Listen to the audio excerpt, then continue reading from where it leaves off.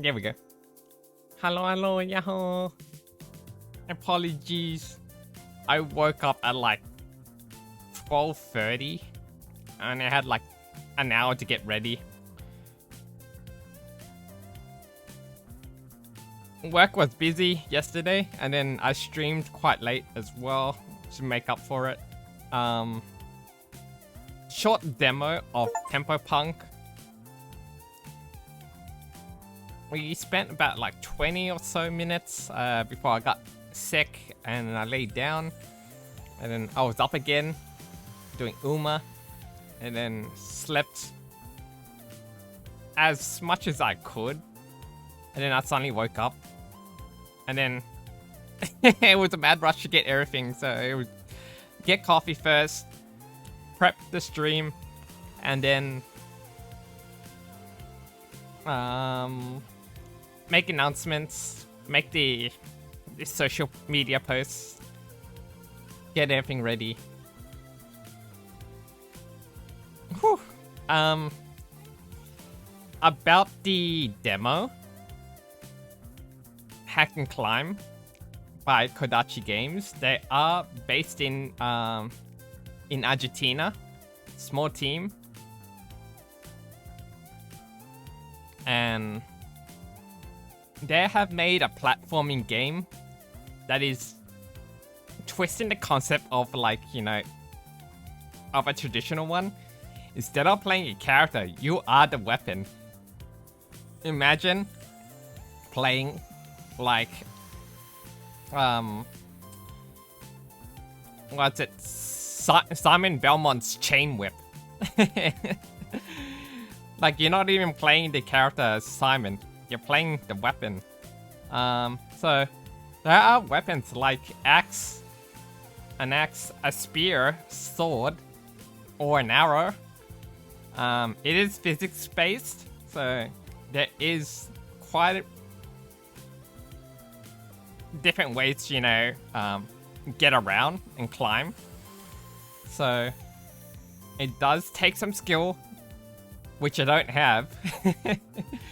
As you see in yesterday's demo stream. So there is quite a few different environments that we can explore. So there is ancient mines, rain-slicked forests, or there's weather as well. So and freezing storms of a mountain. So there's wind. We got earth, ruin, forest, and frost. So one throw at a time. You think it's over, but we may fall to the bottom. Let's see. There's 10 unlockable weapons. We're trying to see through to most of them. Challenging but fair. We'll see about that. Test your skills while rewarding persistence. Okay.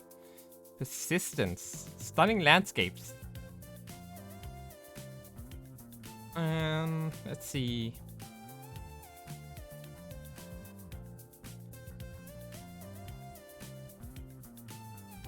It's hard and legendary difficulties.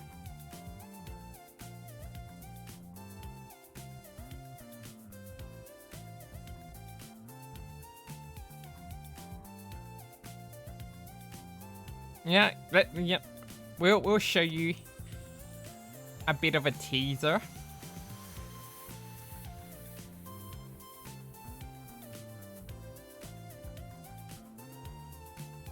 Oh, my browser crashed.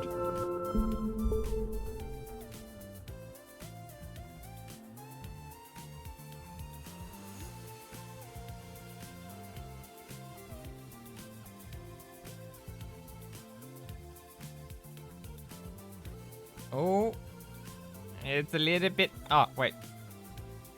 It updated and then crashed.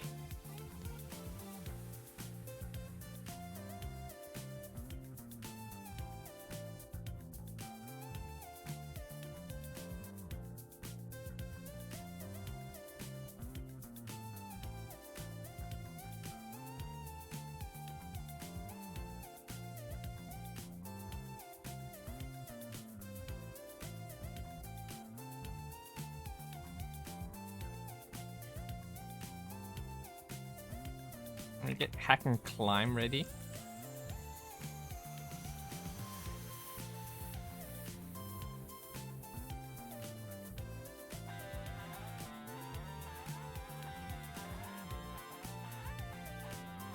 Where is that coming from?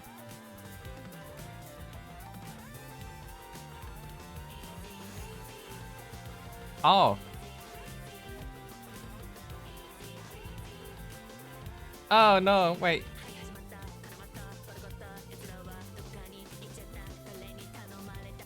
Okay, there we go.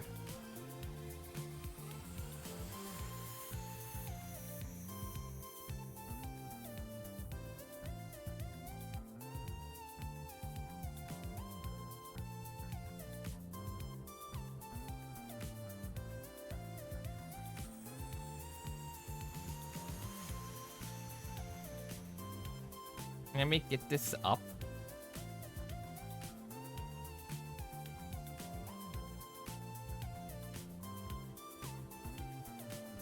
Alright, so this is the game, Hack and Climb. Uploaded by the dev themselves. This is the most latest one. Mute that, and this is what we're going to experience.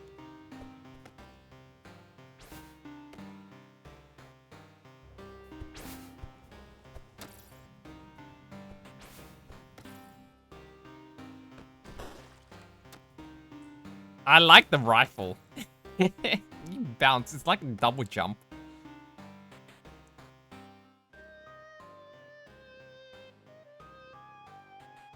There's a scythe axe sphere. It's neat. I have a YouTube channel that you can subscribe to, so a lot of the coverage will be on here on my channel. So it's here. We managed to get 7 subscribers in the past week, which is really great to see. More content to come up. I still have like some videos to be edited. So there is the MTG video I did with LDC and Reggie, plus my own one with just LDC. And then there's a couple of more videos as well. We explore some demos, things like that. There's a bunch of videos that I've yet to, you know, have a sit down and edit. I may have to take some streams off just to finish them and put them up.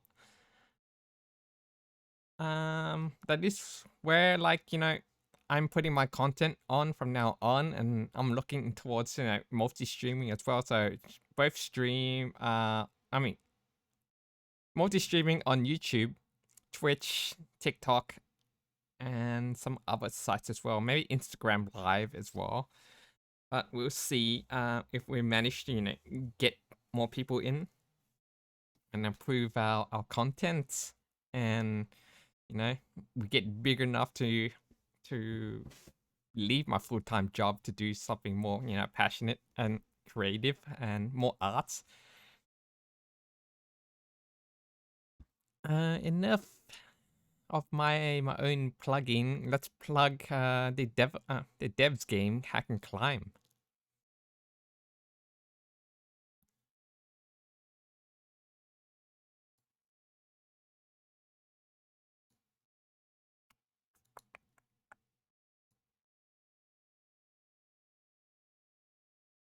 Let me bring up, and here we go. It is a demo, exclusive to those who are part of the Hungry Ghost festival. But there is a demo for the public you can download. Public demo.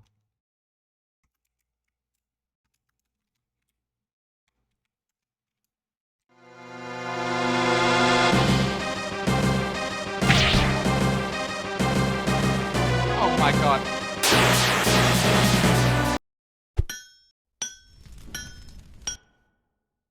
Jesus Christ, sorry. I was not expecting that.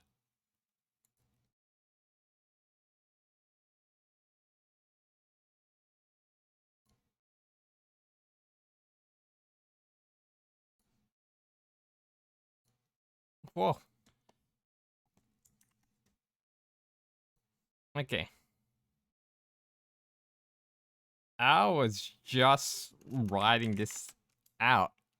I'm so sorry.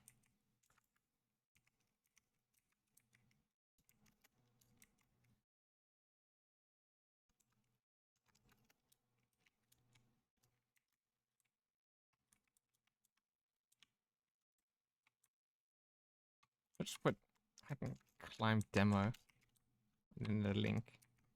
There you go.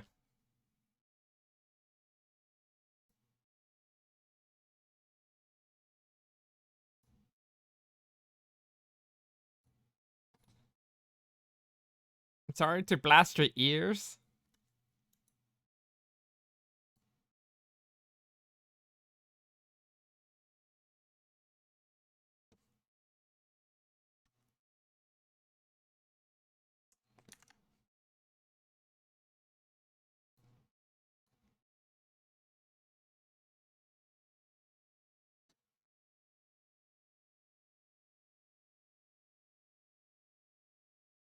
Alright. To the game screen.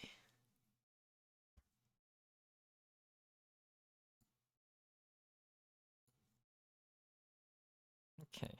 Settings.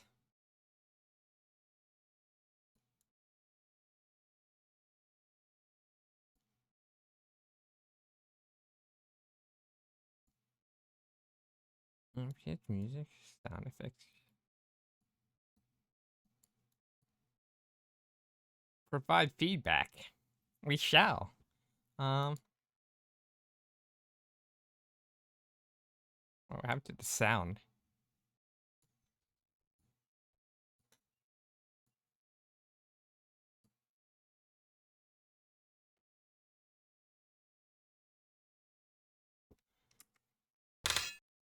Oh.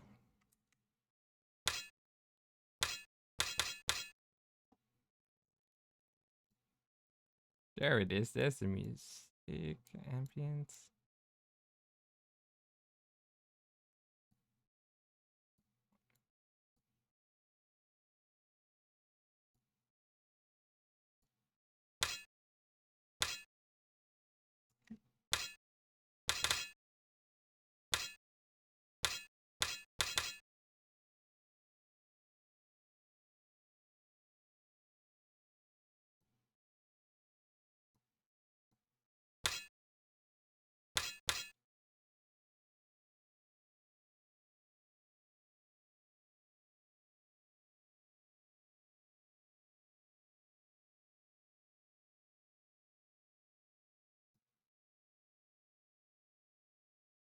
Cursed axe.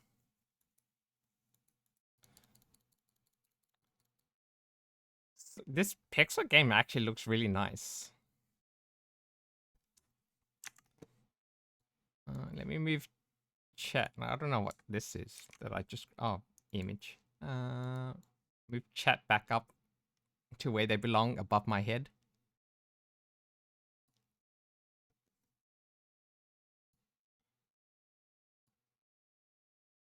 I say if the game remembers my settings. Restart it.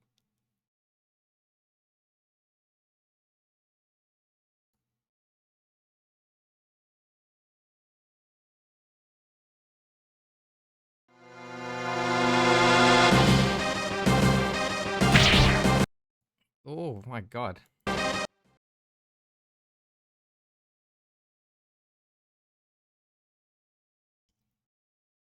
It still boots up really loud. I guess that's no music for this main menu. But I will have to put it down. I don't know how loud it should be.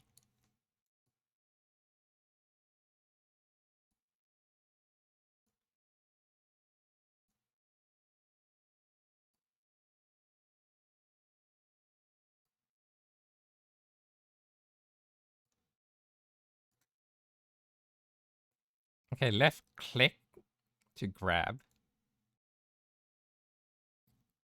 Oh, you get like a little preview.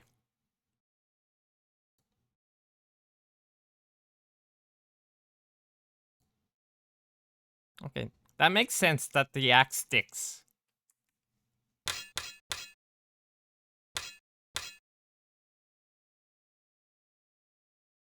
I mean, is that too quiet? Oh.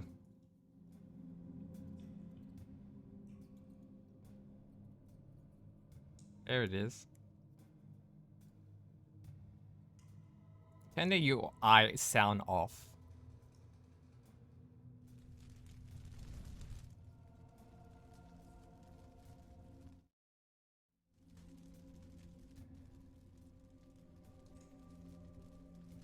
I was wondering why the sound. What?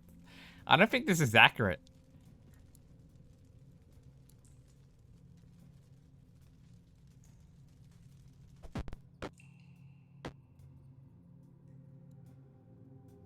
How is the sound?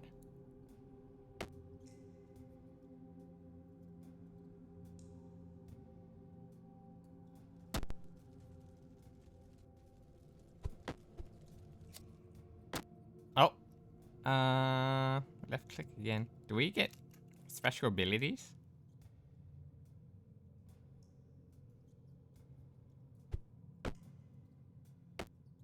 Nope.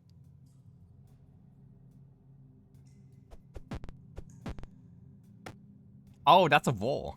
That's a stone wall. Oh, green means that it sticks.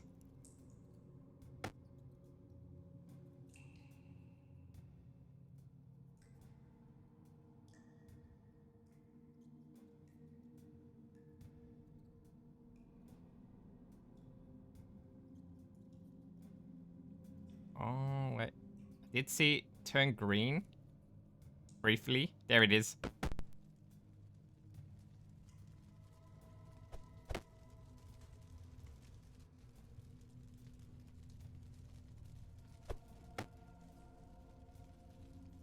I'm learning.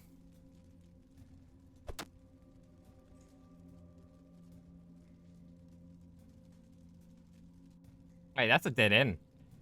I've been debated.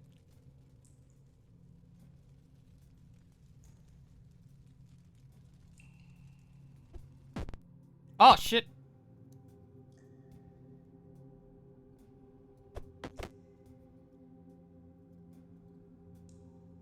Wait, what's this mushroom?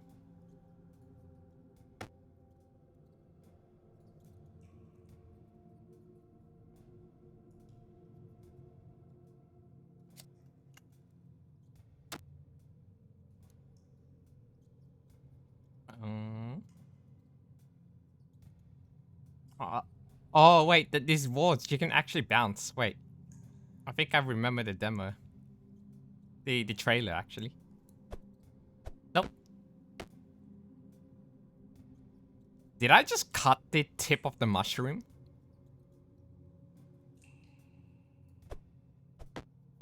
Ah, shit! No!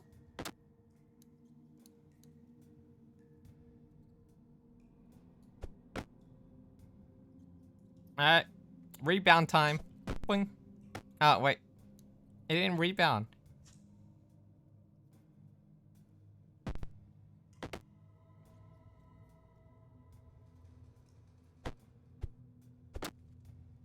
Oh, fuck.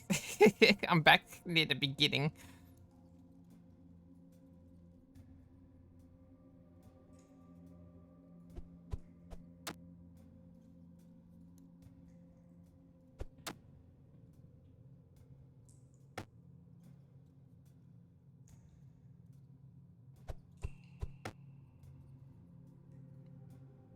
Can I escape this way?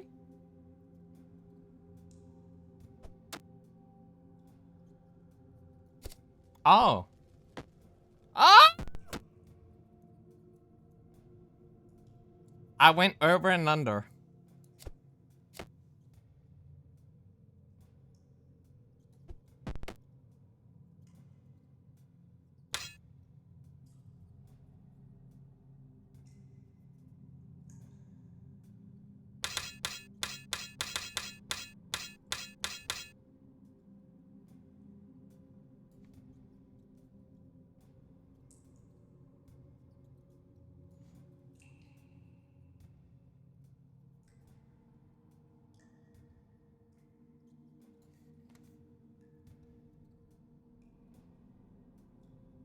Huh.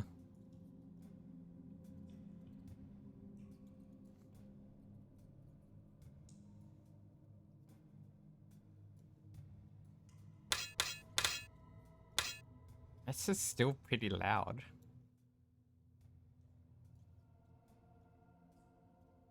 Guess we...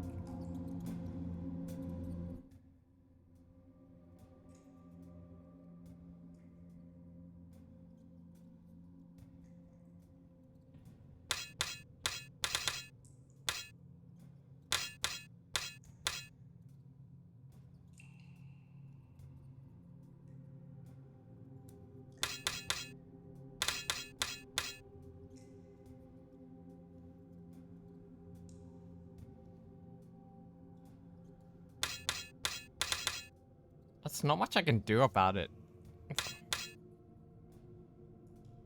Um... Let's see. What I can do is fix it through a sound mixer.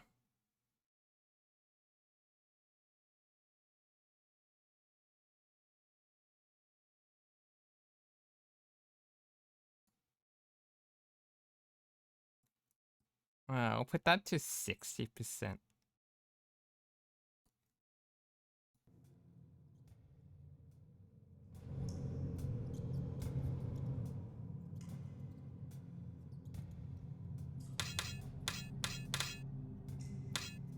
It is better.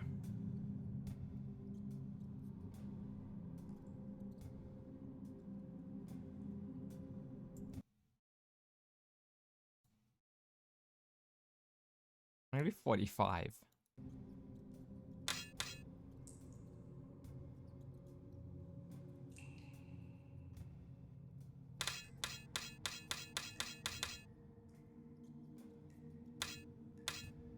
I think this is better now.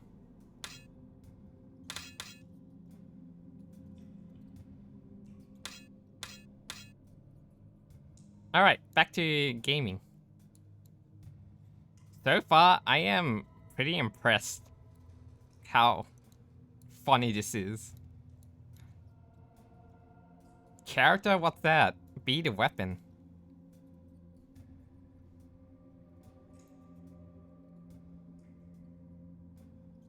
Alright, I lowered the SFX.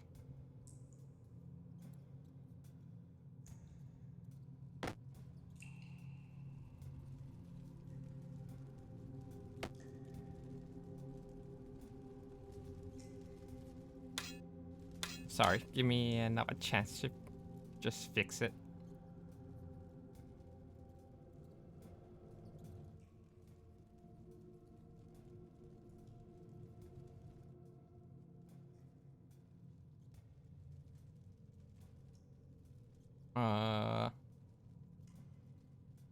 Throw myself up?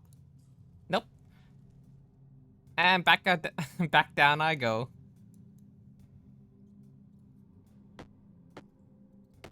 Oh, come on.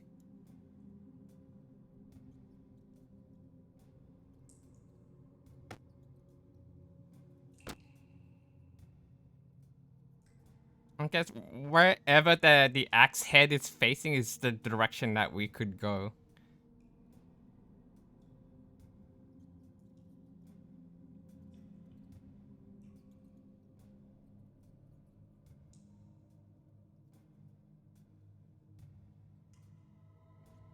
Can we somehow get...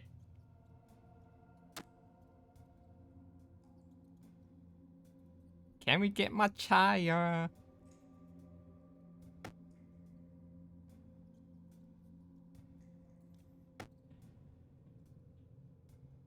I also did my Uma Legends race, and I don't know how, but I keep losing. I have like the best stats in long racing. I lost 3 times in a row. I have way more speed, way more stamina power. Second,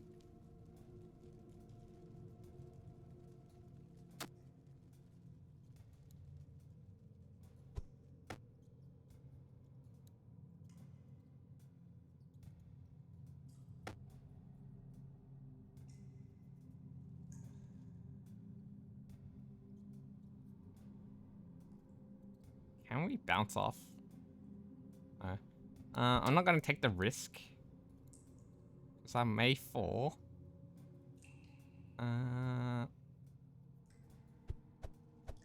Oh yeah. This game does let you know how many throws you do. We have thrown 54 times and we've been playing for 7 minutes.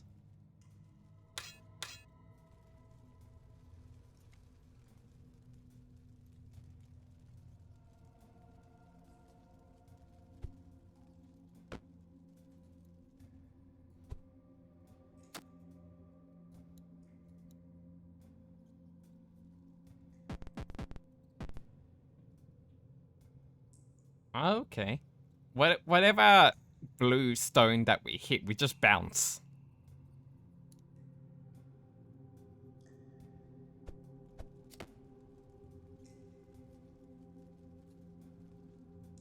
What is that throw?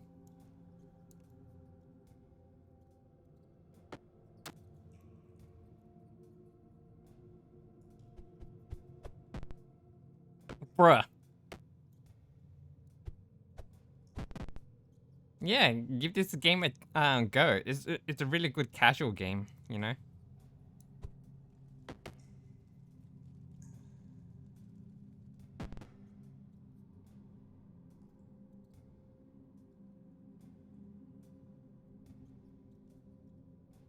I need something to stick, so... There we go. Uh-oh.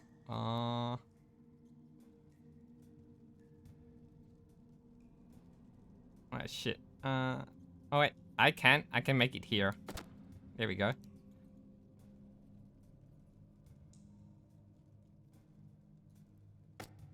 I like that indication of green saying that, you know, this is the thing that you can stick.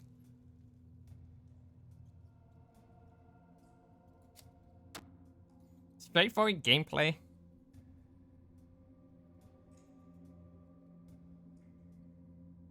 Unique take on the platforming genre.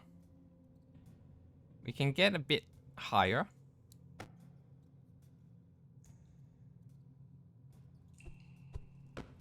Ah! Oh, that was so close. Let's move back a bit.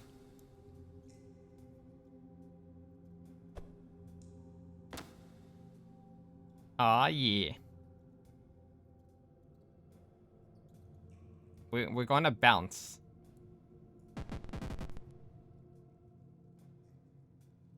You must bounce on it crazy style.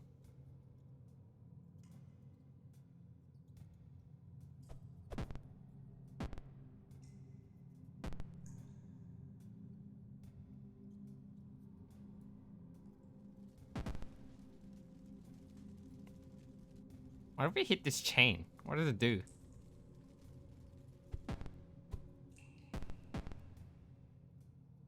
You spin me right round. Ah! I deserve that.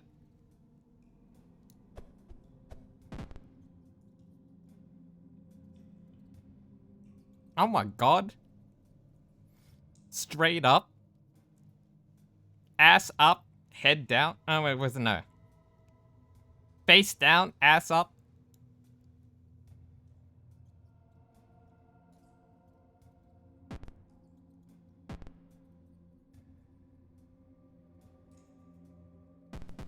Oh shit, shit. Ah, quick. Ooh, I saved myself.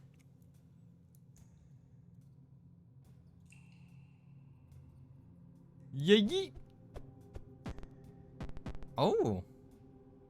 Okay, that's something pretty neat. You can use the objects as a stopper. I think yeet ourselves up so we land.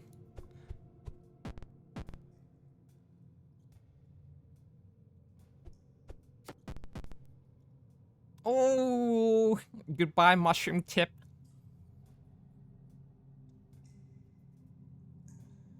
Surprise circumcision.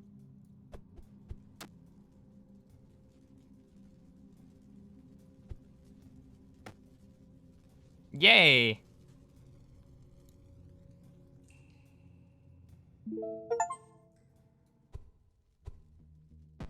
Oh. New area? I wanna see what this is. Oh. It's just wooden crates.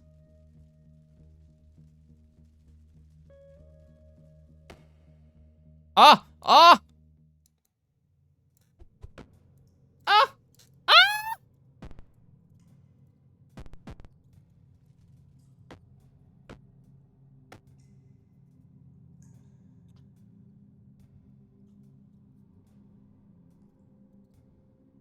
I got too curious.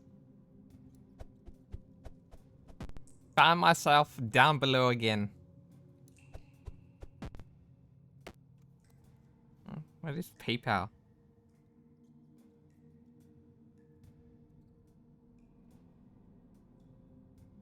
Ah, Discord. I owe Discord $30.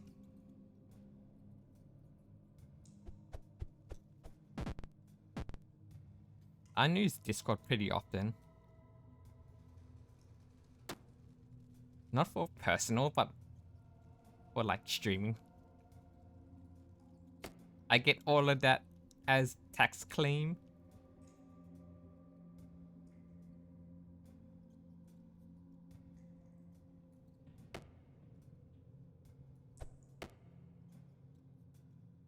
Uh-oh.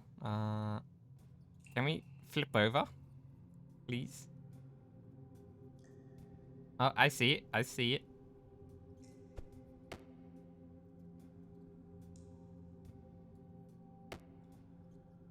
And we can roll ourselves around.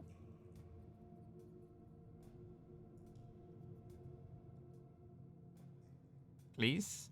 No? Are we in a bad angle? Oh wait, I see it. There we go.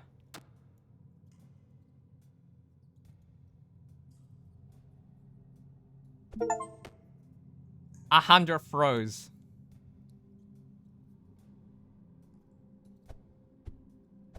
Fuck!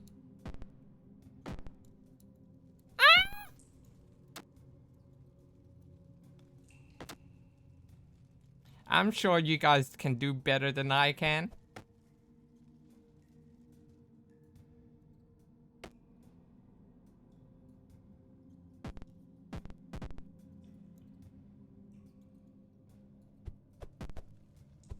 Shit!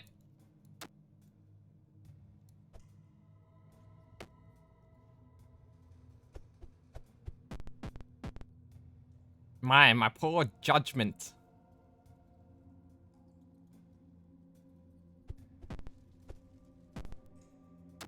Fantastic.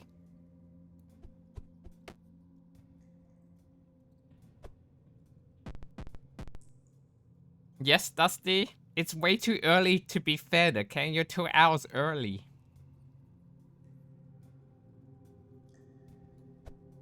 Just because I'm home.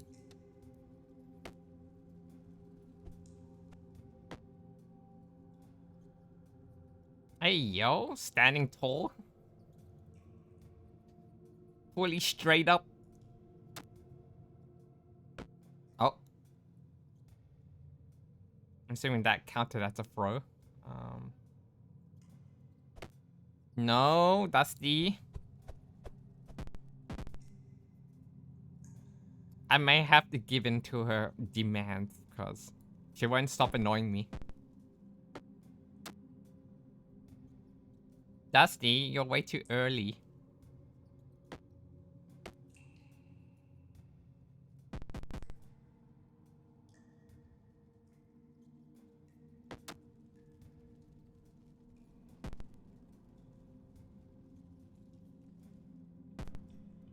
Oh, come on.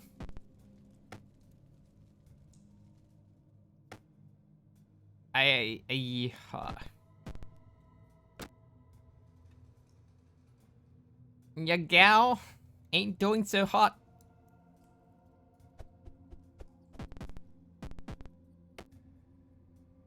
It's like 1 step forward, 2 steps back, or 10 steps back.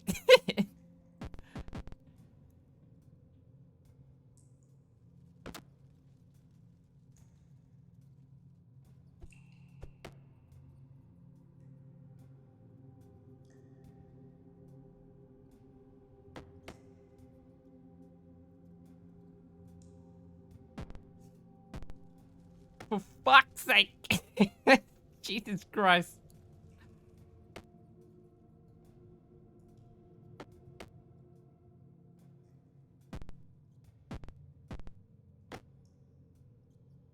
I mean, that makes sense that we can't stick to stone. But goddamn.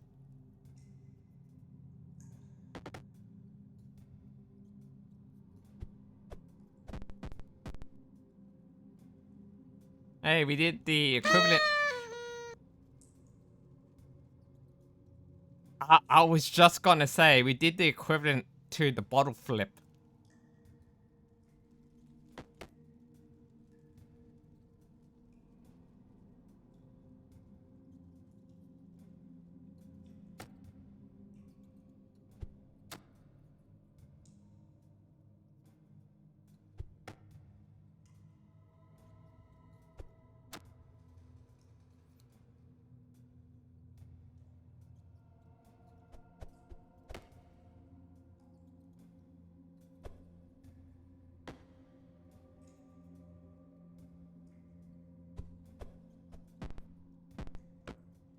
Oh, thank God, please. Good. Good job, Poru.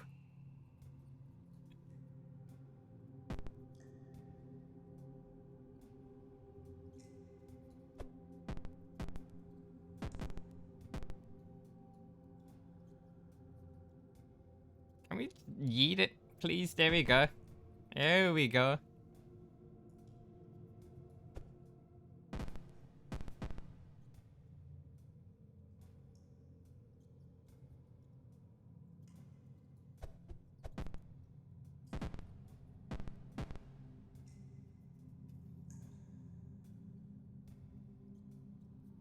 I'm not going anywhere.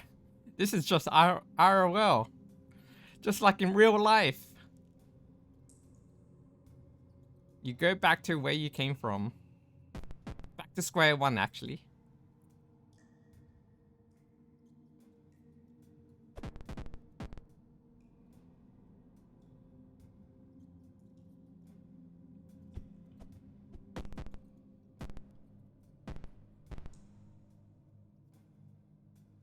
We're going places, guys. We're going places.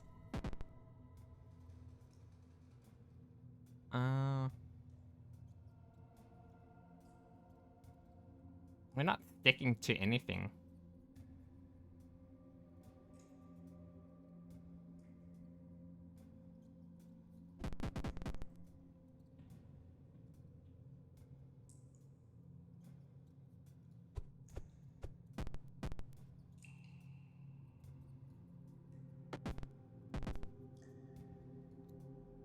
Oh, Jesus Christ. No! Oh! Oh, what a save.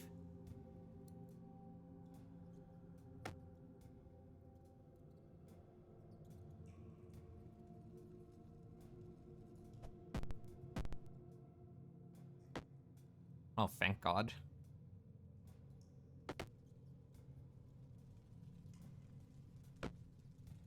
Alright, we're back. Since Dusty won't leave me alone, so I'll go attend to her cries of demands.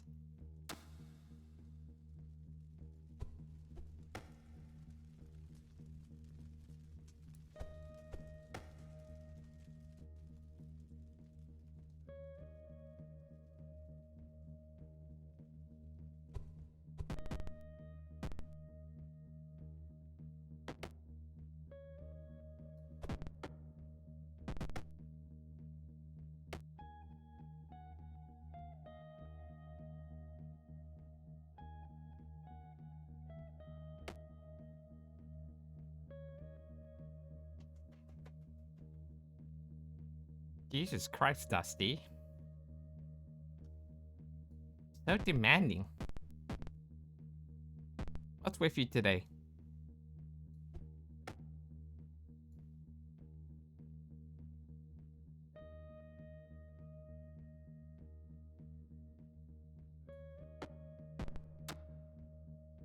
That works. Wait.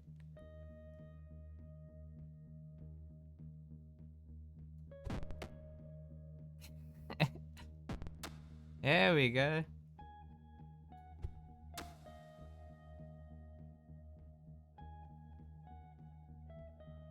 Oh, I'm stuck though.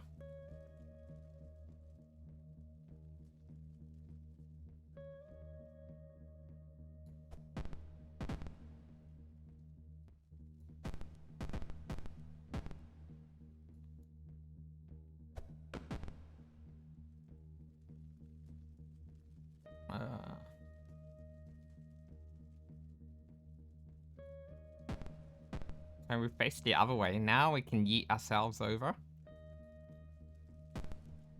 What the fuck?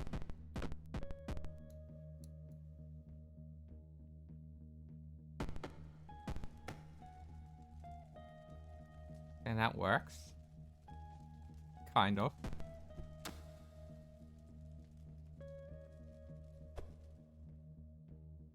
I hit the chains.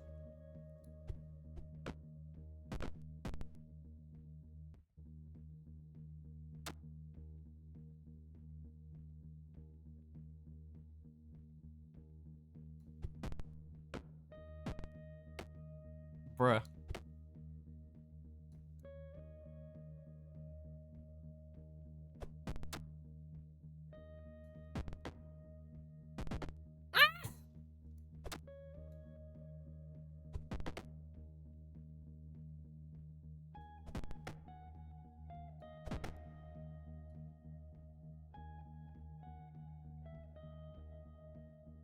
I do want to see, like, the power level being added as a feature, because, like, even then, like, doesn't matter how far you drag it. You can't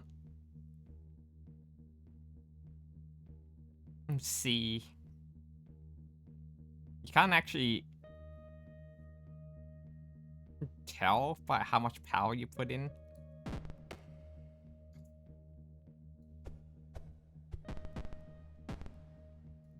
It's... in a nutshell, what I'm trying to say, it's like difficult, like how much like strength you're putting in to like how far you can throw.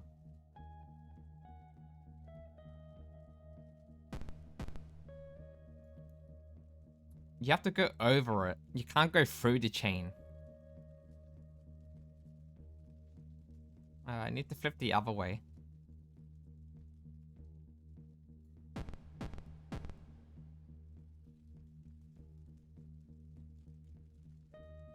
Nope, it's not letting me go project properly.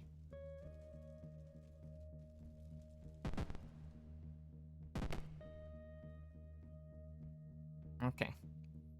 This is a lot more difficult.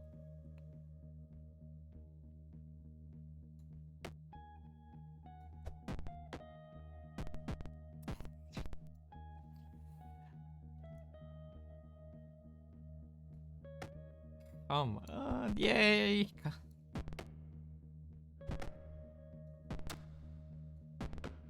I'm kinda throwing. Throwing my axe around.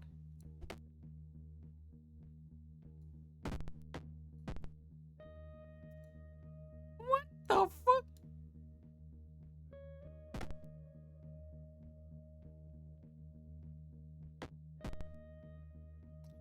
The goddamn box, get out the way.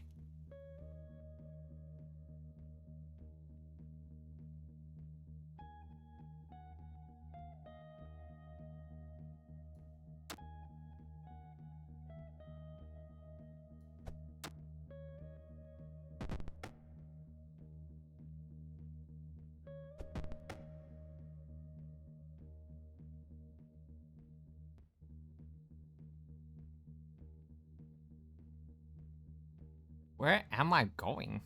Like here?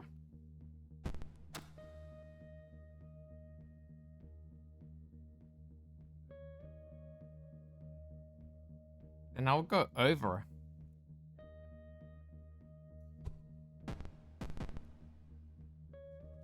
Okay, that works.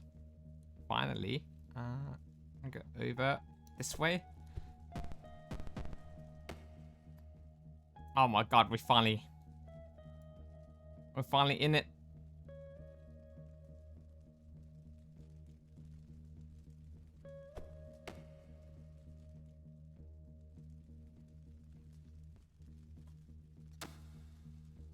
Oh, thank god.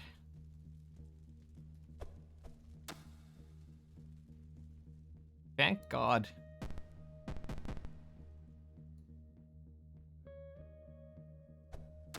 New spot.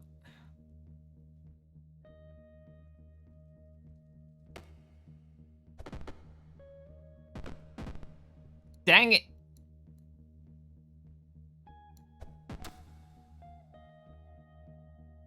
This is like a rage baiting kind of game. Like it's like Jump King. You have only yourself to blame.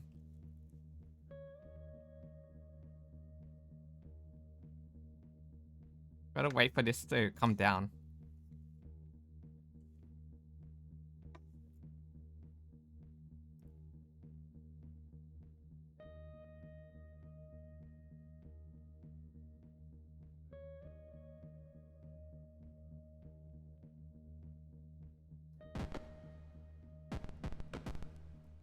What?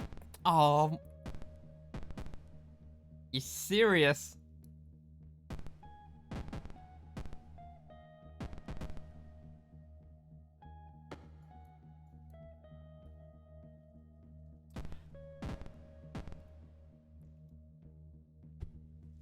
Quite frankly, I'm about to lose it.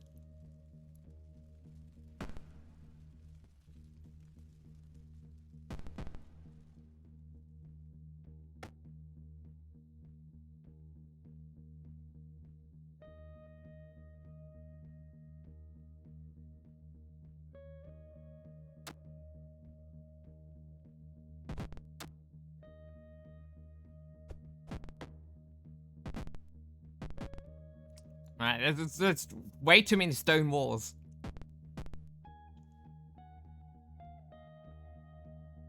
I feel like they're not kind of utilizing the bounce effectively. I think it needs a bit more bounce.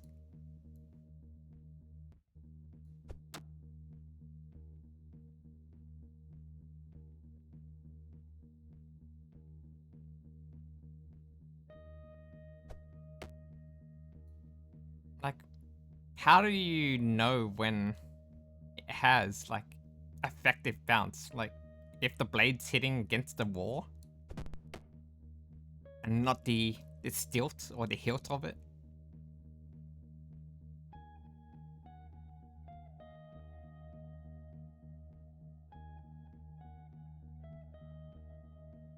Because the blade is hitting the wall, but it's not bouncing in the direction I want it to go.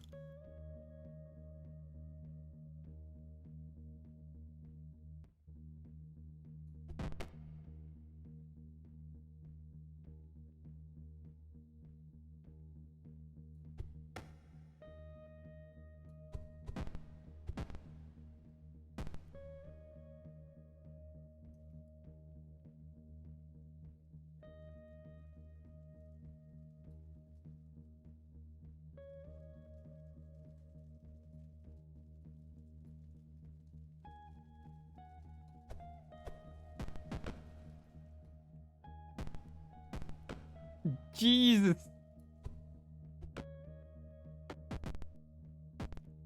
Is there abilities that this axe has? It doesn't seem like it.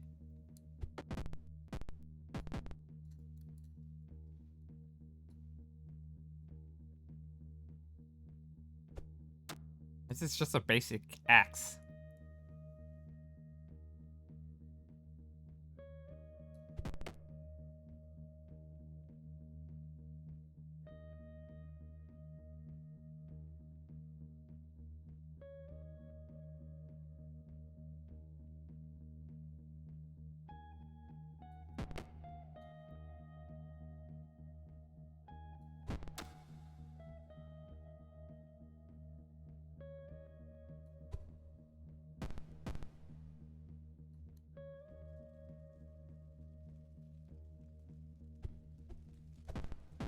I keep hitting the fucking thing.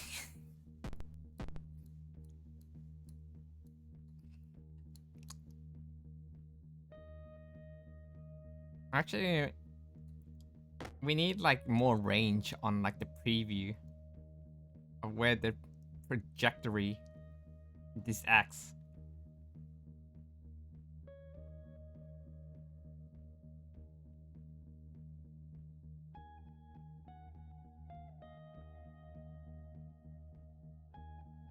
It's very short.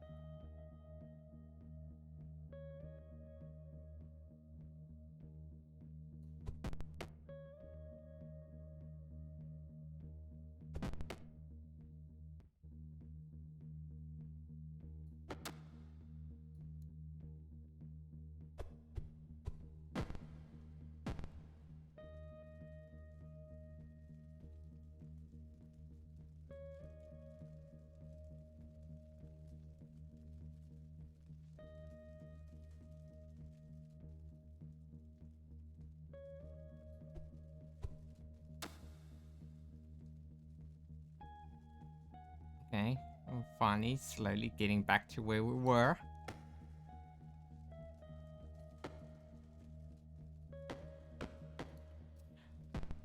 I spoke too soon. What the fuck?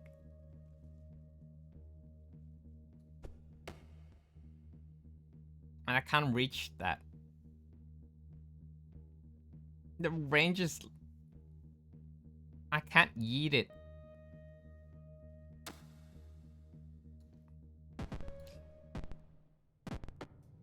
Bruh, I'm back in the first area.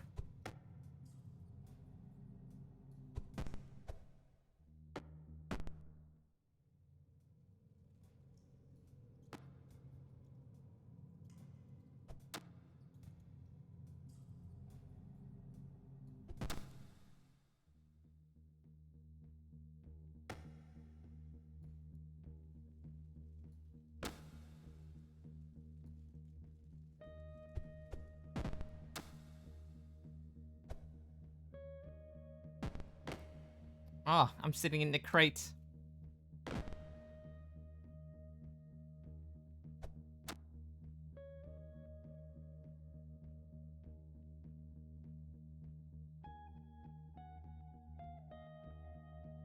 The next checkpoint is 156.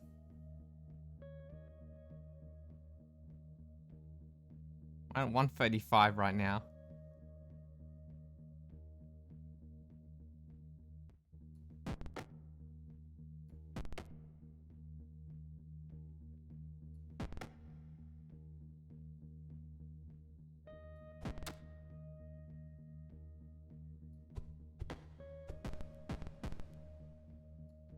And I'm just gonna yeet it.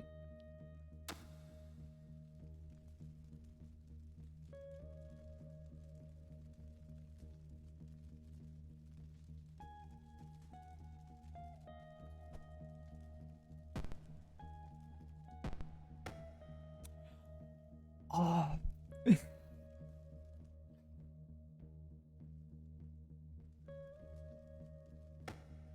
I'm so mad.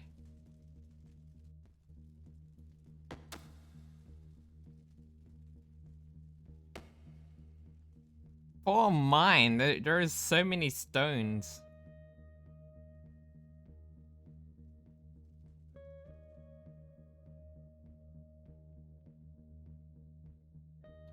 I can't go anywhere from here.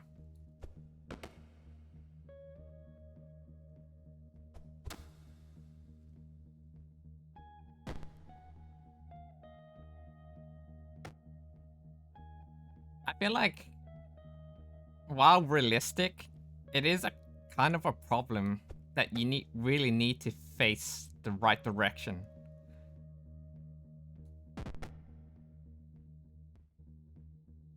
Then again, we can change the difficulty. There is that option.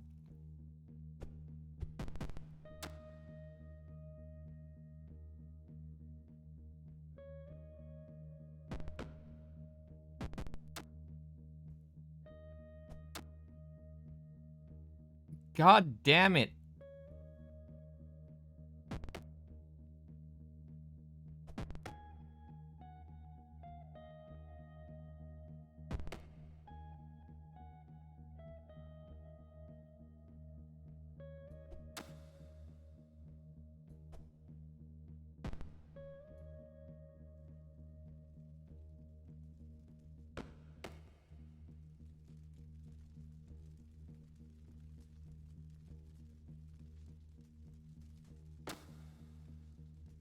Jesus.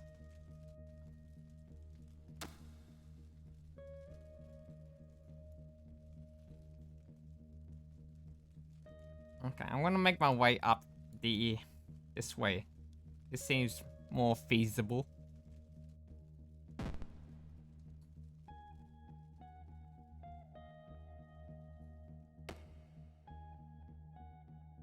Of course, this platform is getting in my way.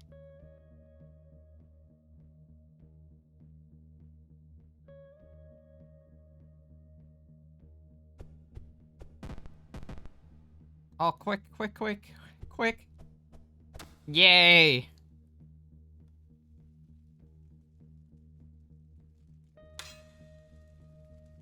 Oh, that's how you unlock new weapons. I see a sword.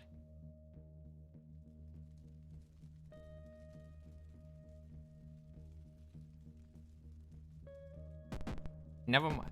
Shit, shit, shit.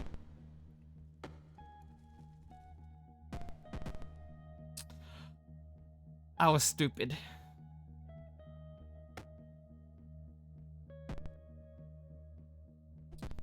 I'm gonna... Dusty, I will shake you. You're way too early.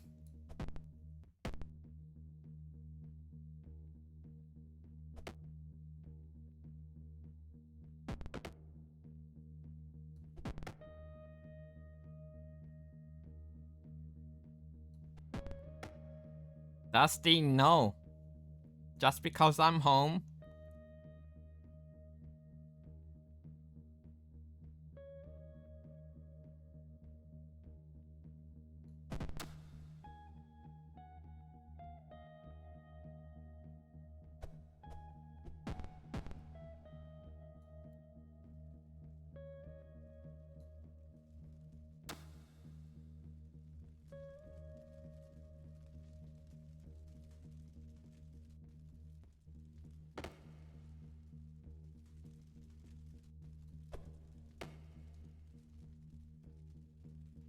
Okay, neat.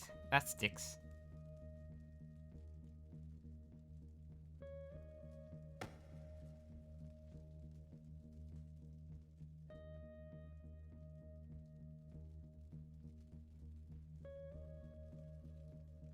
Oh god, the preview is hard to see.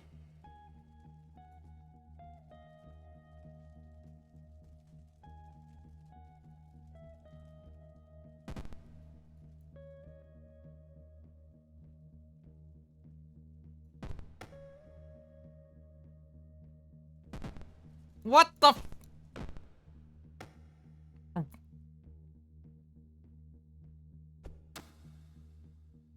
Okay.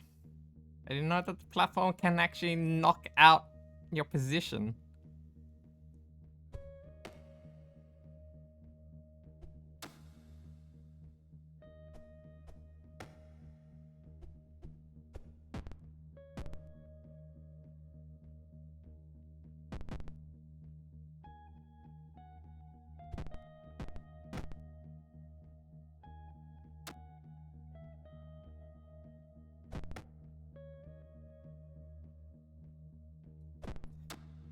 Oh my... What have I gotten myself into?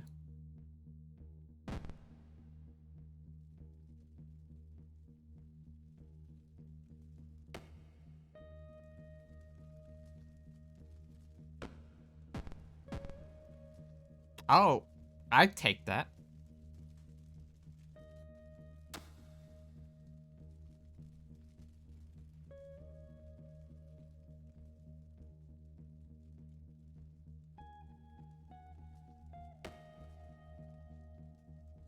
I'm slowly climb up.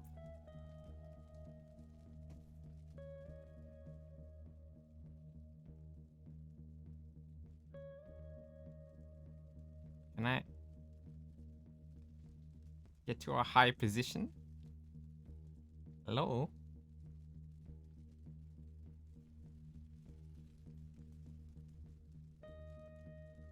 Or maybe I can just drop down.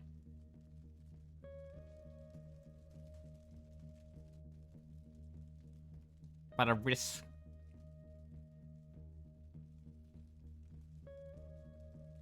risk getting knocked out even further.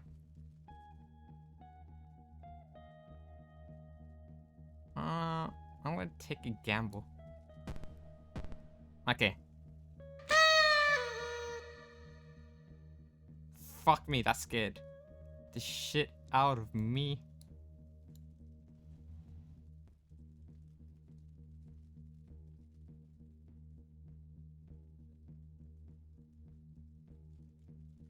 I am so focused.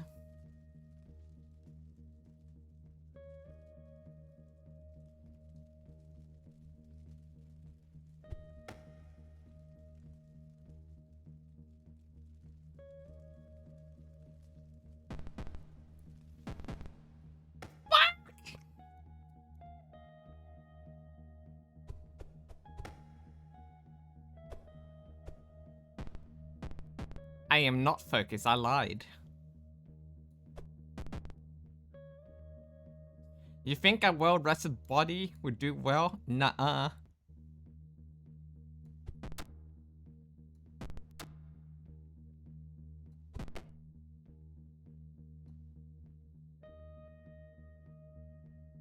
Shut up, Uber Eats. You're too expensive.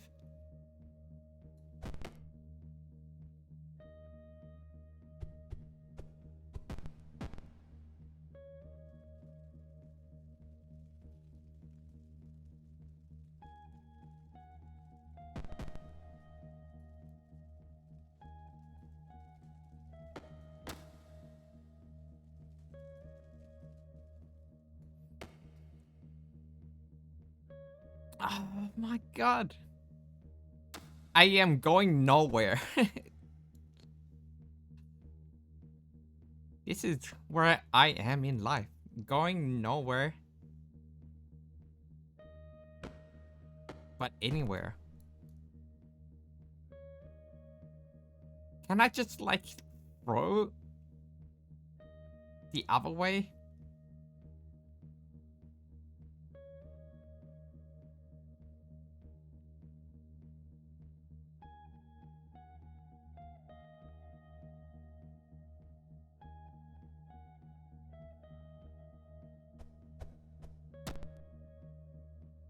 Okay. I am stuck at the ass of the cart.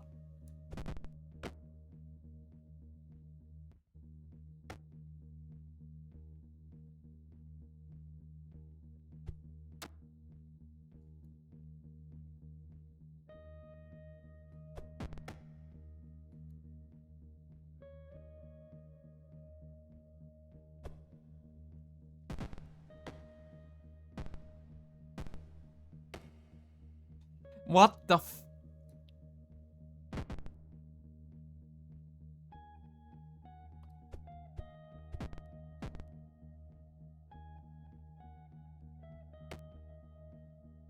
This game is it well put the news in the hands of the Gyaru.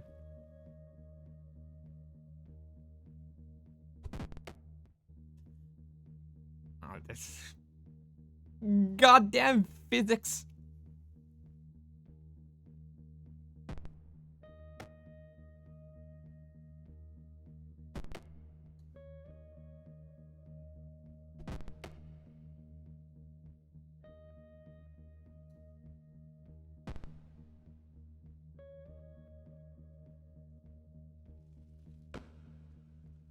Okay, at least I got here to here.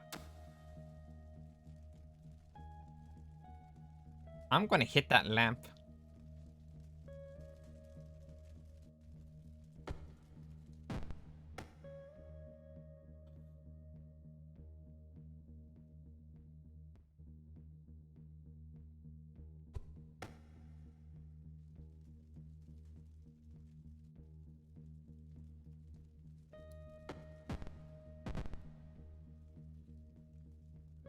I'm just gonna slide myself across.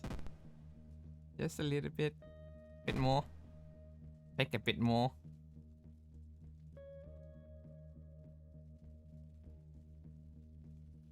I'm just gonna have to edge it.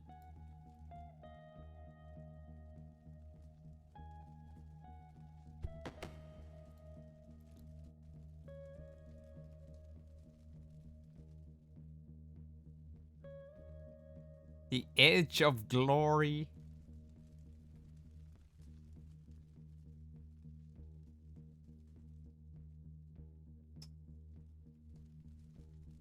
There's no way I'm gonna like stay in one place.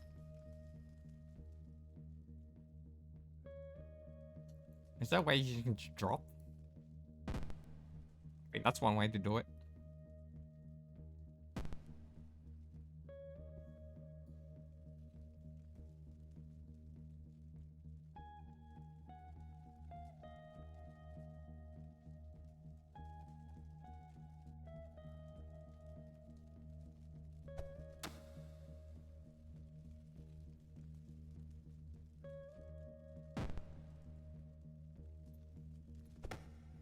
My fucking god.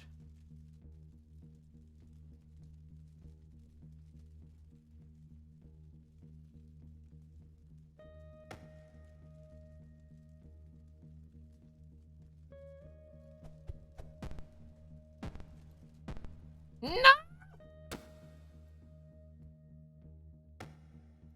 I am so stuck. We keep going a bit further and then we drop like 20 feet down.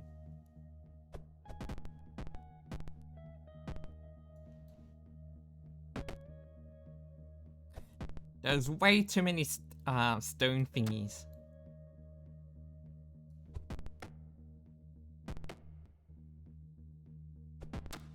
What kind of mines is this? Is this a steel mine?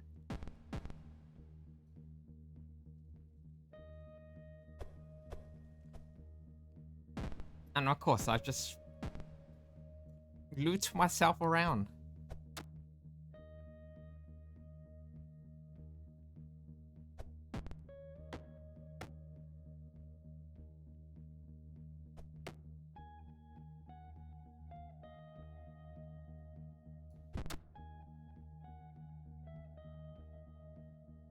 I think we can have like a choice in like what weapons we can choose from the get-go, especially in the demo.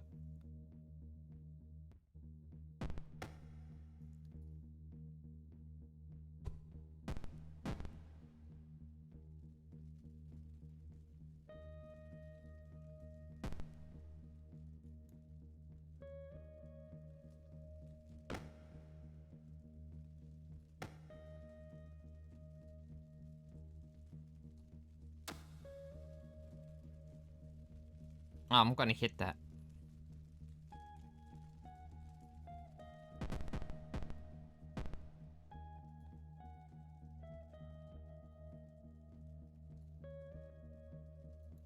Just gonna be careful. Be careful. Slowly.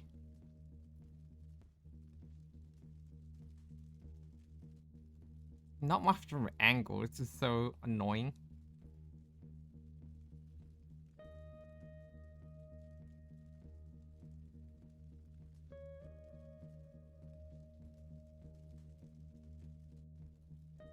Alright. That should be enough edge.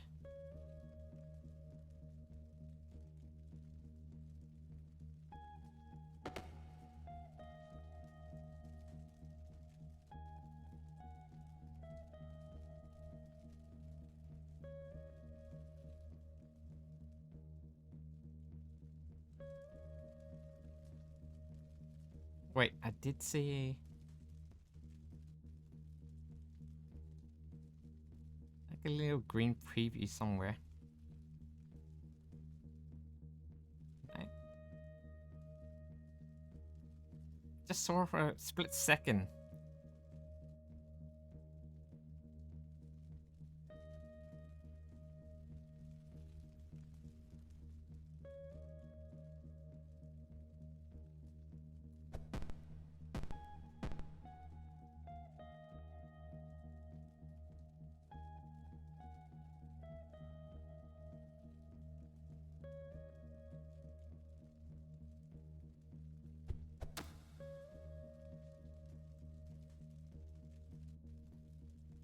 It's so limited of how much power we can give it.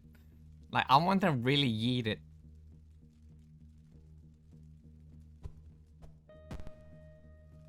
We don't have that choice.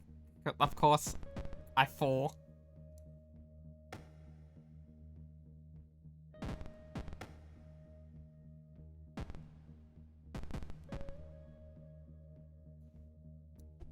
We were just there.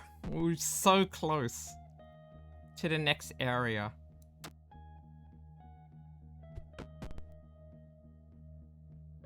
Oh wait, 182 is where we were. So that's our... I felt like 50 points down. Which is insane.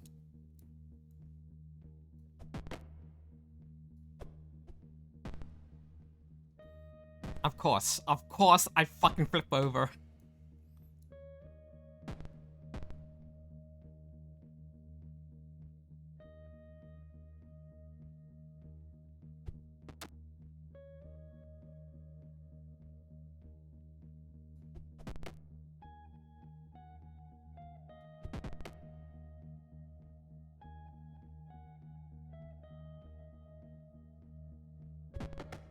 Just let me eat it.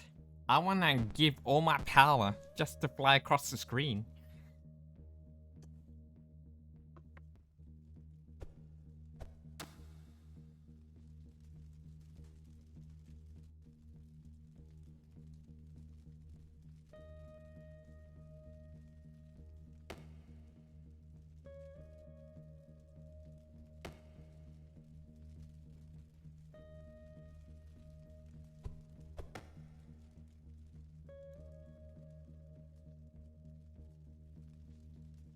It's like, I need to go way higher.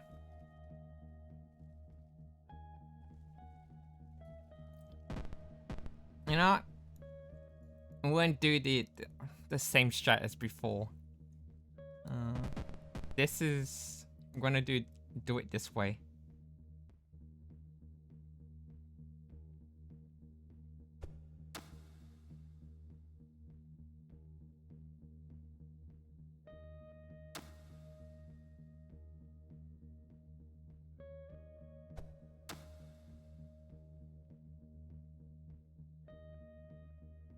Okay, never mind. We found it. We found a route that is way easier.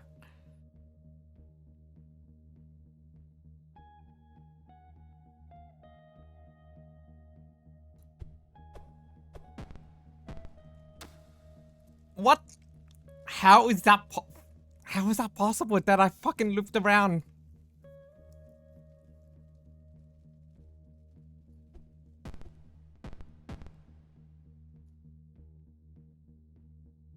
Come on. Move.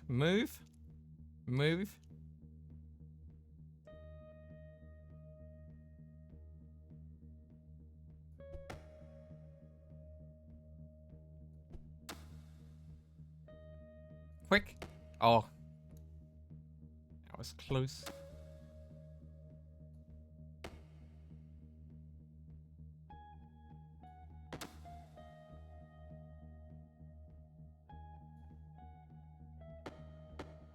Okay, into the cart we go.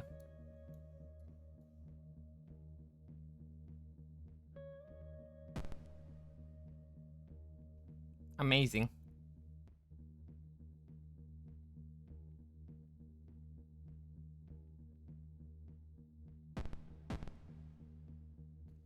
Quick.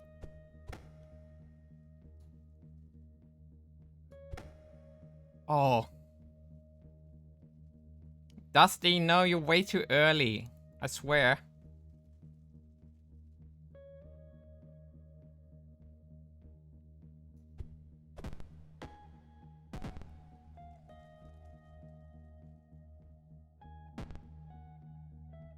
Where am I? Hello? The angle is crazy. I can't go anywhere in this angle.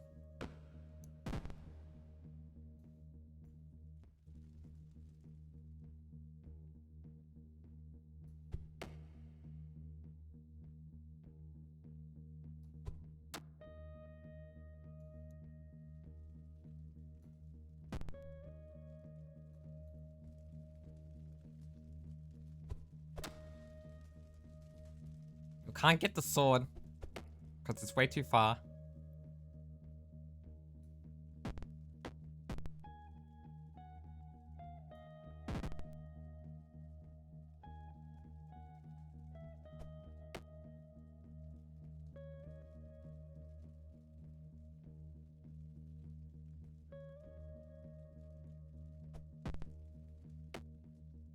You kidding me?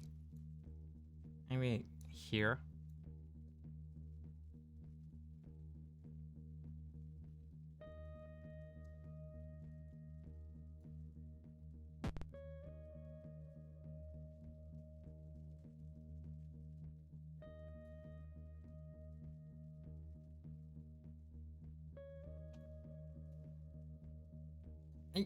Come on.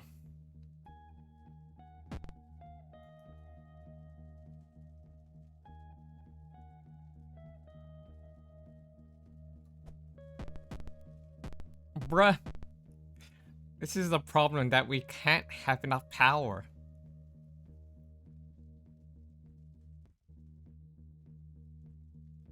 Like...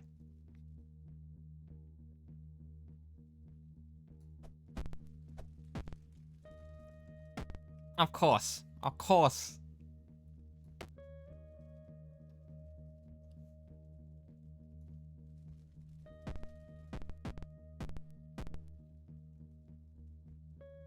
I feel like the bounces are inconsistent.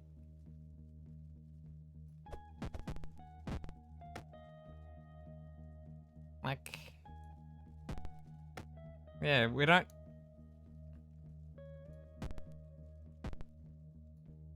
I don't know, they feel kind of inconsistent.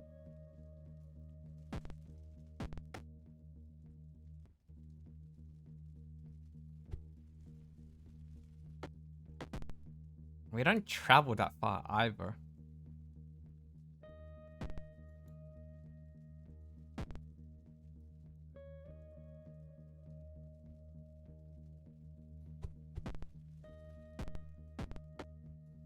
This is like the hardest boss, is these fucking walls.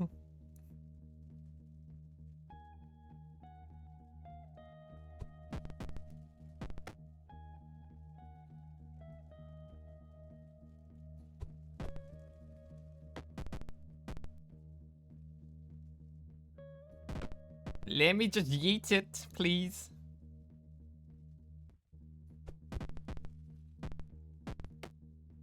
I'm just gonna try everything.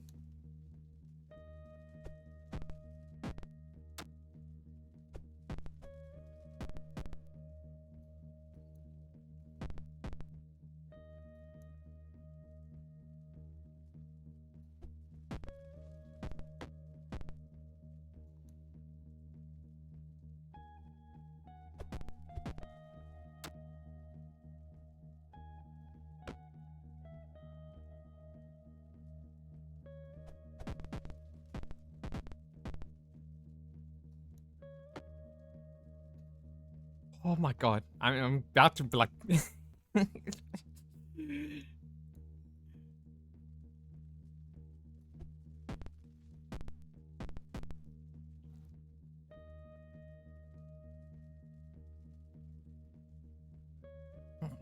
Like, at this angle, you should be able to, like, you know, propel yourself with the rebound. But nope. It makes... Yeah, because, like... If you're against something pretty close, you should be able to rebound with, like, higher force.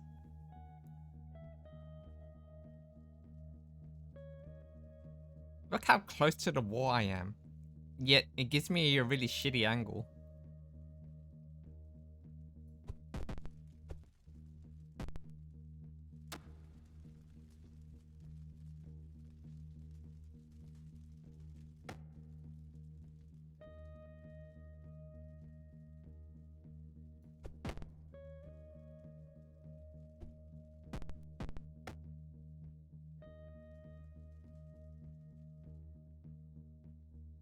This is the problem. Like, I can't really do much here.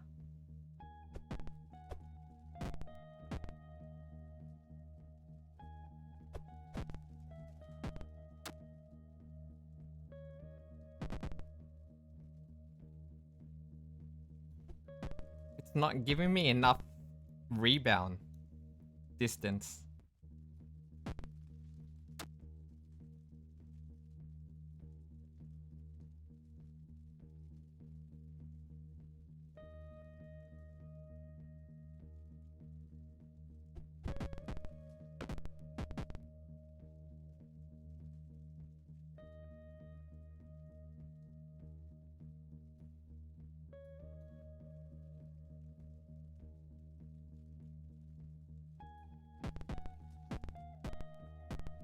It just falls short, which is insane.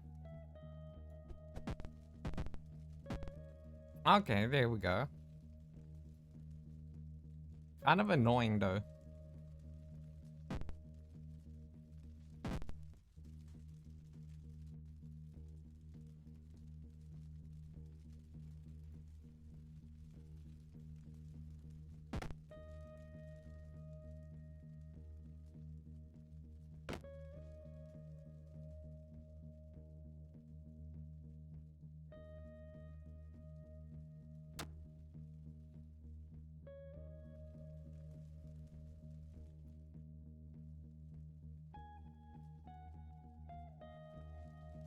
Jesus Christ. What is his angle? This is crazy. Look at this angle.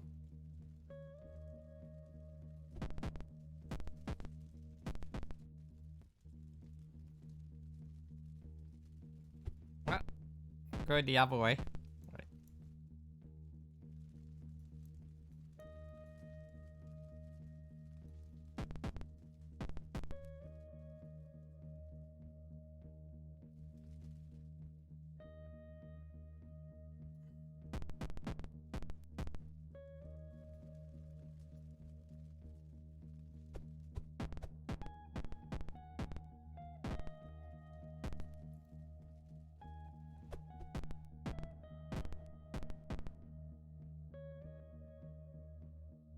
I feel like this the power is a problem. Because their trajectory is so short.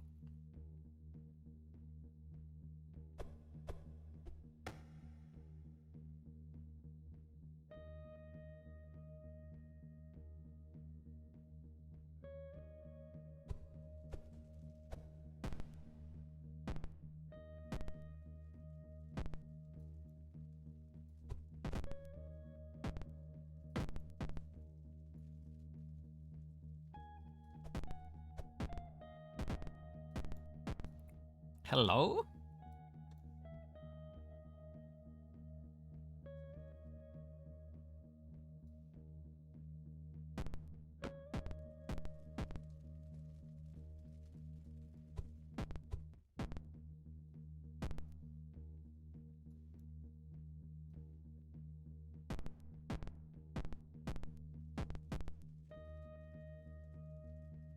Ain't going anywhere here.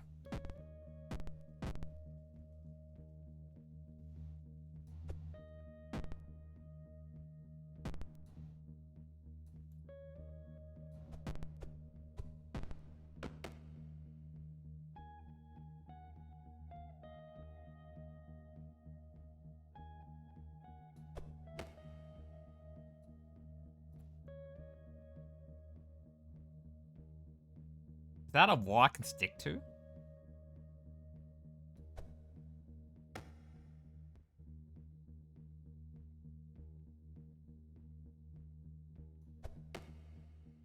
And I wish you can actually extend the view of where you can go.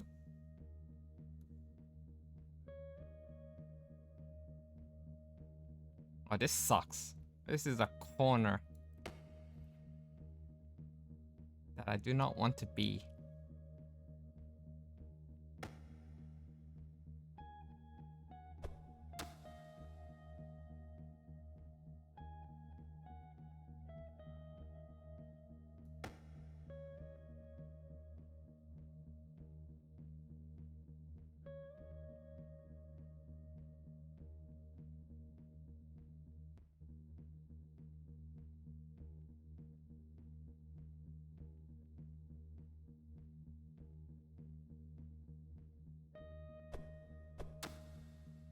I took a gamble on that one. Holy shit.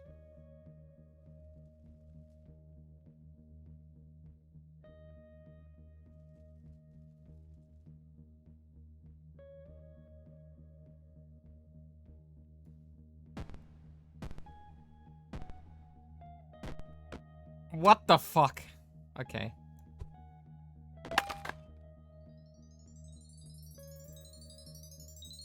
Ah, we got to the sword. Dancing sword. Yes. We can switch. Okay. Something different this time. We won't stick around with the axe.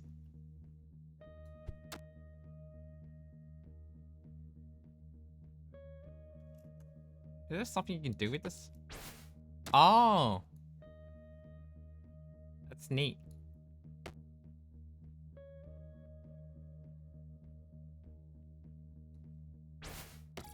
Oh, this is so much easier now. A little bit, kind of.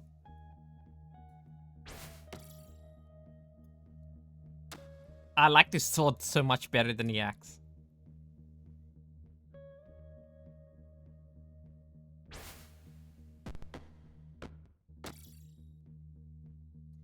Alright, there is a cooldown with the ability.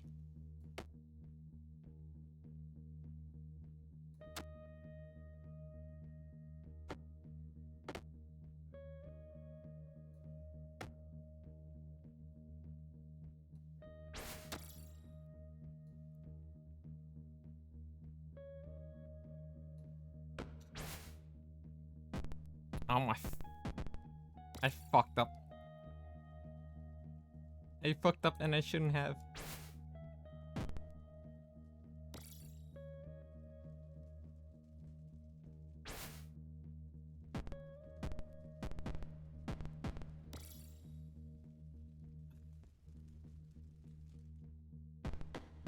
What did I... Oh.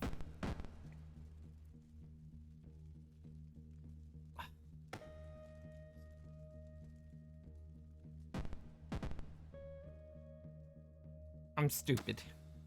I'm so stupid.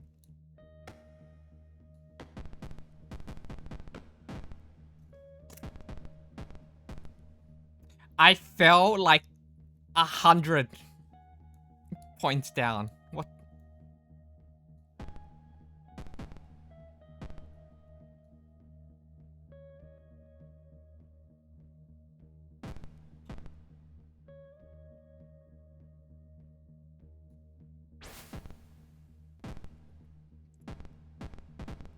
It's like junking. It is. It's like fucking infuriating. I fell so far below. Oh!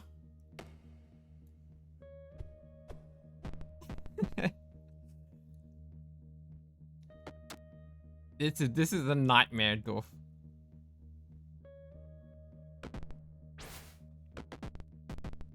We just unlocked a new weapon. We were the axe.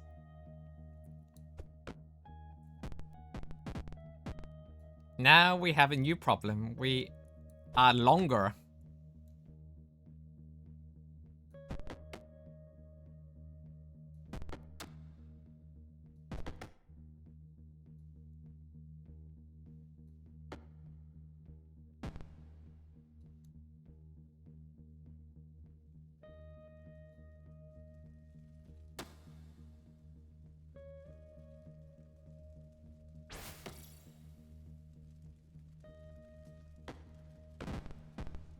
Oh, cool. I landed in the cart. And now that makes it harder to go around. It doesn't even matter. Yep. It doesn't even matter. If I fall like 200 points down, I'm at Alt F4. Look at the angle that it's giving me because I'm stuck in here. I can't flip around. I wish there was a button where you can just flip. Like... I can't go anywhere in this cart. What the fuck?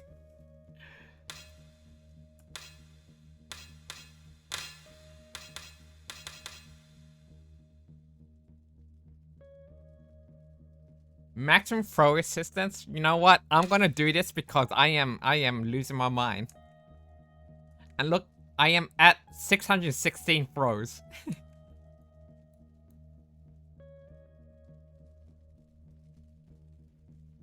Maximum throw is actually not. That was a lie, actually.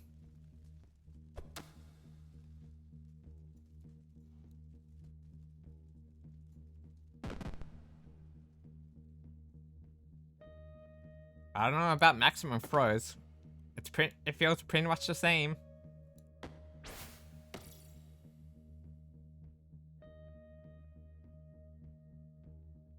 Bruh.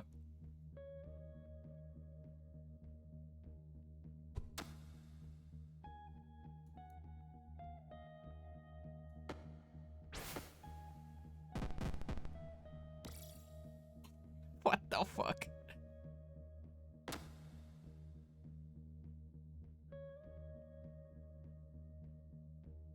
It seems the the fucking sword is going nowhere.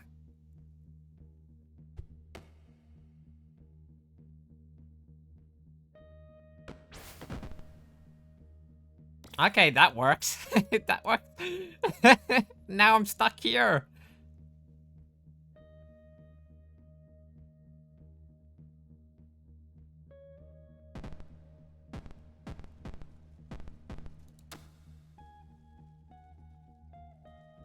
Bro, I went full circle.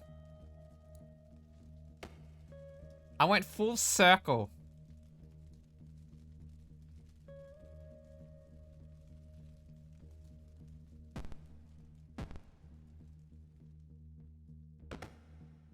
I went up and around.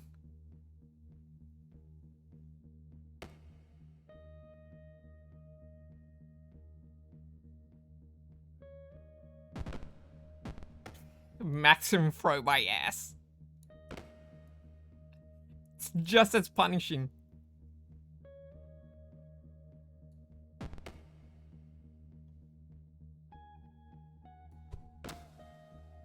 I'm charting the map. I'm charting the map in the most poor way. We're charting at the same area 50 times.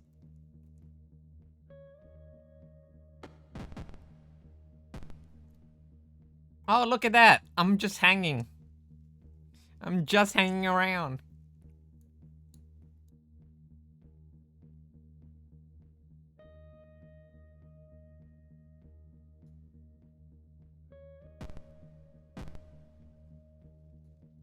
Sure. You know, there is an achievement that if you can just like perfectly flip your weapon upright or upside down, you get like a bottle flip achievement.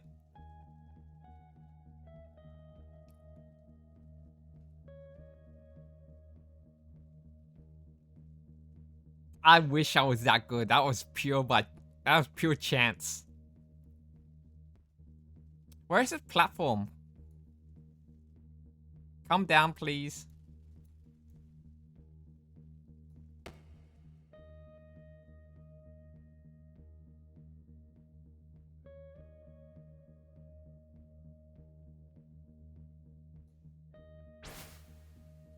Where am I going?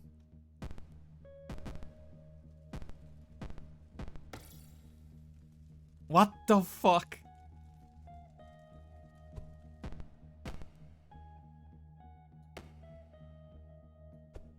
I'm... What?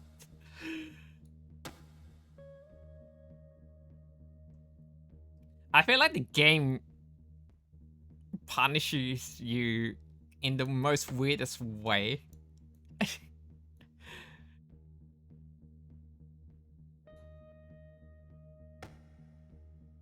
Like, you try to make a rebound, but like, you don't go that far, but you fall 50 feet below.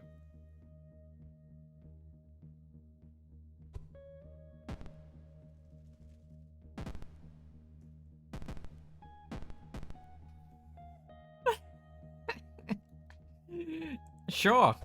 I can throw this blade right up your rectum, your anus. In Gintama style.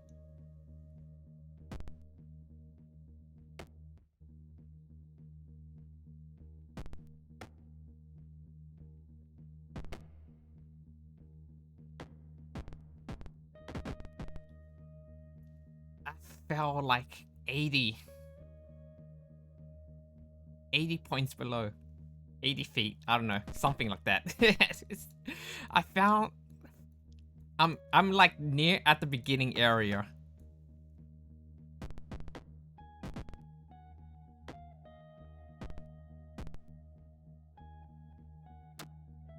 You know, this could be an endurance stream where you can just go to the top and see how long it would take you, which I won't do ever.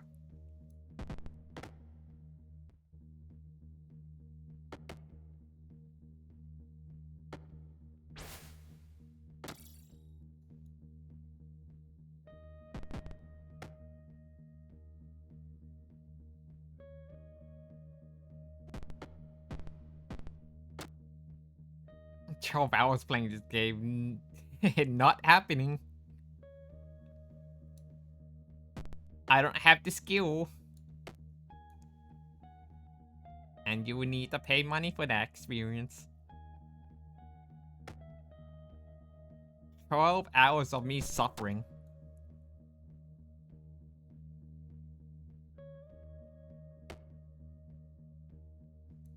I didn't even go that far.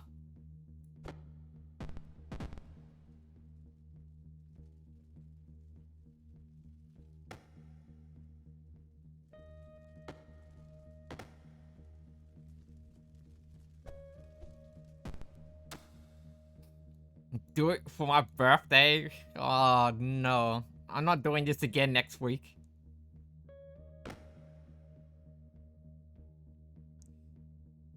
Make your trade offer. How much are you willing to offer?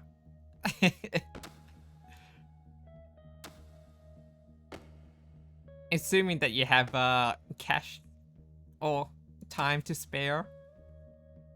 You know, actually this is the valid strat here. It's to slowly climb up.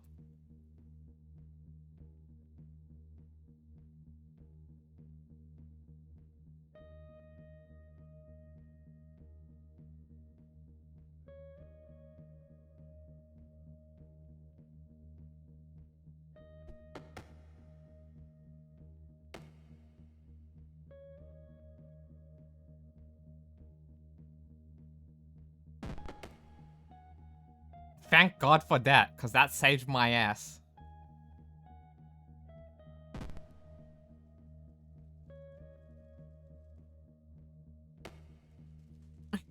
Can we get 5 gifted subs in chat?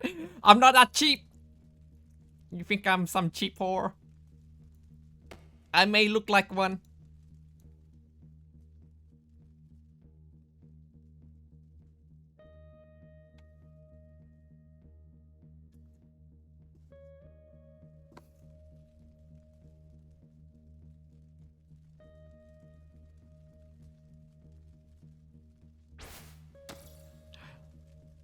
What?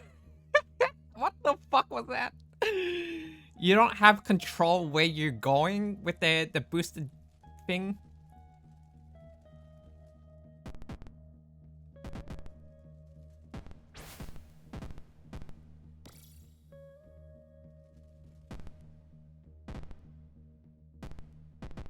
I'm back here again, guys.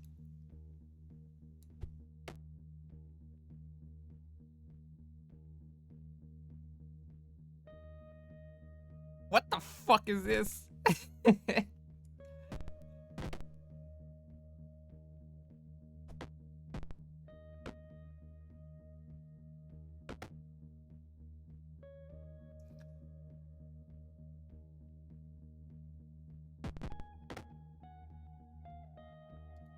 I don't see the maximum throw.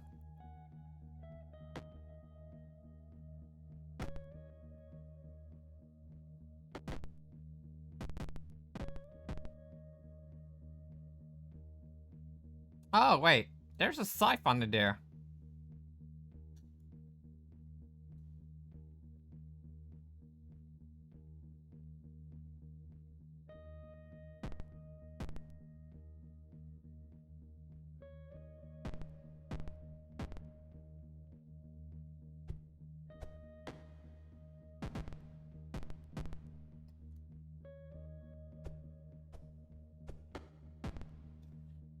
What is this distance?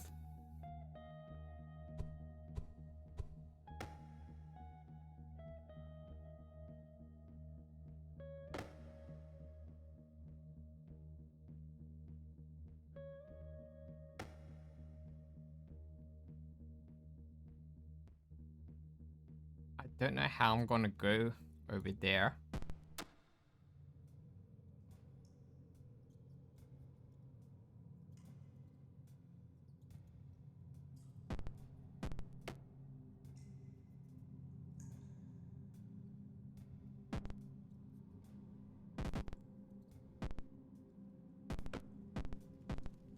Fantastic. I fell over 100 points down. Just for that scythe.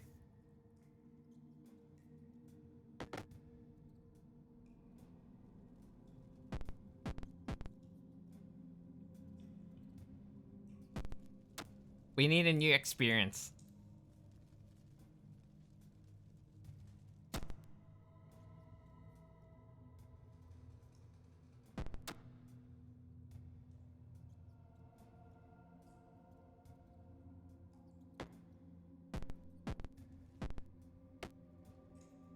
Cool, I fell even more below.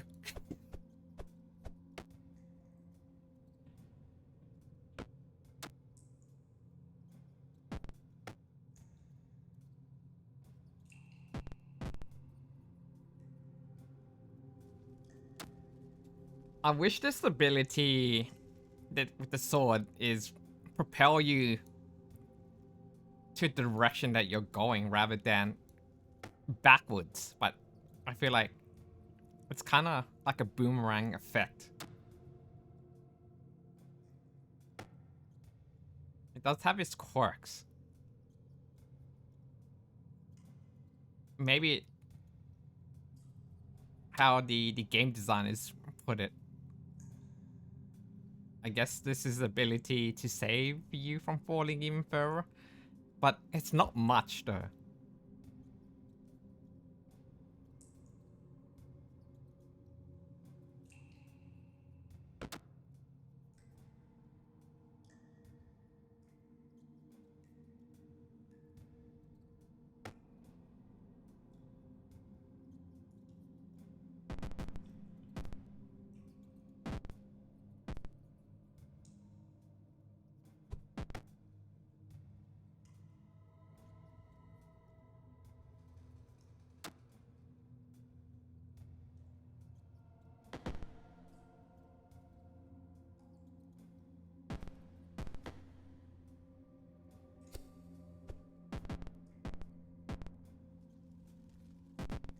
Of course, why is that a thing?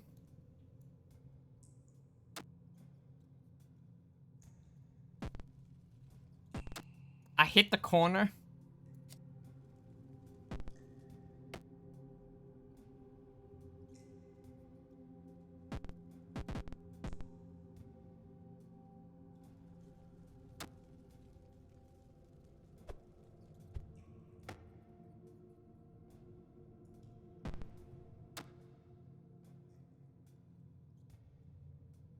Jesus Christ. I can only go backwards.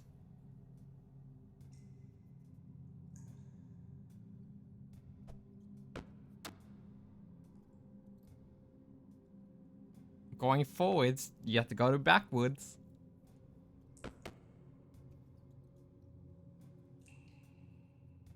What the hell?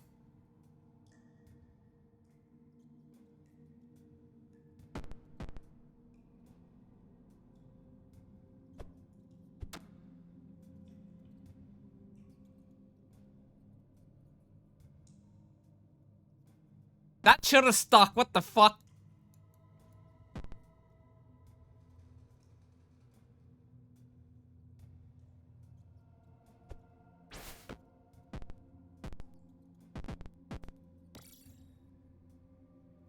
Okay.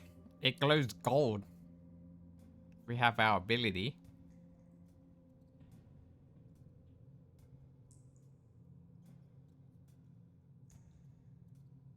I can't go anywhere from here.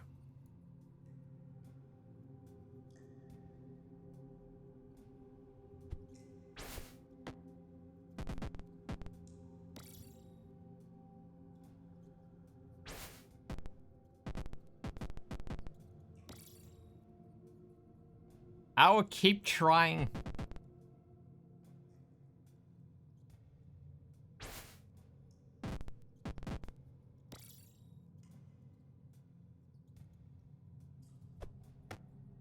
Jesus. Dusty, no. It's not your time yet.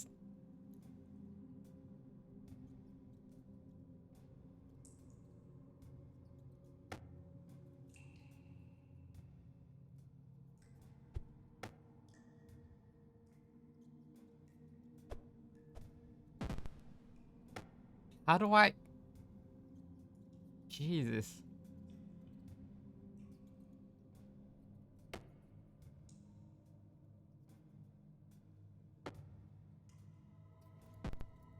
For fuck's sakes.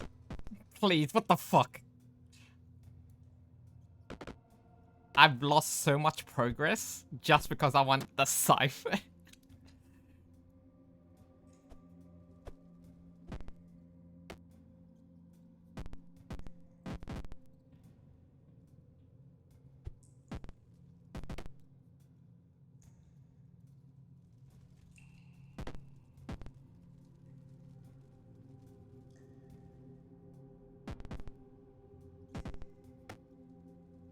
Cool.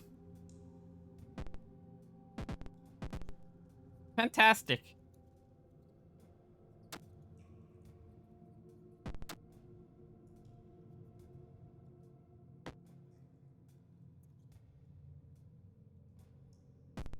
Of course, that wasn't a place that where for a sword to stick.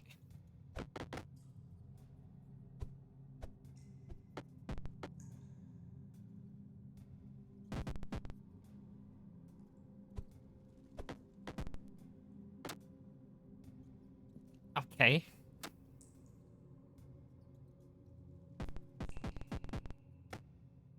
That shouldn't slide so much. What the fuck?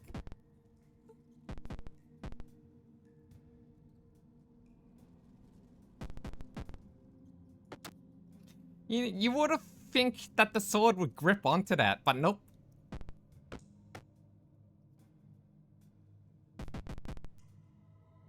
Its blade was sliding across.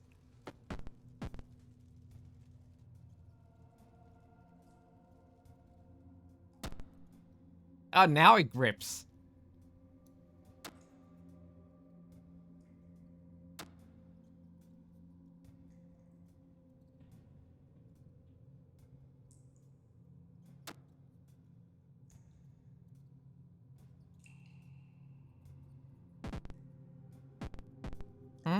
We love falling on stone.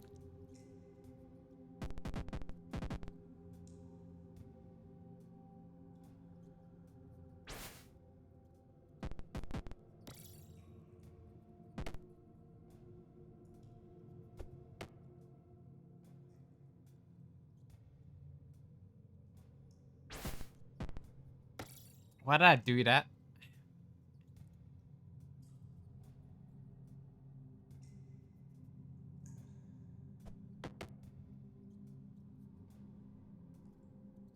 Please, thank you.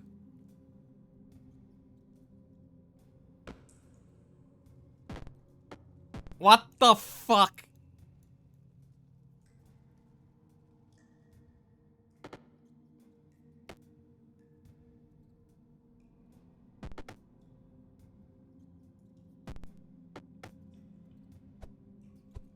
If a leprechaun was real, I would fucking beat it to death.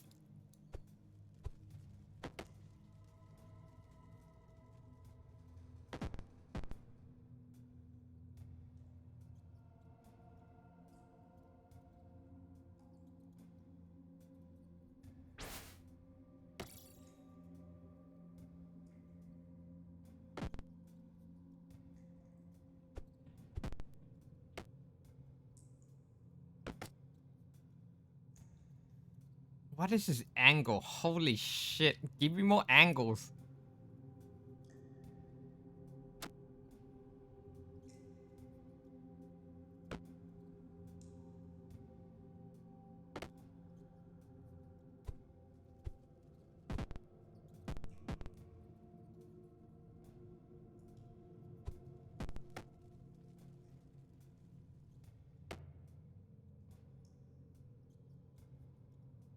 Okay, what the f-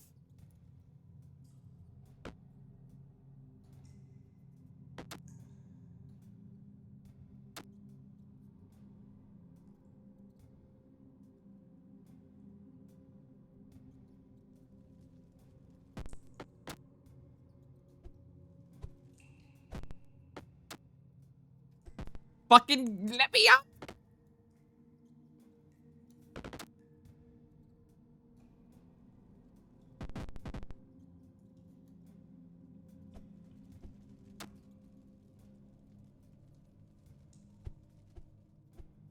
You just have to anticipate the throw, which is so insane.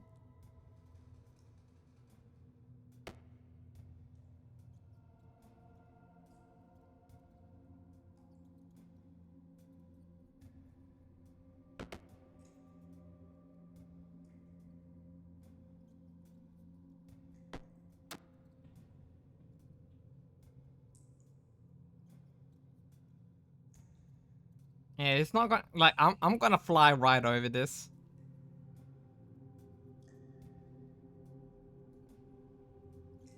Or not. Or flop around like a fish.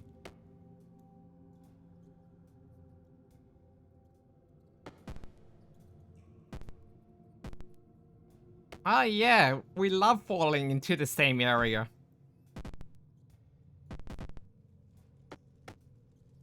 Again.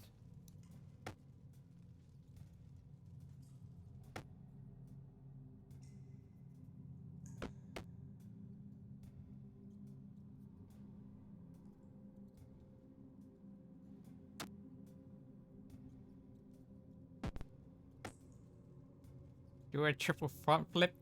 Done so many times. There you go.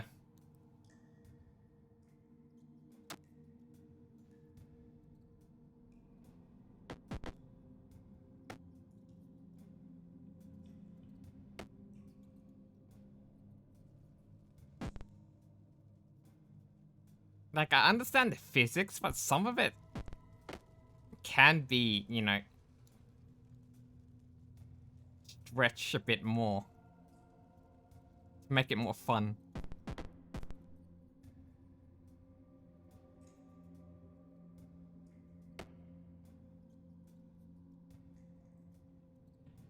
Yeah, that's no way I'm sticking the landing.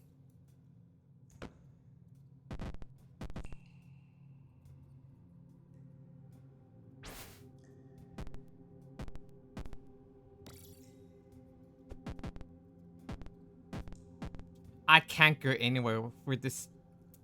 Never mind, the sword is the worst.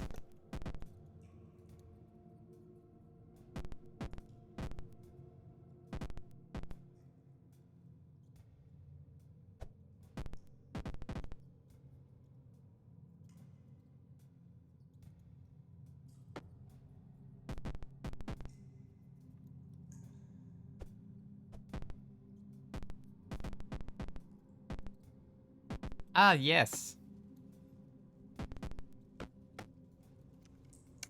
Fucking fuck it. even on easy.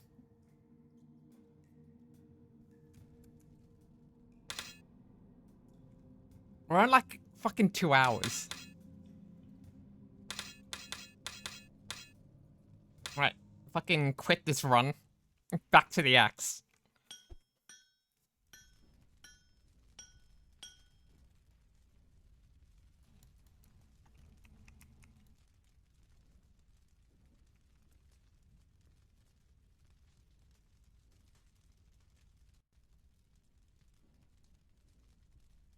Yes. Confirm new game. This has the same sort of early touchscreen phones. I say it's Kinda is like a phone screen game. Kinda is. I think like this is much more for like, you know, rage baiting games. Like experience, like for like a subathon.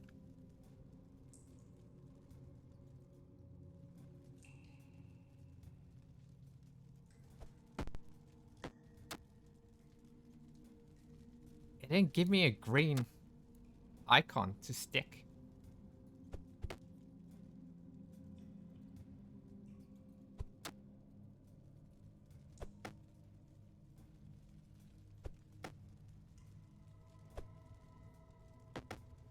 Okay, what the fuck?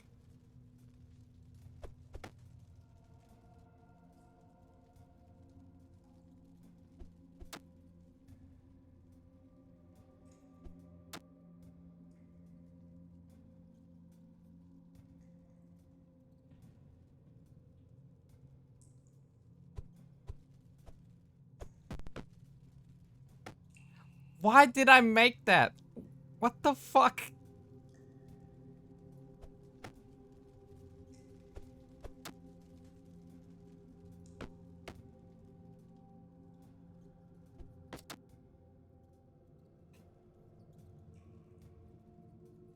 We have no direction. I need, like, better guidance, please. And I did the same fucking thing. What did I hit?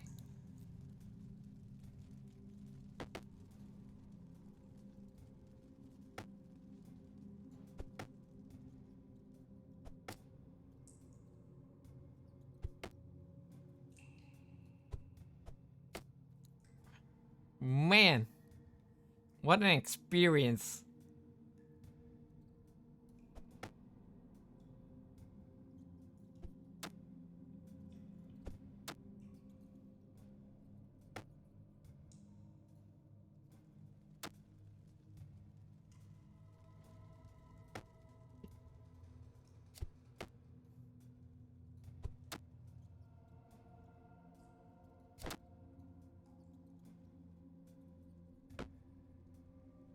Okay.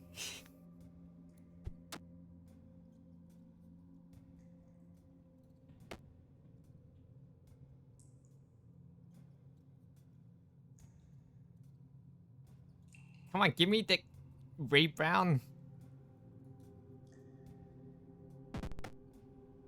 That projection was a lie. It said green. It would stick. It did not stick.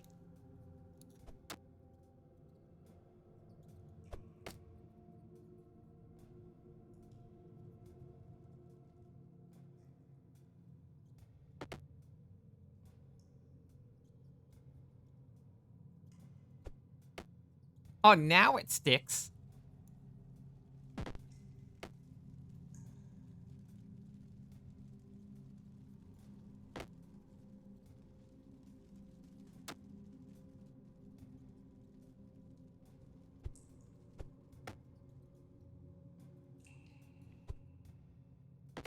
Oh, look. This is where we were before, not too long ago.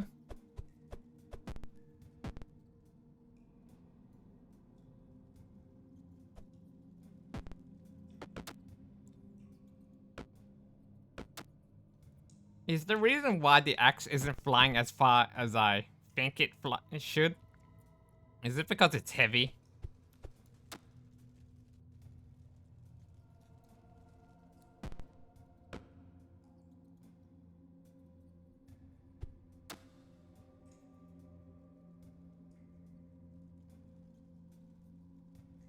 Probably.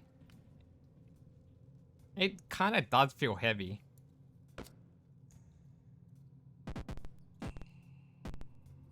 Oh, Jesus, thanks. Thanks, thanks, thanks. Wonderful.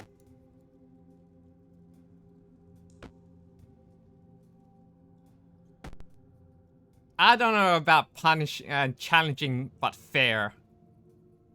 When there's so many areas that you can't even latch onto.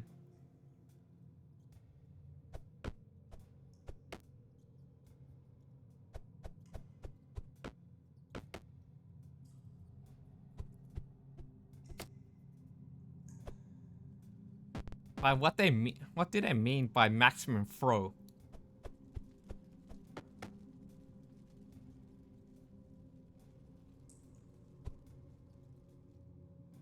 Bruh.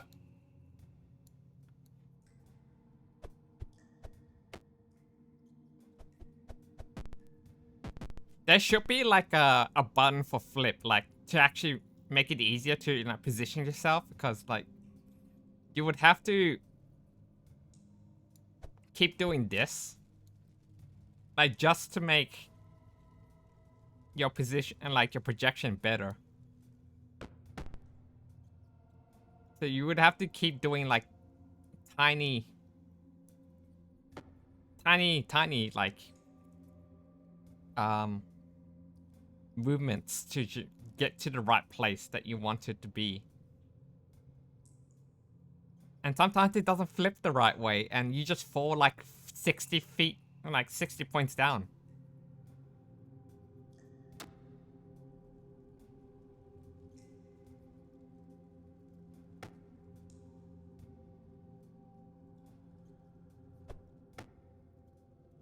Like, shit like this, I don't like.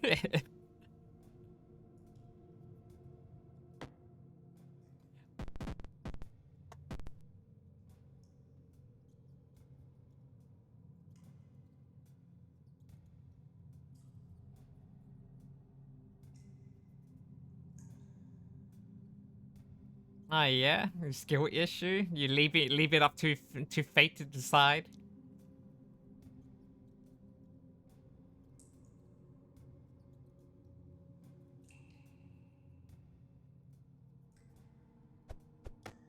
Ah, now it sticks.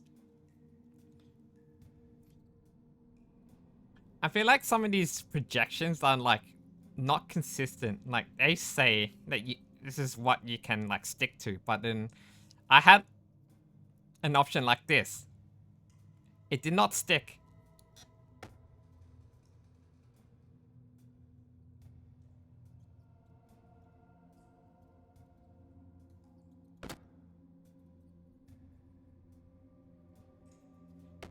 So, Dorf, would you say that like it's a skill issue that you will, you know, crash head on with an oncoming car and you do a flip several times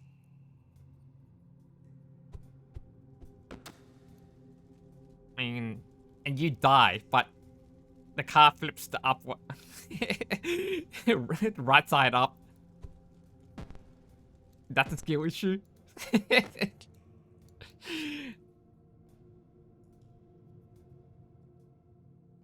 And you do that a couple of times.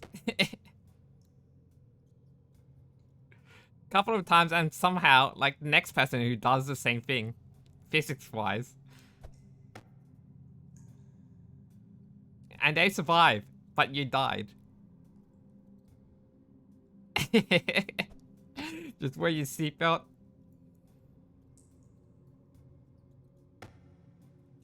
Yeah, even if your seatbelt is on, you could die from your brain slushing around in your skull.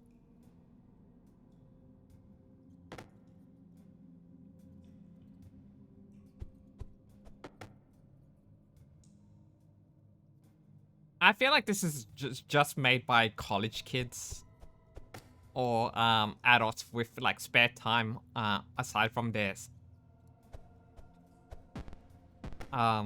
full-time jobs. Because most of the features are there.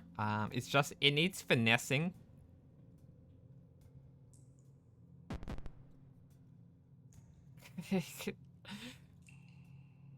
No brain to slosh around? How are you alive?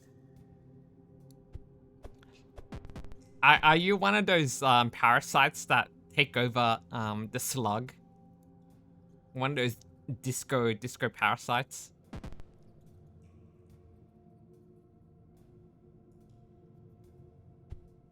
You just hope that you want to get eaten by a bird.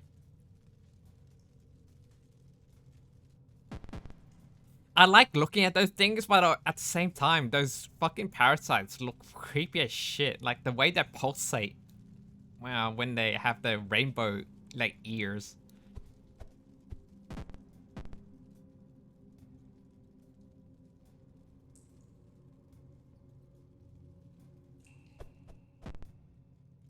Oh, I've been denied. Fantastic, fantastic, fantastic.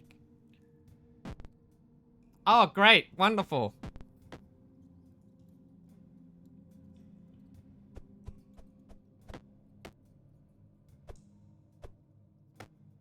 Make it stop!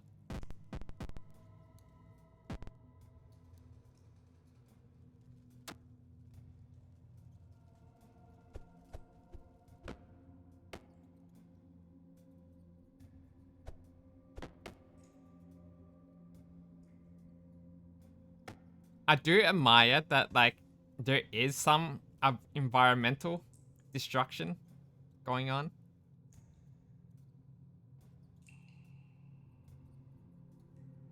Cause you can cut the tip of the mushroom and that could be your penis.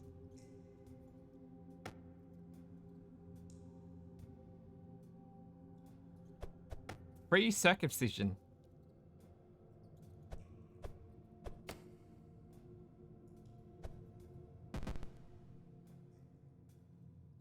I'll be your doctor for today. Your nurse and doctor.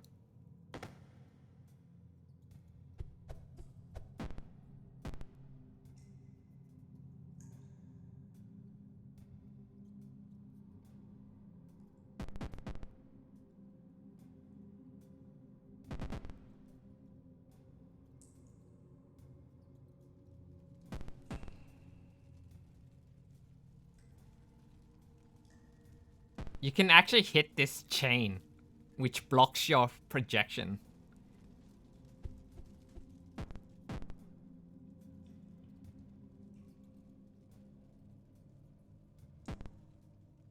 I'm just gonna slide across. Well, that's too much.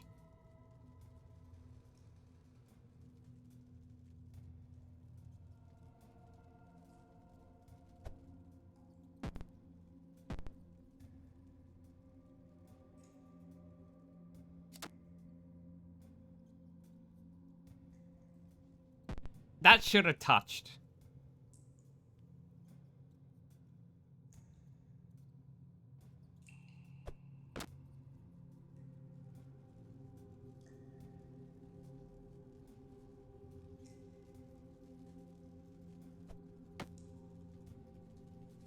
Give me the platform.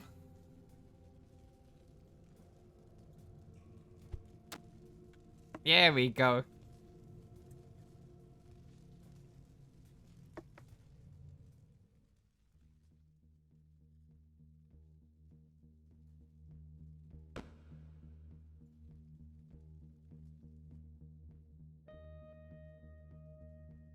Can we make it to the side? Should we try it?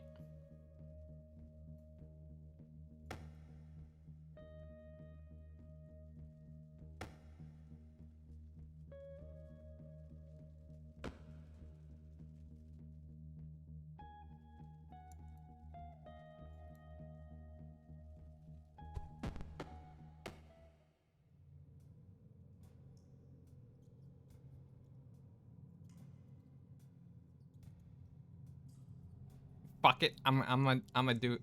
I'm gonna do it. Shit.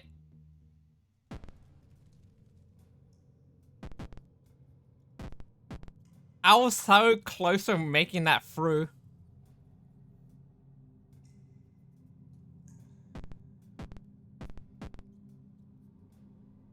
Oh man.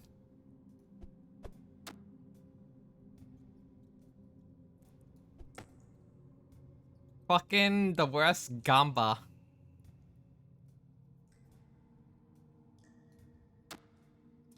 I've been listening to fucking Dusty meow for 2 fucking hours. Like, girl, you're way too early for your meal.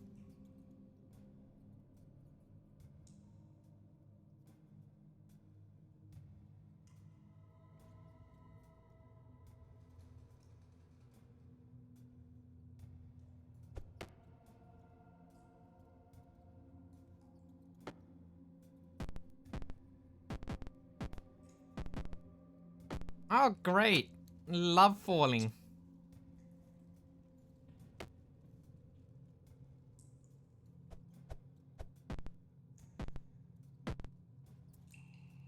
Oh, yeah.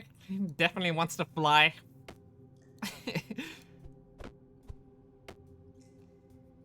Wants to fly when I don't want it to fly.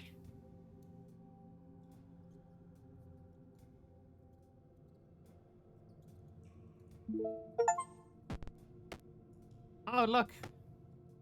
1,000 throws.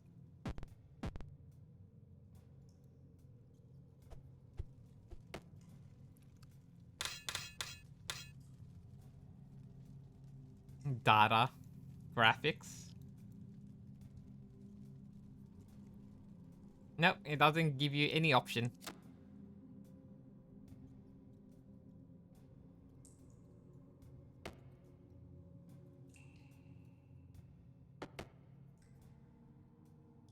For some reason that sticks.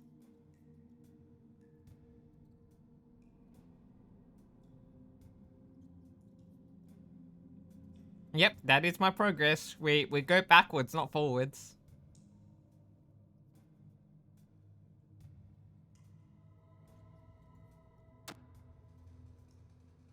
That is the poorer way.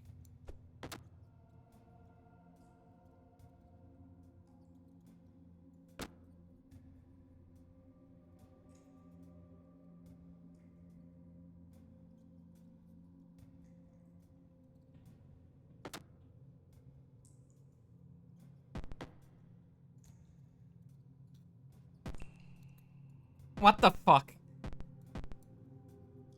Oh, DPI? It doesn't really change anything.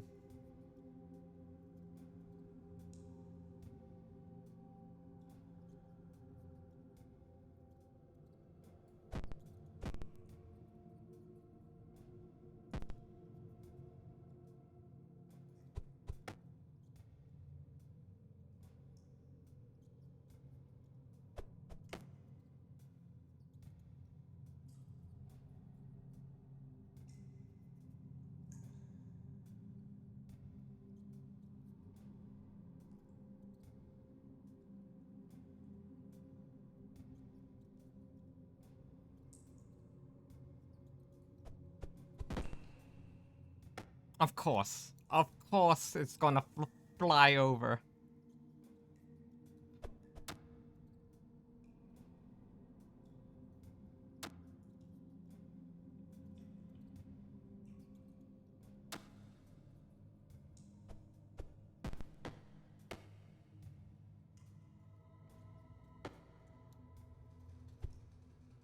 Um,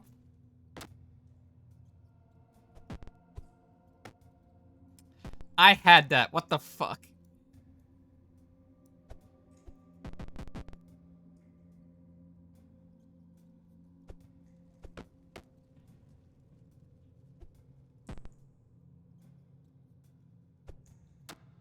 The game really loves to edge you. In the worst way possible.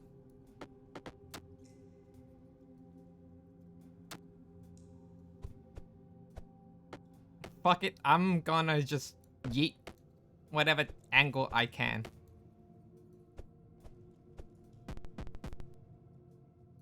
Oh, look at that, upright. Yeah. Oh, there you go, see? There's the achievement. Again. Hey, give it a go. Let me see how well you do.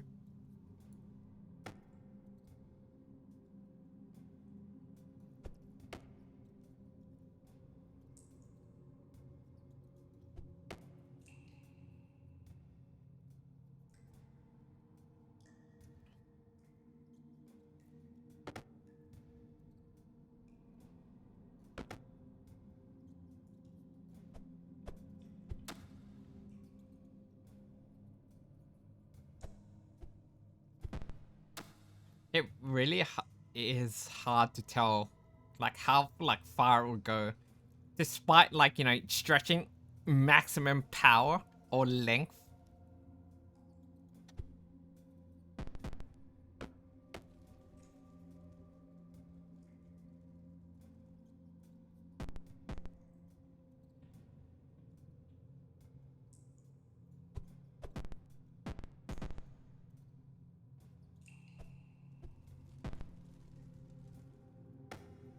Ah, yeah. Love going in circles. We love circles.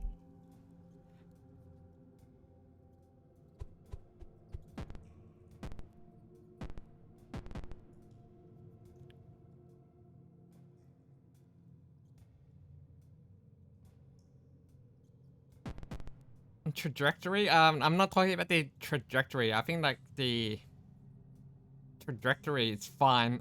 It's just like maximum throw or like length you should be able to decide for yourself.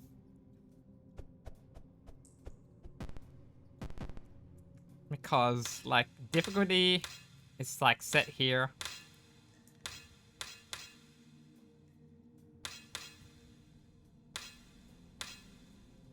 Oh, there we go. Custom.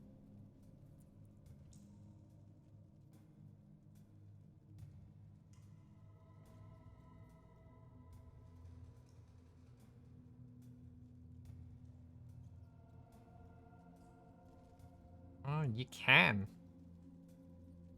Pro prediction. I think like the prediction is fine.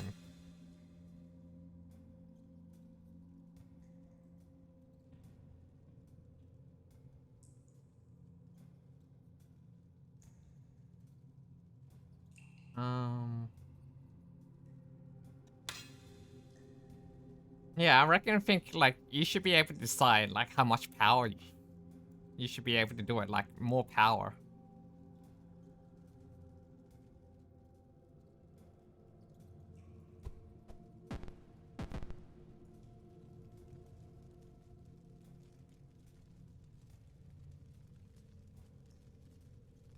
I'm gonna hit a chain.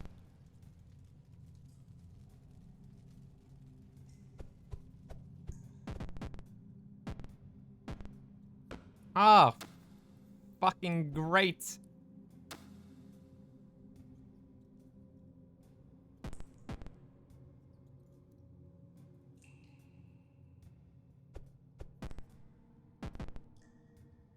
Ah, wow, knockback.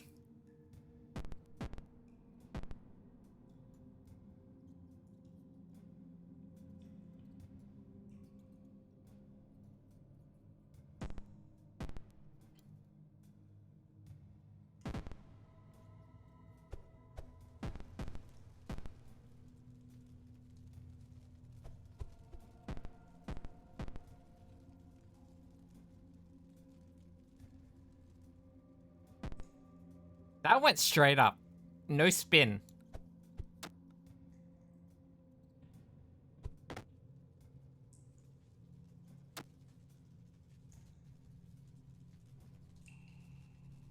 Hello?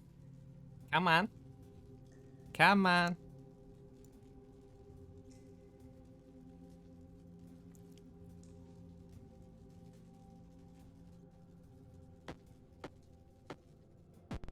Okay, what the fuck was that? What the fuck? That was bullshit. And that one too.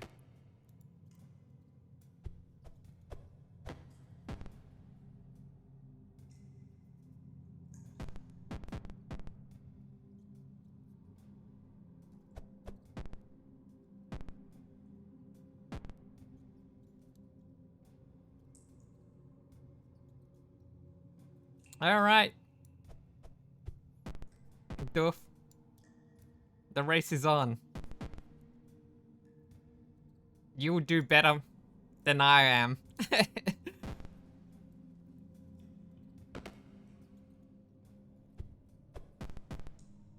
Like, what the fuck?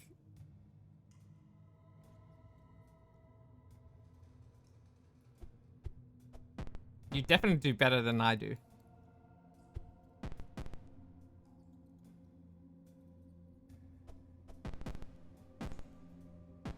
I feel like the difficulty is redundant if you have like a custom option. I think the experience should be either like vanilla or custom. And you set your own parameters.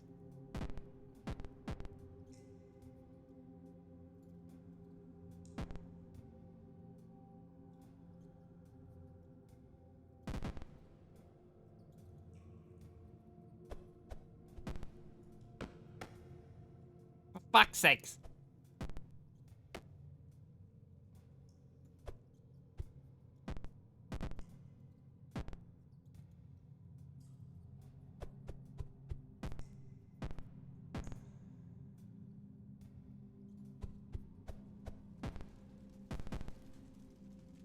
And like details of the weapons would be nice as well, like how heavy they are, trajectory. Things like that would help a lot better. You know, weapon stats.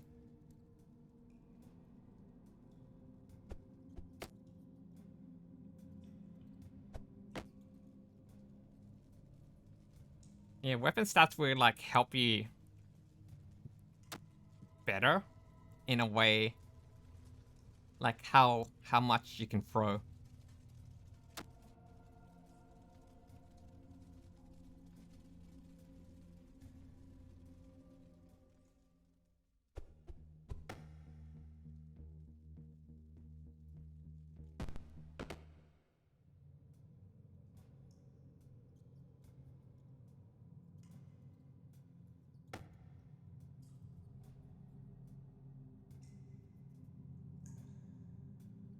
Or could I land over there? I feel like it would be better.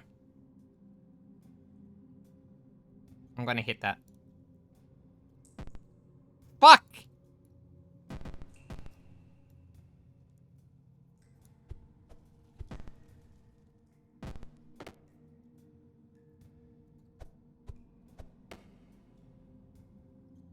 I spent so long trying to get back up to where I was, only to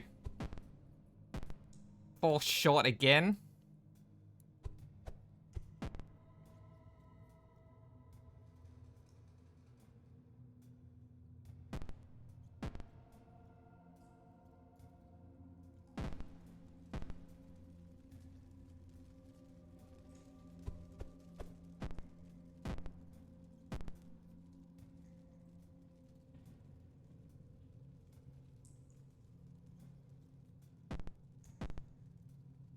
Okay, somehow that worked.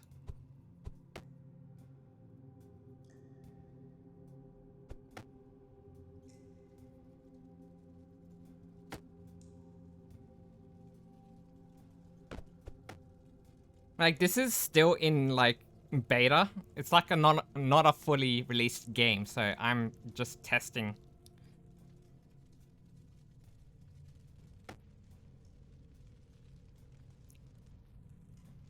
From what they've told me, it's either this year or early next year that the game will fully release.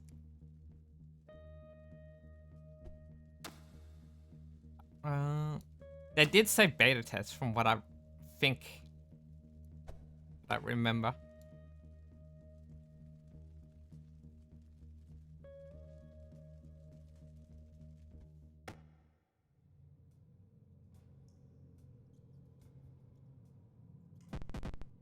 Oh god, thank god. Okay, there we go. What? That was bullshit! That would have stuck! It said green!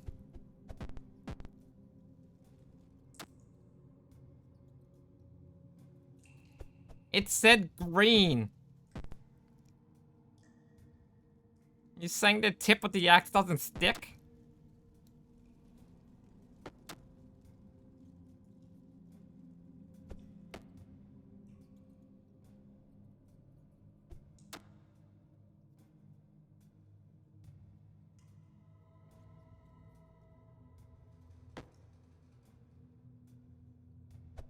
Definitely, we witnessed it. Like, I thought it was an anomaly. Maybe it just didn't wanna do it, but we had a few instances of the game telling us that it will stick.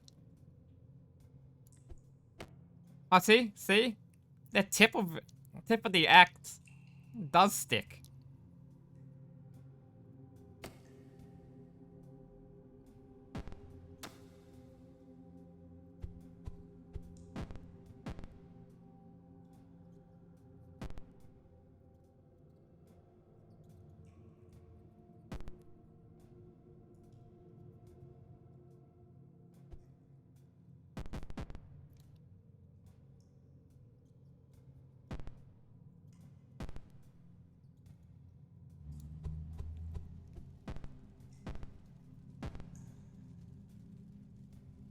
We have some functions not working as they should.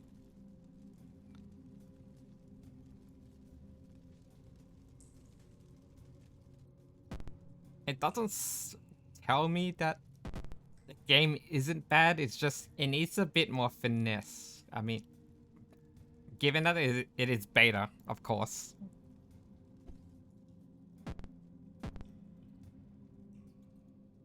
Just needs a bit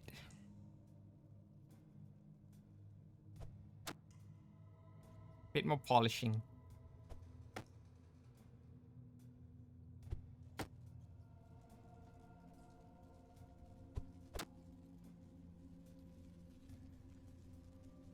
The game runs well, functions, sounds great.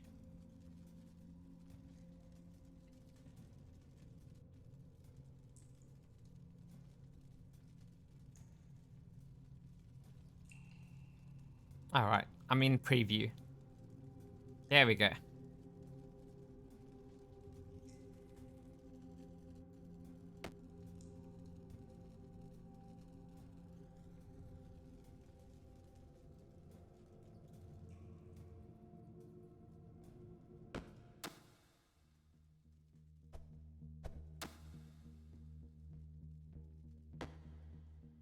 I want to play as a scythe. I want to see how that plays.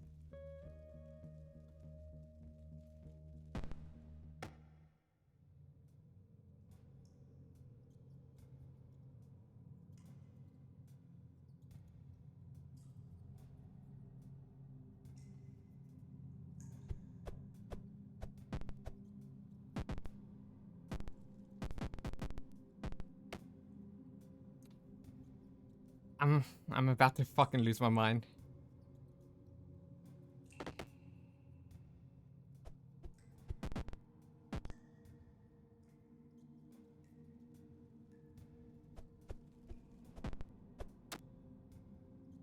Just so that I can actually unlock the scythe is like crazy. I do have a problem with progression.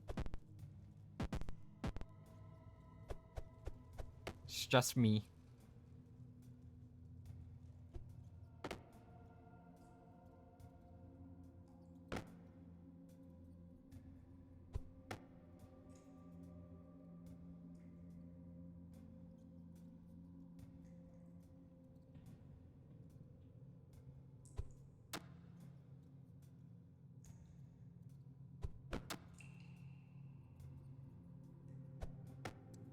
I ain't stopping this part until I actually get the scythe.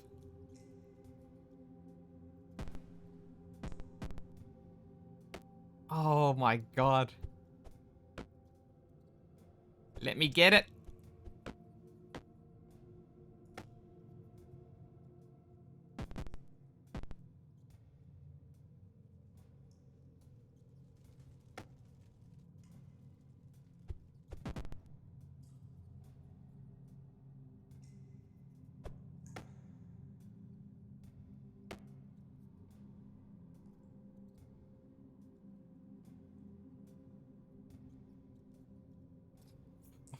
Such a bad angle.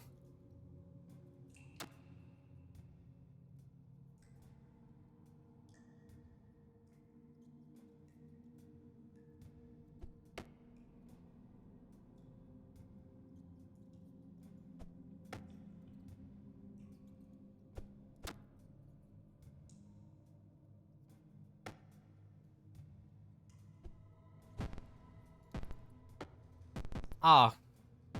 Wow. Wow.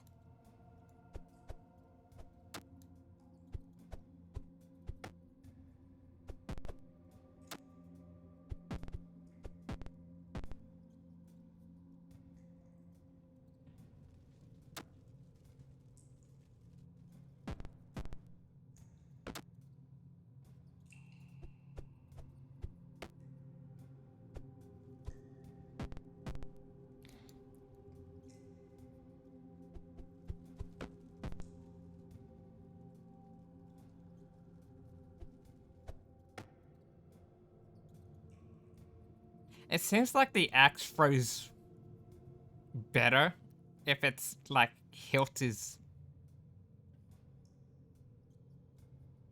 pointing up. Like, it's faster.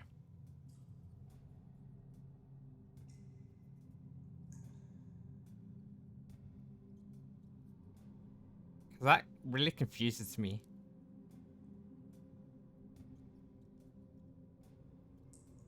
I don't know, maybe that's how like axes are thrown, is from the hilt. Not that I've thrown an axe before.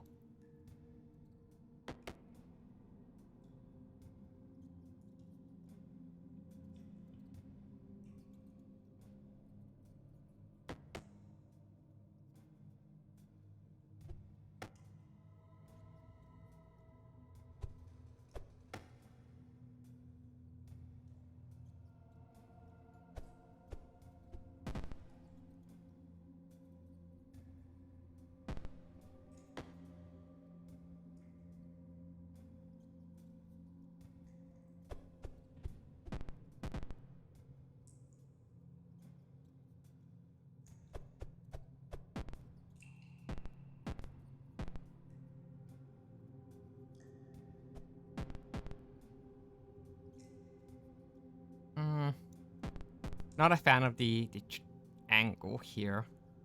Try again. Nope. I mean, we're not getting optimal throws. We need to flip over.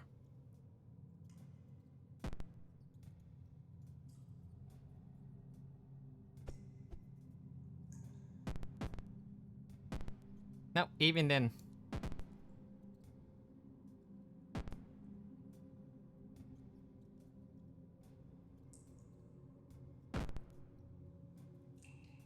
Okay, I'll take that. I'll take that.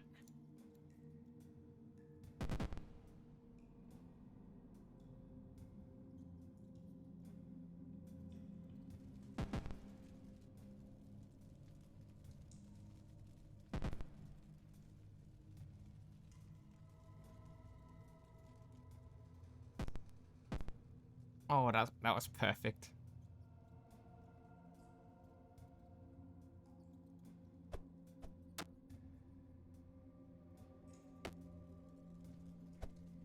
If we can't get the scythe today,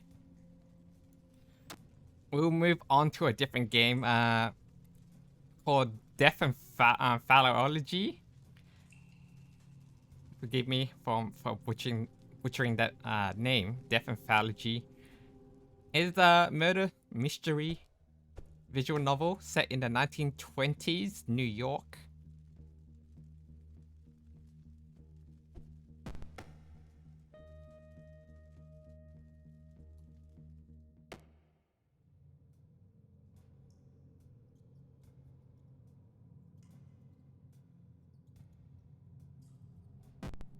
Okay, there we go, finally. This is where I fucking choked last time. It didn't give me the option to stick, which it said it would.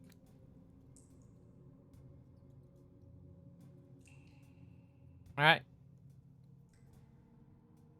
Alright, you seeing this? It's green. Oh, now it sticks.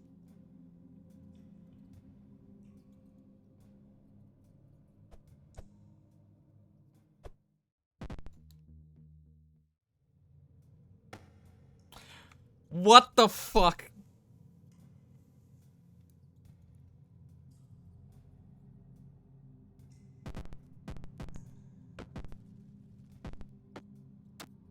You know what?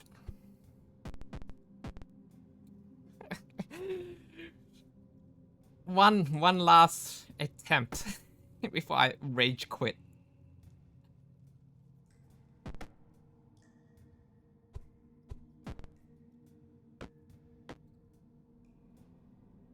Alright, here's another hour of me trying to climb back up again.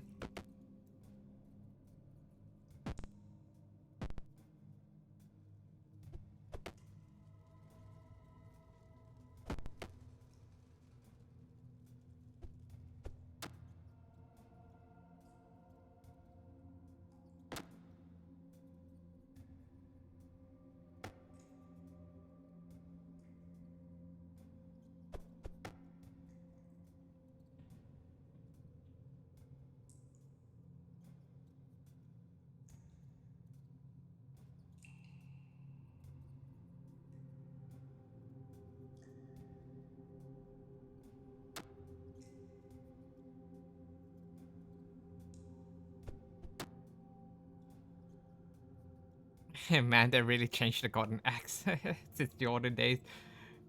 True. Hey, ODC. I don't know how long you've been here watching me spend 2 hours trying to get to the scythe.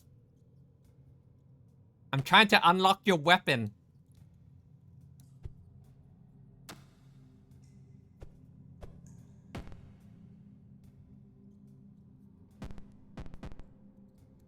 I'm actually pretty proud of that arc. That was like a nice, clean arc.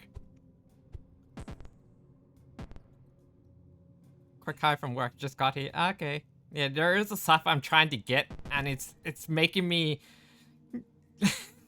I'm fucking actually molding. Because I came so close. The first time, I gotten so close as well, like, I got an indication of me saying that, that the axe will stick. The game said nah. And that has happened multiple times where it just wouldn't stick.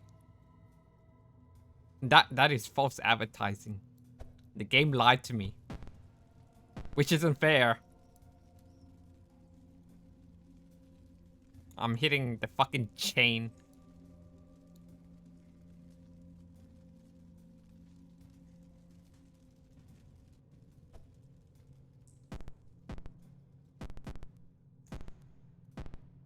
Oh, wow. I'm fucking bouncing around. Look at that. Back down here.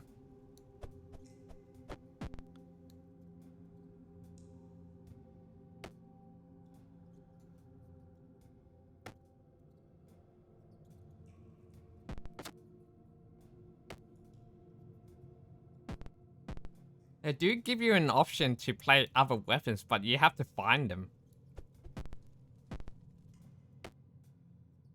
Which makes progressing and trying out different weapons a little bit more difficult. In classic bullshit game, yep, it is. Alright. Stay safe at work.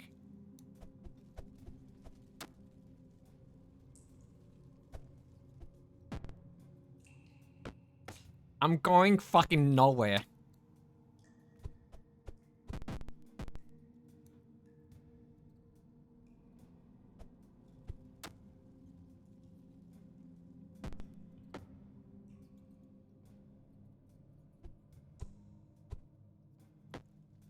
Alright, fucking man.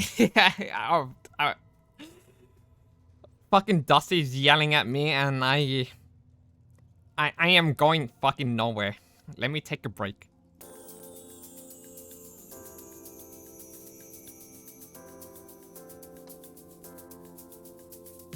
Alright, I'll feed you.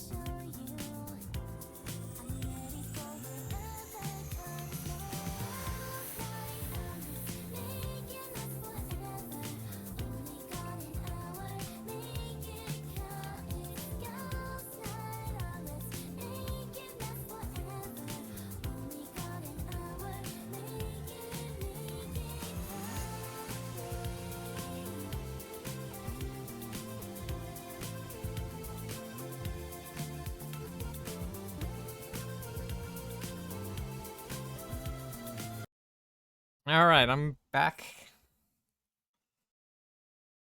I'm gonna just sit here and eat my donut. Maybe the sugar will help me. We'll try at least to get the scythe.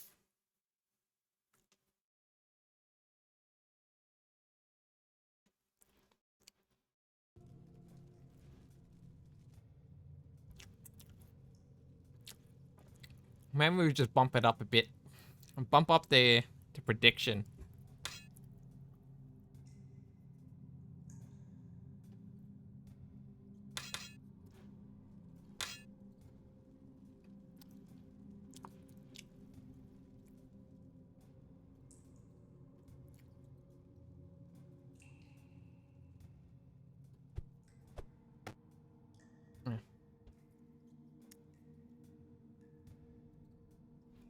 I still have my donuts from a few days ago.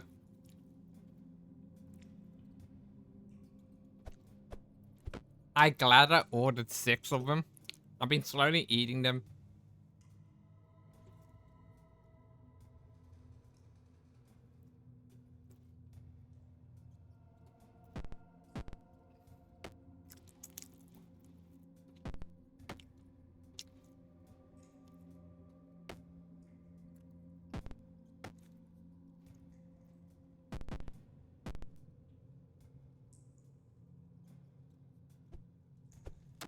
Oh yeah. Good news about internet in Australia. We're getting high speeds. Finally.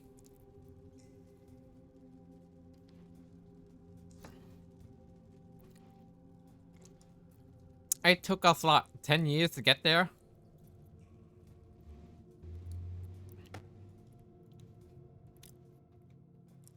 We have at least caught up with the Philippines in terms of speed. I don't think we're caught up to New Zealand.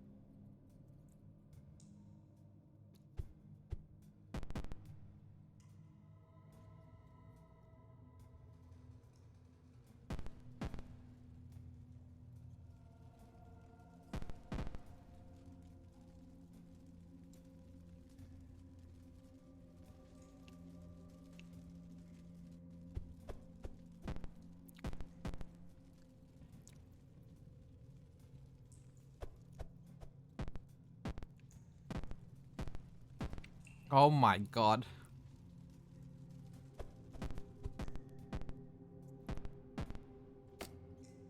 How? How did I fall that far?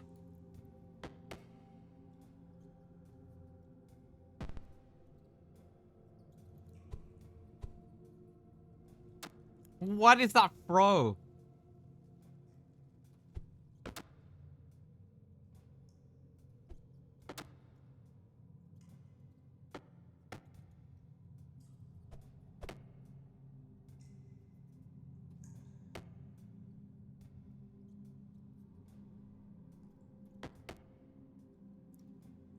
Definitely a rage baiting kind of game.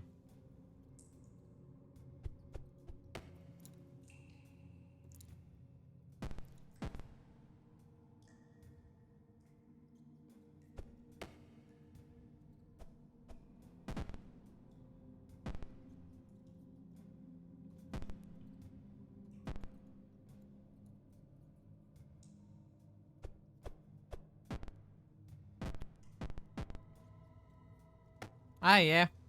Do a like a little flip and hit the hilt and flip many times down.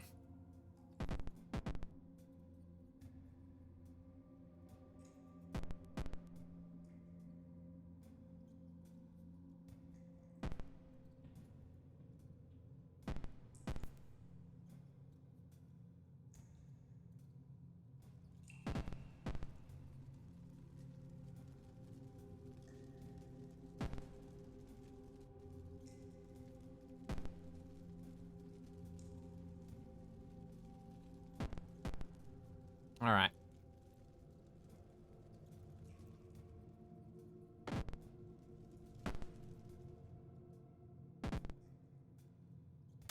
The fucking corners, the ledges of like platforms are the worst.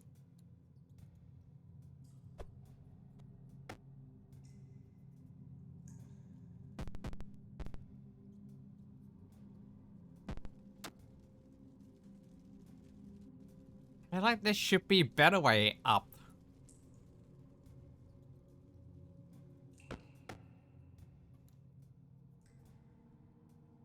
Can't even reach that far.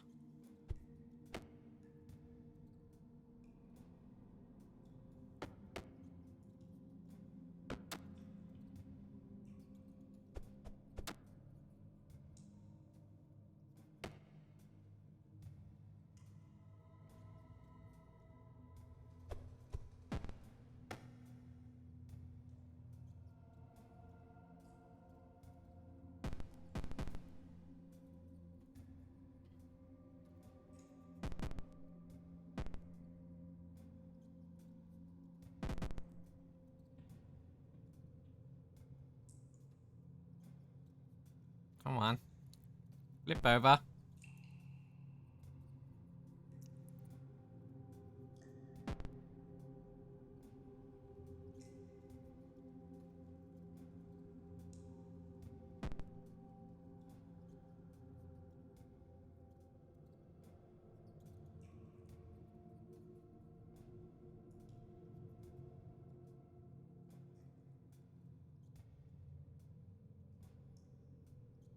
Come on, what is this angle?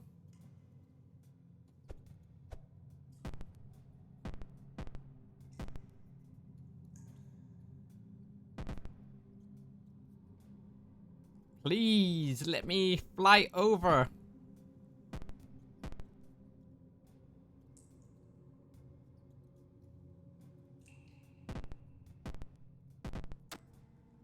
Oh my god.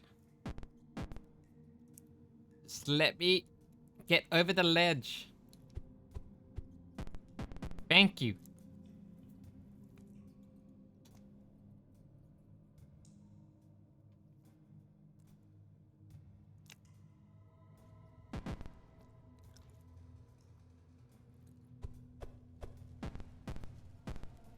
Just for shits and giggles, maybe just put on like fucking a grappling hook. That would be really funny.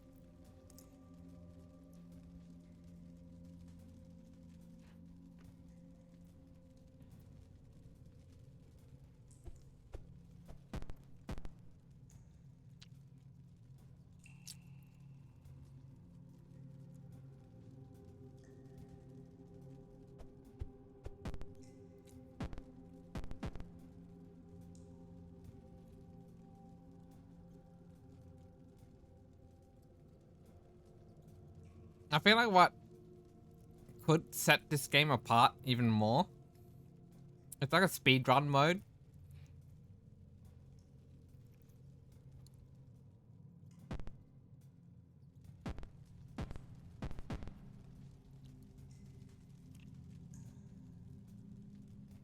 I don't know how that speedrun mode would be.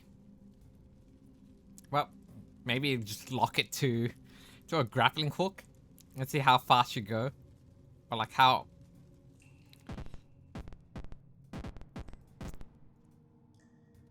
Wonderful. Wonderful.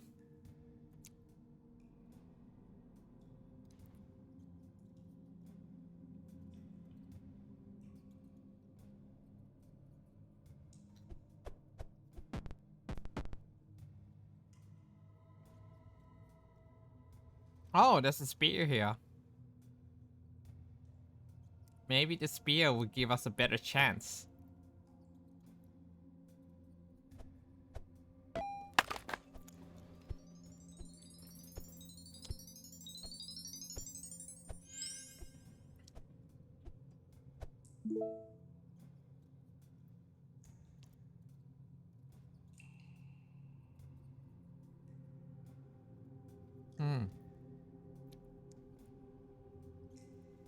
Thrust forward. Yeah. Let's try this spear. The spear.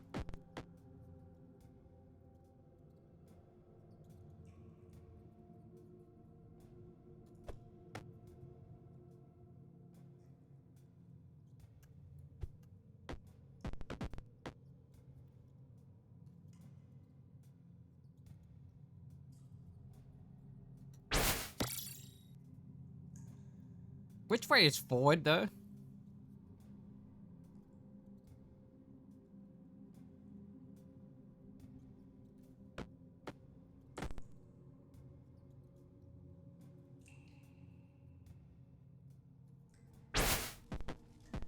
Okay.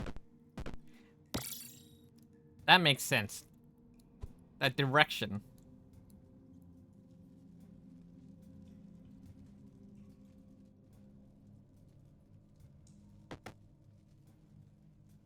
Maybe this will make getting the spear. How? Oh yeah. My butt was sticking out.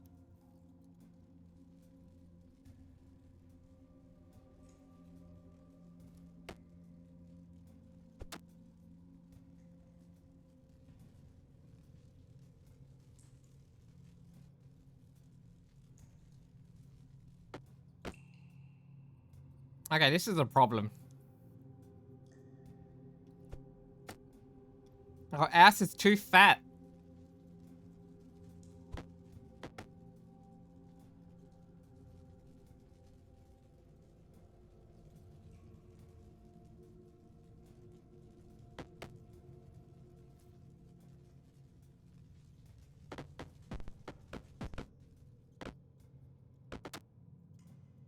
Oh my god, wait. Really? The torch? That torch knocked us off? That's so dumb.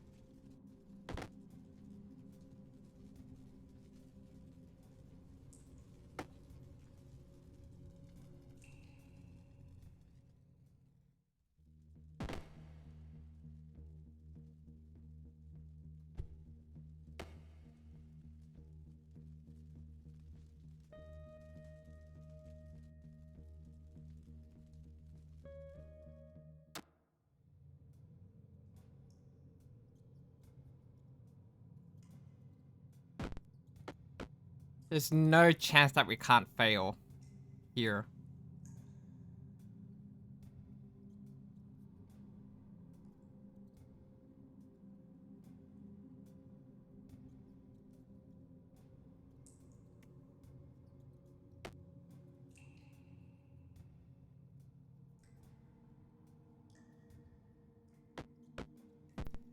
Oh my god, we finally did it.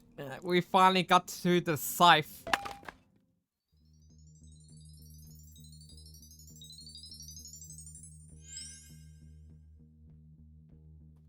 Finally. What's our special ability? The the boost. The boost is real.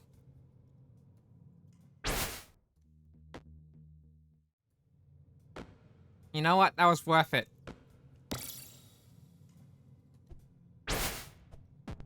Oh.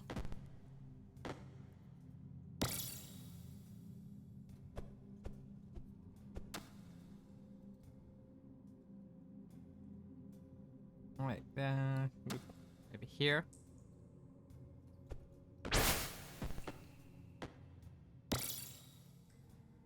This is so much better.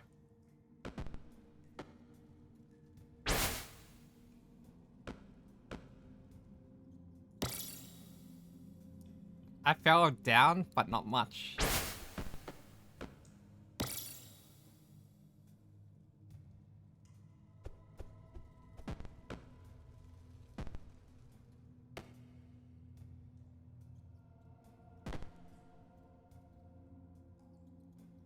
This feels a little bit better. This feels better.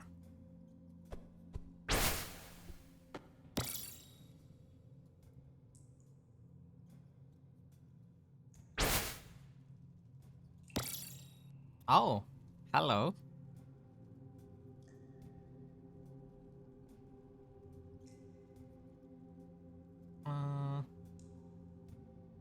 What a weird angle.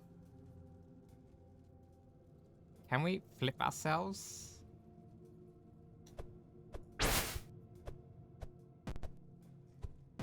No.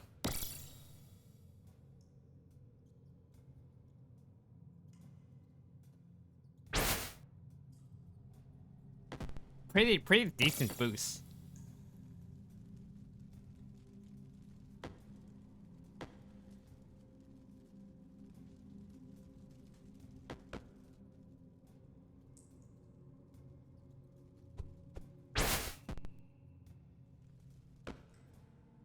That's a lot of boost.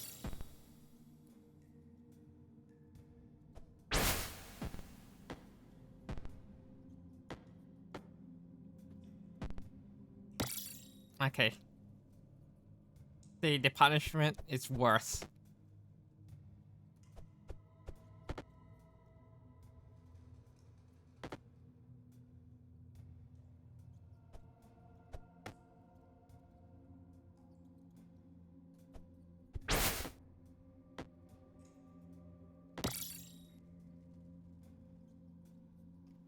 For a large amount of boost, gives you a lot of uptime.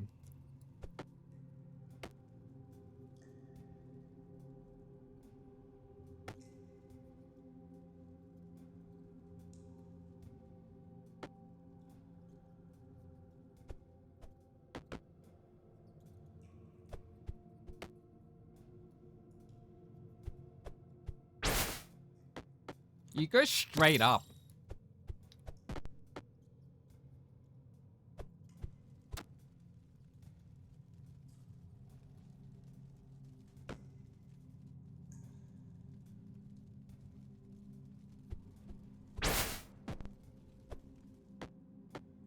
Dang it.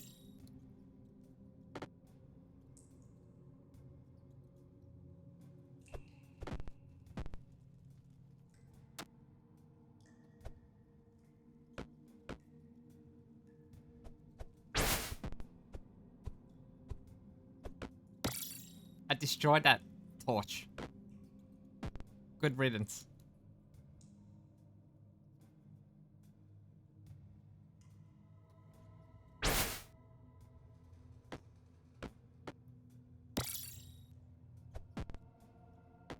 Now I can finally focus on climbing. Maybe I'll spend another 20 minutes or so.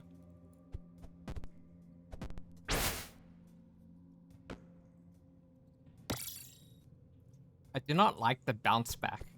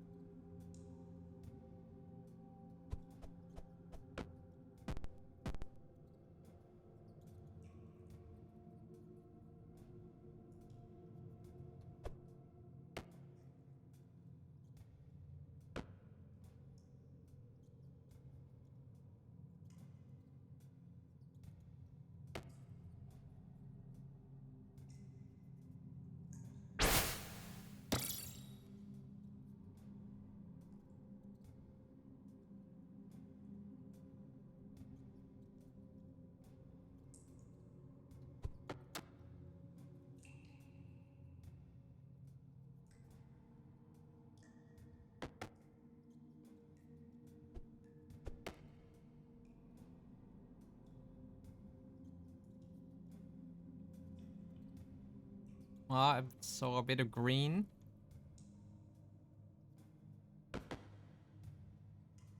That works.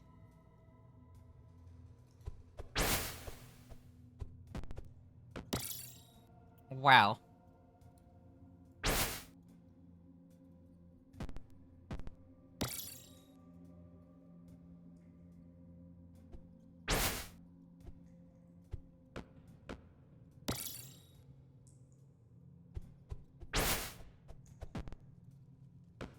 Okay.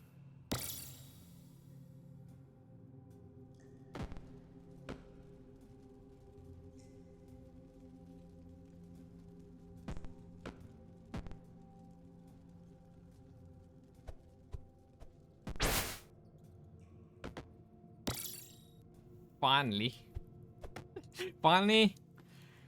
It kind of goes my way. A little.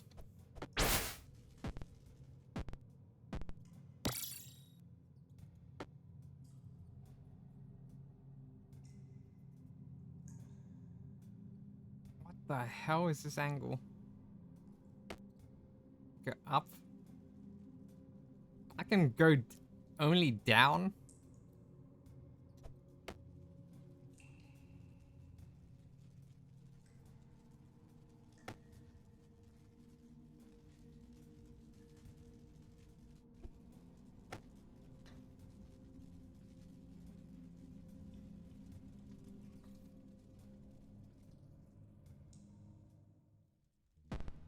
Alright, we're finally going places. Now to escape the old mines.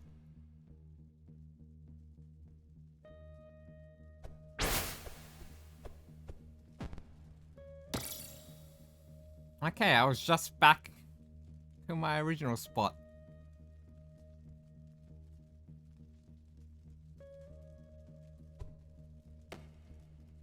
I would like the physics to be a bit more like, you know, goofier.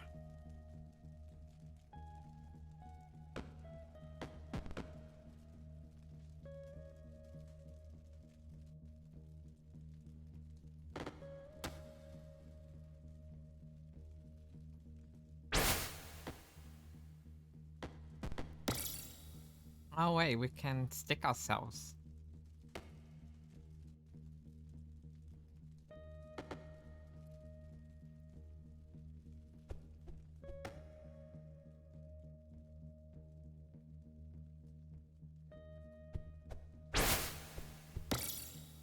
Oh yeah.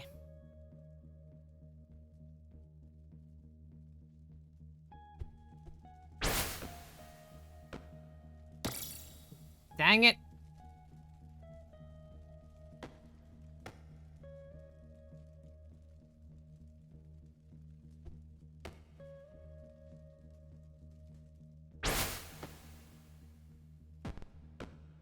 I took out that light.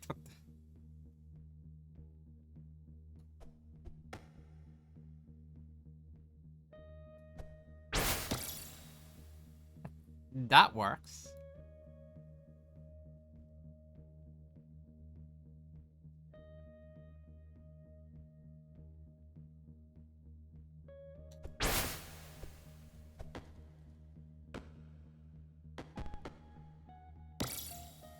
Got myself a box.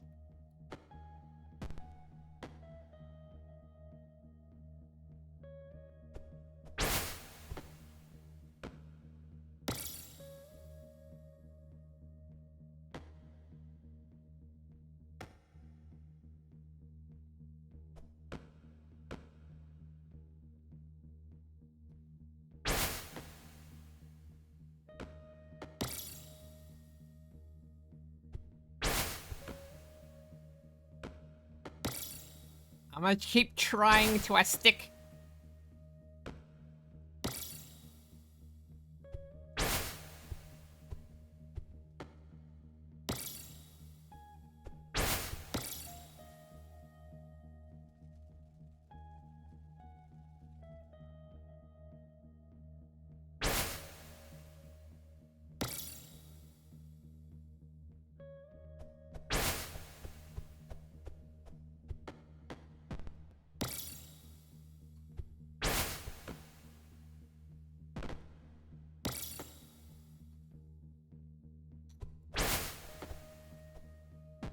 That would have stuck.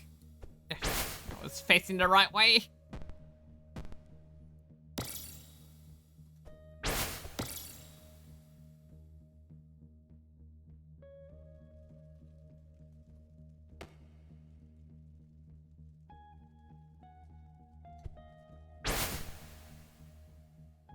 Well.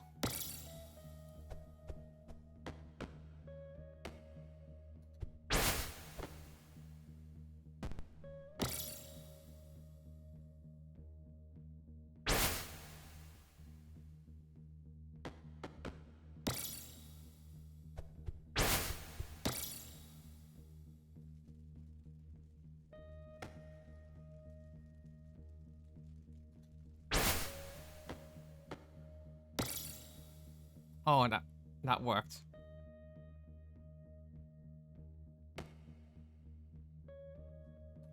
Oh, hey, Legs. What's up?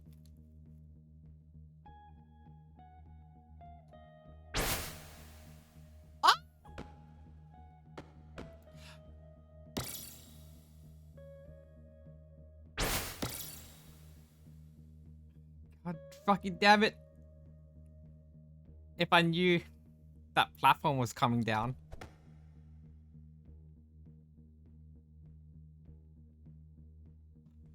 Get that to stick. Just taking it easy.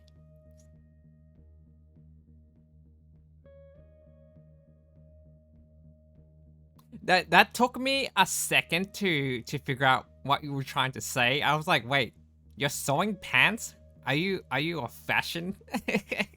Are you a fashion designer now? Could you imagine? Like, I would be so surprised, and I would actually, you know, support you in fashion design if you. I could never.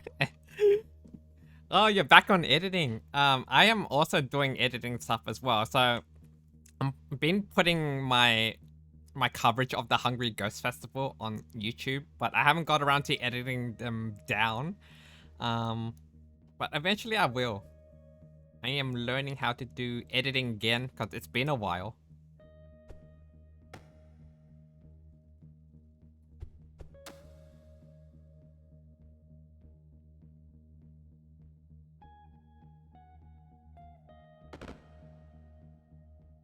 Yeah, I'm so rusty.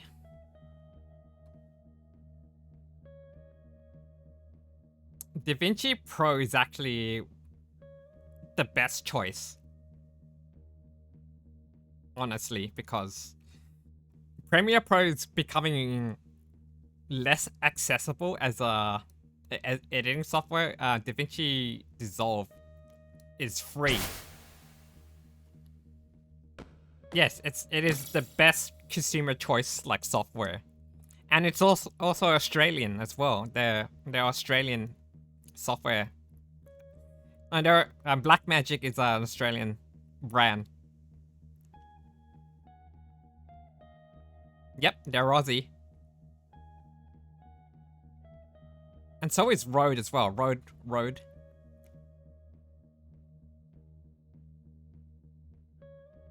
So I am learning DaVinci as well, because I want to quit Premiere Pro.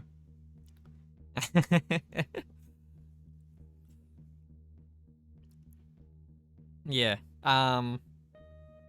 Yeah, you can also talk to me about, like, you know, software or like things that you have questions about.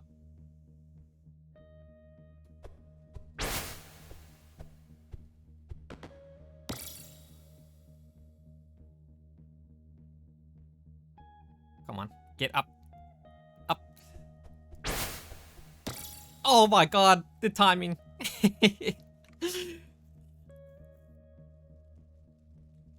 I was considering buying it for better rendering access. I don't know how they do like pricing, because I know the full like software is like $1,000 plus. That's like the pro version. I'm not aware if they have a basic one. There is a free one.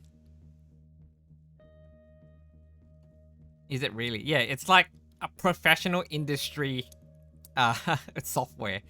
It's mainly used for color grading, but it can edit. So its editing capabilities have gone so much better over the years from what I last used it as a grading software.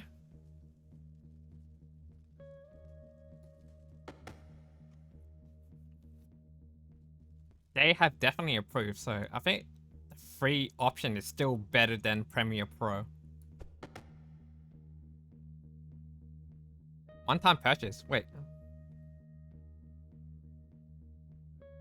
One-time purchase. I mean, that is pretty good, actually. Would like it. I mean, editing that much at the moment. Yeah, it's not worth it if you're not doing it. As part of, like, let's say, content creation. Yeah, I just hate, because, you know, Adobe subscriptions getting fucking under fire because, like, how predatory they are, and also how fucking evil it is, because what they're doing is basically guilt tripping you into giving you access to a better deal, quote unquote. Yeah, they lock you in, but they say, this is the better deal, but if you cancel, this is how much you owe them. And that's fucking diabolical. I believe the lawsuit's still being, say like active. It's active still.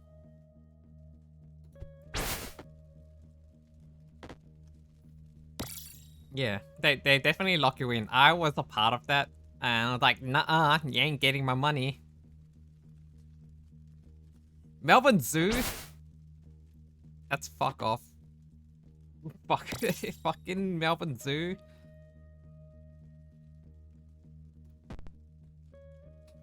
That would be a lot of revenue from YouTube. Price to pay off. Yeah, it's a lot of, like, you know, a potential revenue for yourself, but like, it's a lot more revenue for them. I feel like Adobe should be like investigated.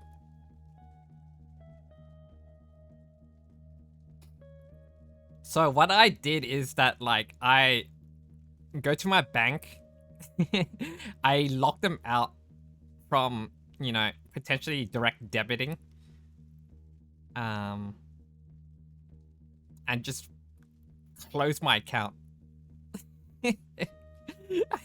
I get out of it in the most like shifty way, but they deserve for what they get.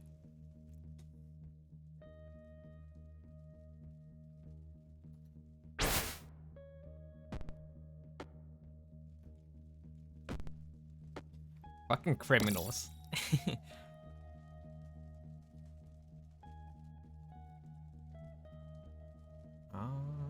I am so stuck. For next week for my birthday, like, I don't know, like, how much time do you have? Like, if you prefer just to do games with friends or, like, you know, do a quick hangout IRL. So I'm trying to figure that out.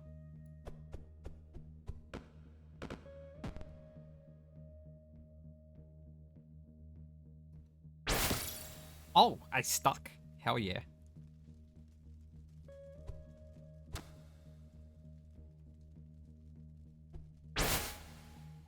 Fuck! Oh my god.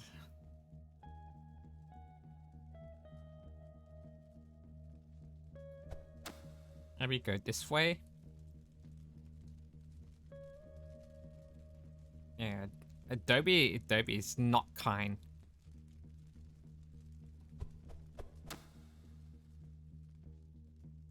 They are not worth the money. Piracy is back, baby.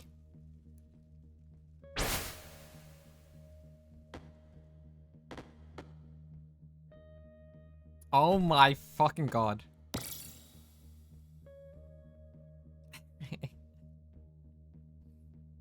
I'm not very mobile at the moment. Yeah, games will be best. My amazing JTM is a piece of shit. What the big... I know, right? Fucking... I experienced this for like 2 hours. I've lost so much progress. I've been taking gambles.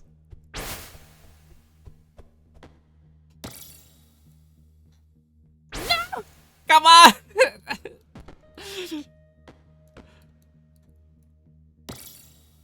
Oh, what? Fuck me.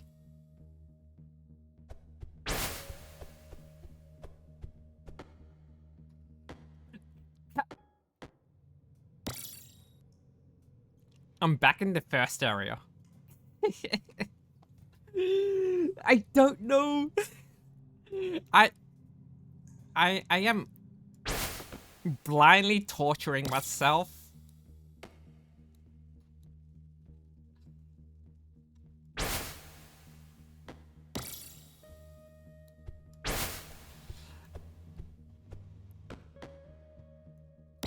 Help me, guys. I'm going insane.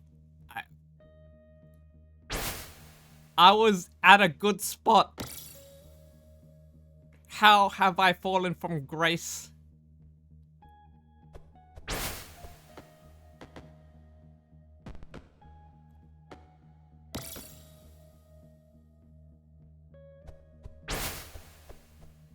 The maps are different. How far are you? Oh my god, Duff is actually like beating me despite I spent so much time falling.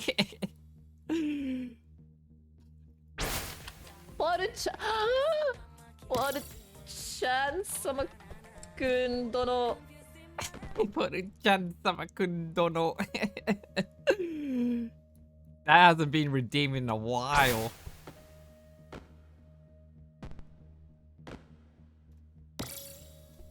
I'm falling in a loop. Oh my god, my favorite. Yeah, I'm never letting that go. But that's also unfortunate about your car as well, because like I'm gonna have to sell my cube as well, because it's expensive to upkeep, at least for me. Because the heating and aircon died. Like I spent 2.5k fixing it, and that put me into a precarious situation. So I'm trying to get my car sold, and I have my uncle's car, so I have a Subaru that I drive. Yeah, I'm parting with the car that I really like. I have a Subaru. Yes, it runs better. It runs better. It's the Subaru Impreza WRX. Surprising that what my uncle drives, and it's a hatchback.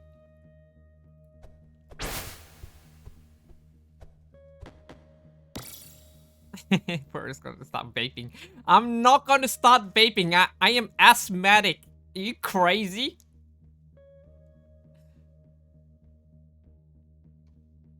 Yes, I'm driving a hatch WRX. You can't? What's wrong with the hatch? I love hatch.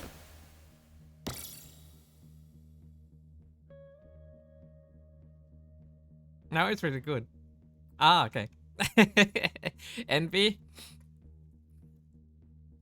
I need your expertise for parts, because I am gonna be inheriting that, because it is a better car. With parts more accessible.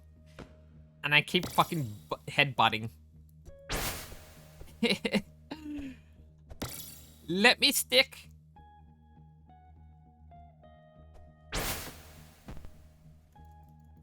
No!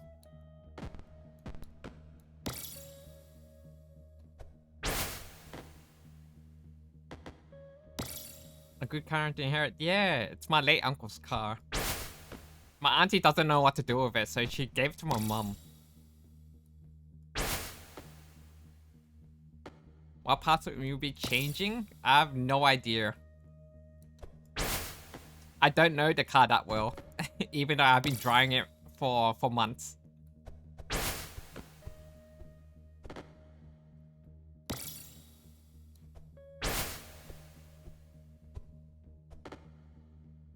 Okay, I'll put in the exhaust on it. Should I step aside? I got this. You know what? I'll let you do it. I don't know what kind of exhaust it is.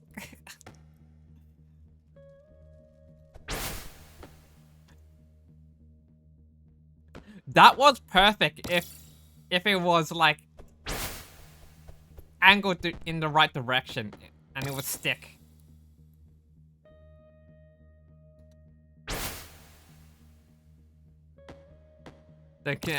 Just don't consider it if she yeah. If you need your hearing, and leave it to me. You know what? It will be paid back for my fucking hoon neighbors. How would they like it if I blast their ears? I'll be wearing my AirPods Pro for noise cancelling. It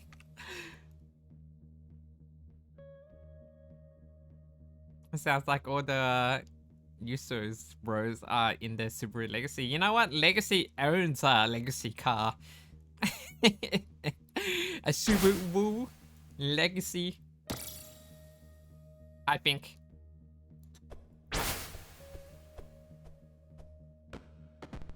I'm going nowhere.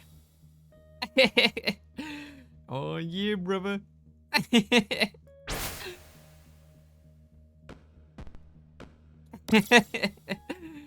Don't worry, we can be a part of their crew. Horrifying gang signs. Actually, I don't know. Vape.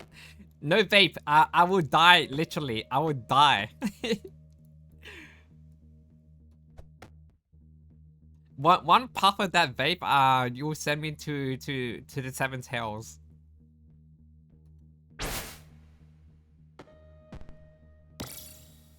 Jason Momoa for that vape. I'll have them smoke on my behalf.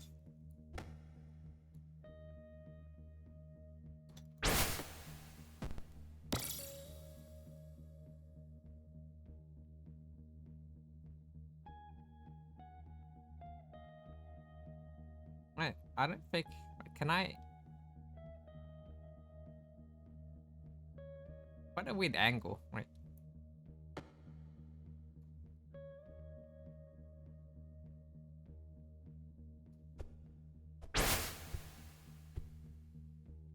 Nope. I am going nowhere. I am throwing myself without any thought.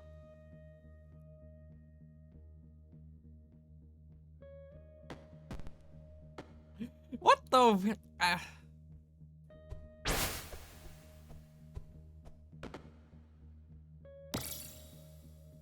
Maybe this little step box will help me get a little height. Nope. I flung myself and hit the back.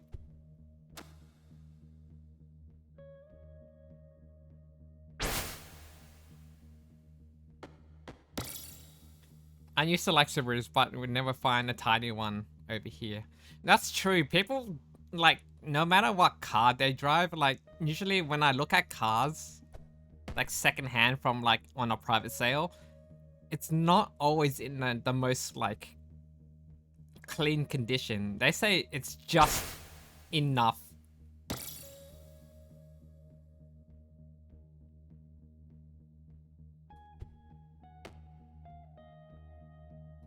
I probably know what it's like. You make it seem like it's like I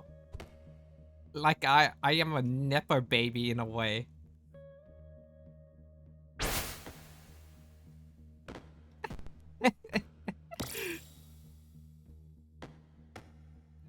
It's just that my uncle's taking good care of it. It's the only one that I've seen that's like in good condition.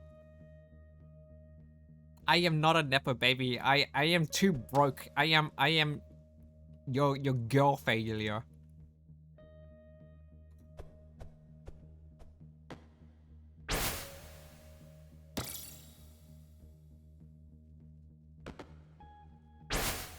No, no, no, no! Oh, thank God.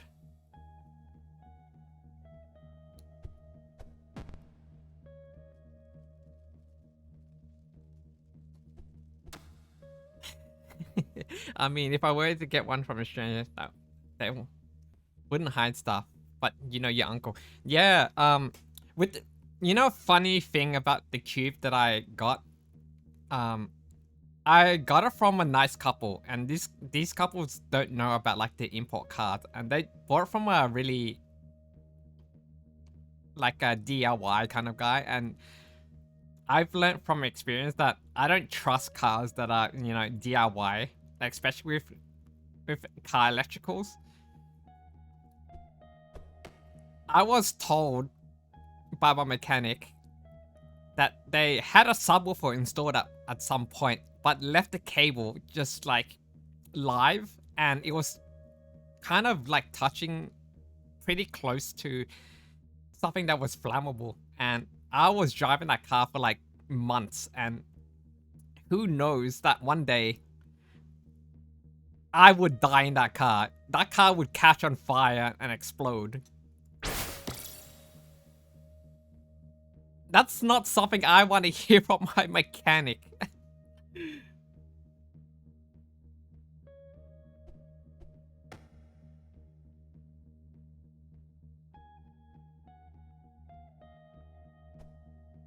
Let's go to a different path. Yeah, it was so dangerous, so he removed it for me. Thank God.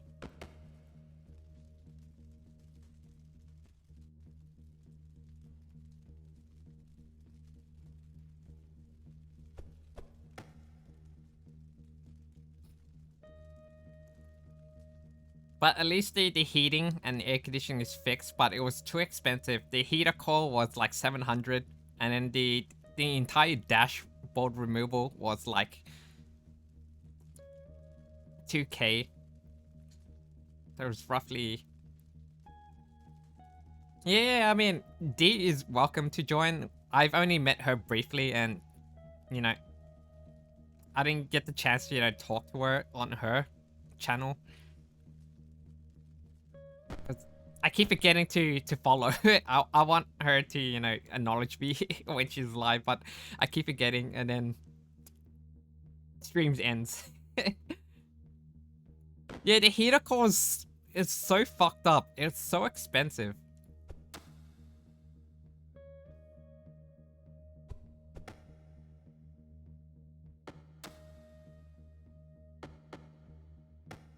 Oh, thank you. Yeah, I had to buy that part from Japan, like genuine, brand new. In Japan.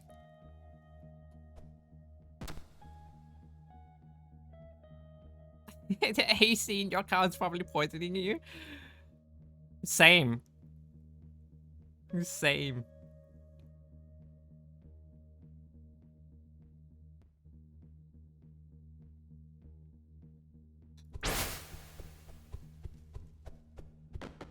I fucking missed that.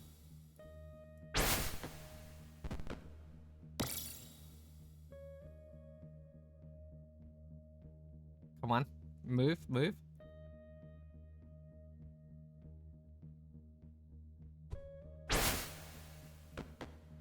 God fucking damn it.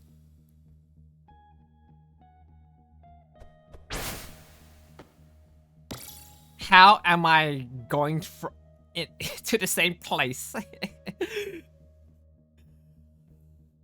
First thing with the Subaru is to replace the head unit with a Bluetooth one, because I am sick of my Anko like adapter picking up somebody else's fucking frequency. Like one time I was driving on a freeway to pick up port, and it picked up somebody fucking listening to Princess Harry's audiobook, and it was at the moment where he describes his fucking penis. His oscillating penis. His fucking todger.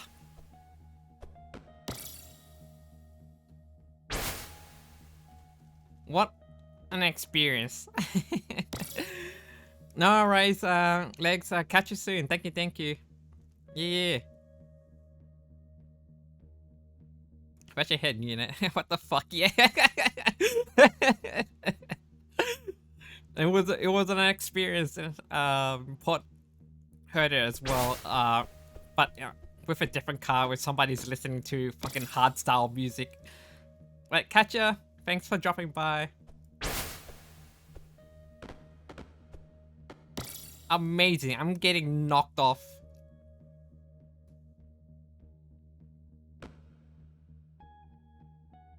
There has to be a better way.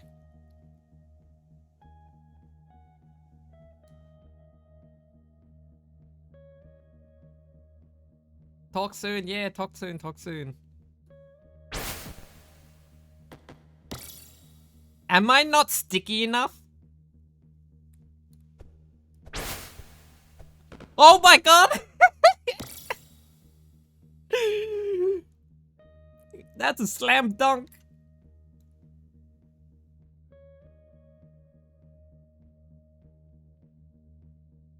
Easy clap, first try. I know, right? First try.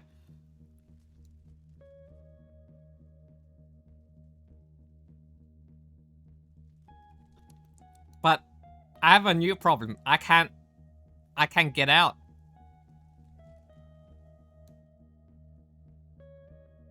Oh wait, I can. There we go.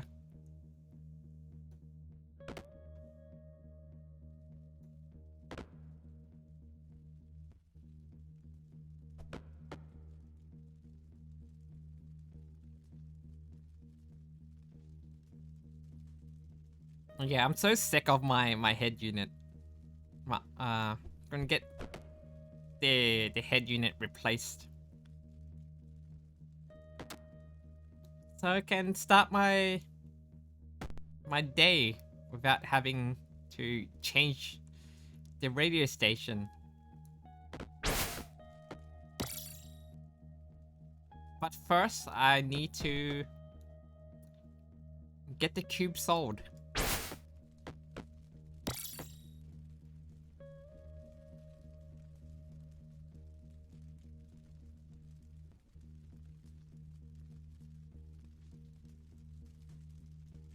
Hello? Can you go?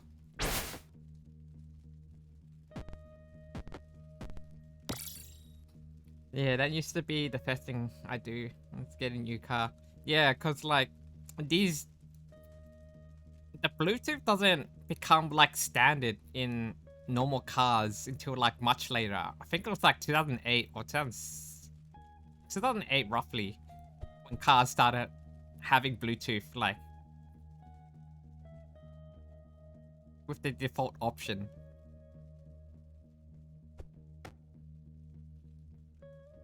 It's roughly around that time.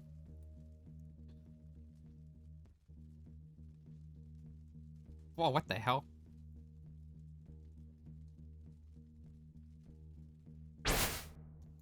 Nope.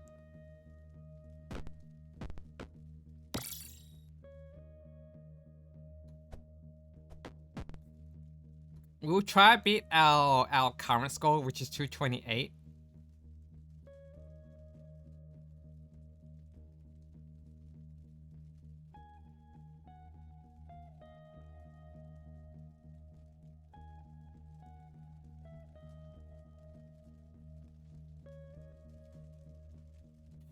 Yeah, going back to the Prince Harry audiobook, like, what went through his mind to describe his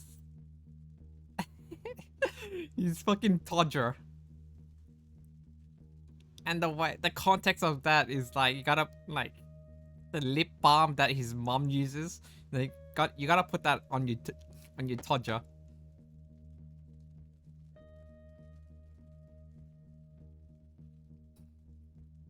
And that was like the only thing that went viral from that audiobook, is that his fucking penis made it across the World Wide Web.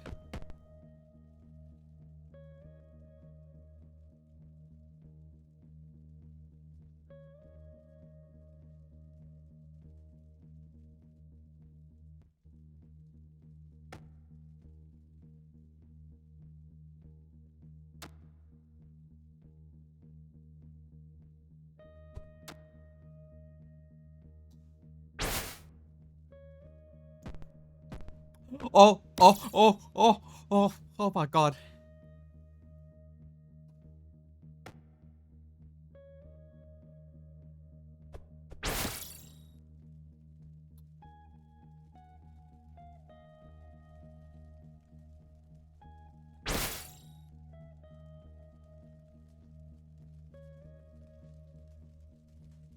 Wait, I can make it.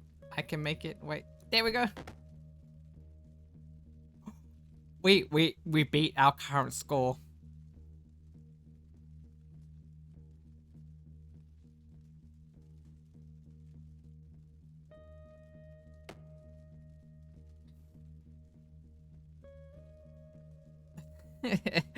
The old Prince Harry, the one that did the cool cosplay and put funny powder up his nose. Oh, the party kind of Harry, the one that was in touch of like current times.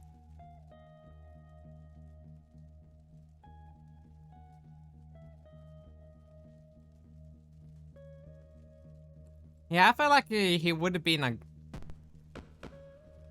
good dude. I don't know about him like personally. I don't know what he's like.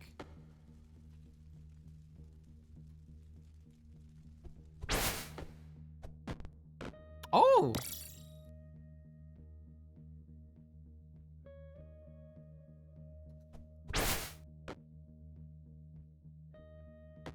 We're going places.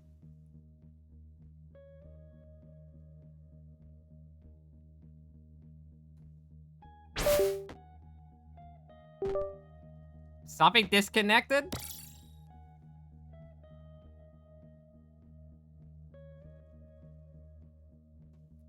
Yeah, the man's whipped now. Dang, unfortunate.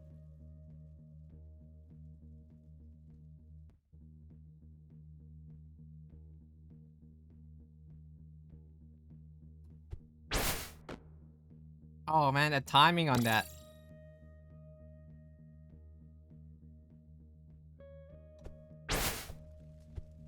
I went over.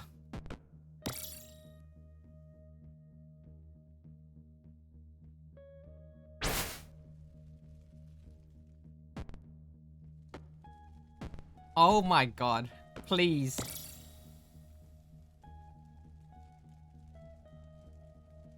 Just when I thought I was good timing on that too, I went straight over.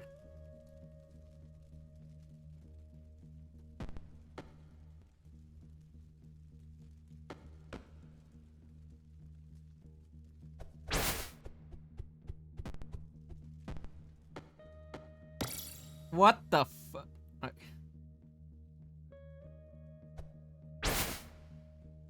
No!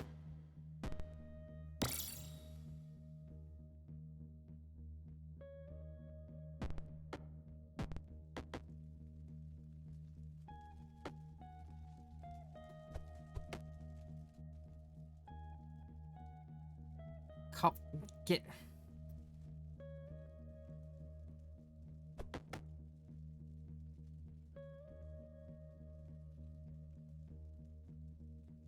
Oh, wait. Come on, give me.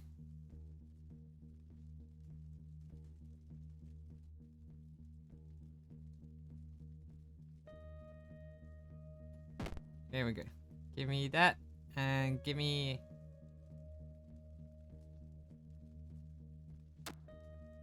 You know, we can slowly make our way up like this.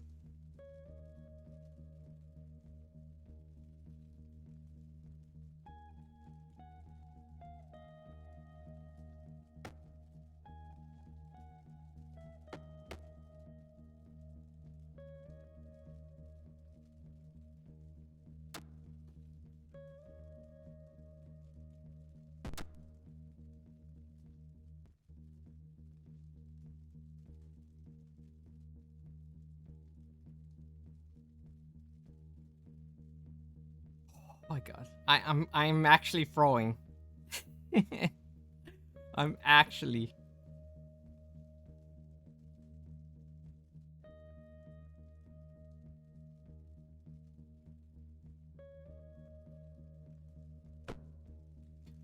What the f- Okay.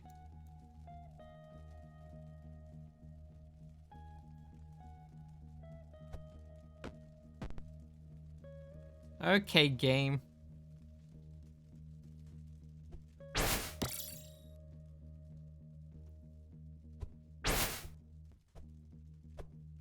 I went straight up and down. Fantastic.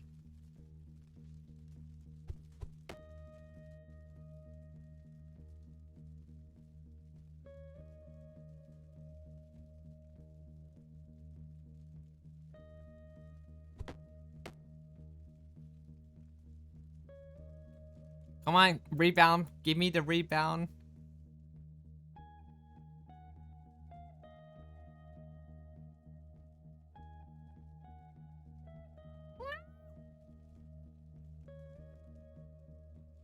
Okay, I got like a couple of more minutes just to keep going.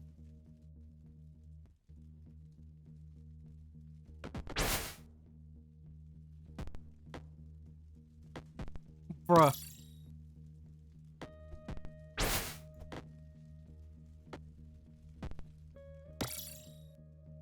What the hell?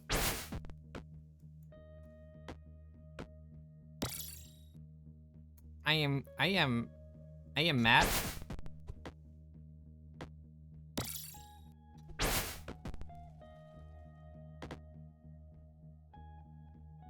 I wanna try a gamba move.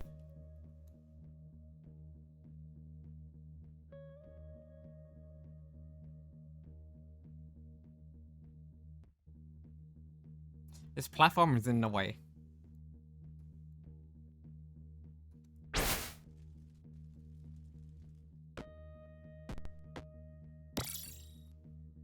I don't understand how bouncing around will make you fall even further.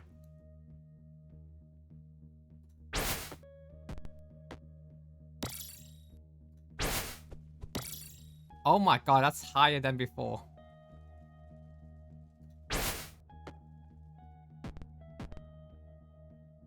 I'd take that.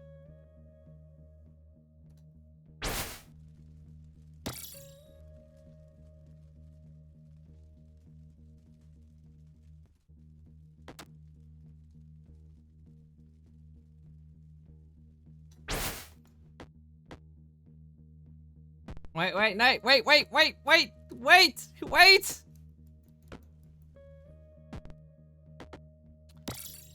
Oh my god.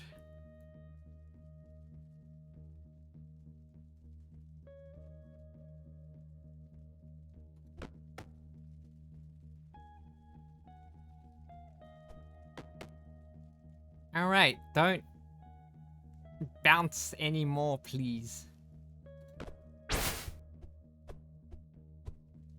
I went straight and up and down. What the fuck?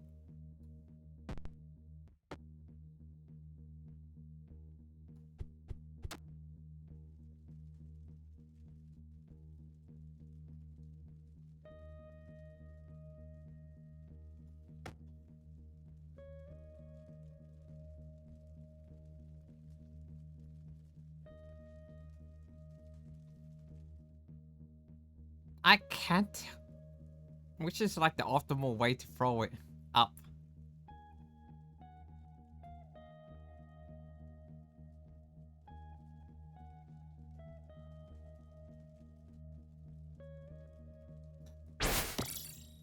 Okay.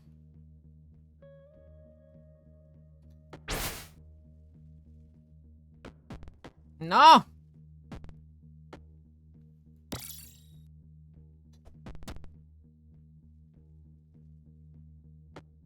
Why did I... Can't believe.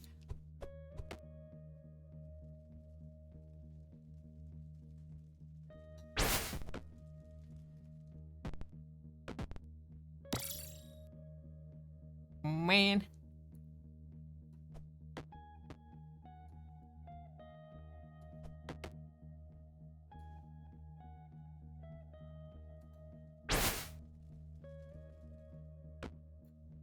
That should have touched, but I feel like I was missing a pixel.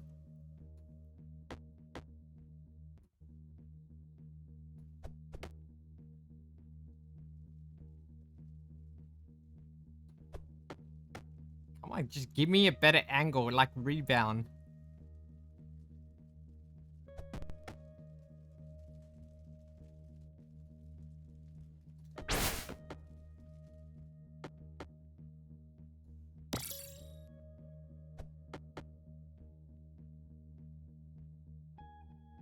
Oh man. What an infuriating experience. Like, you think you have it, but you don't.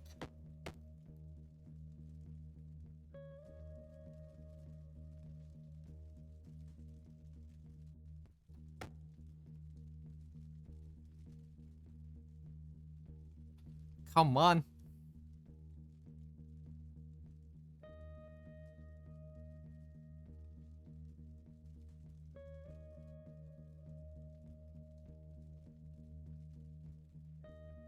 Hello?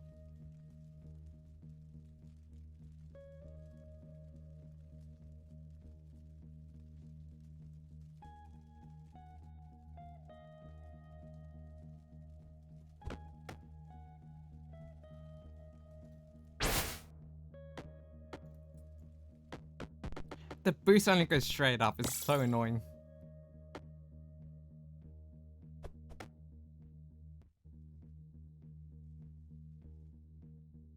I'd rather have the boost be controlled in some way.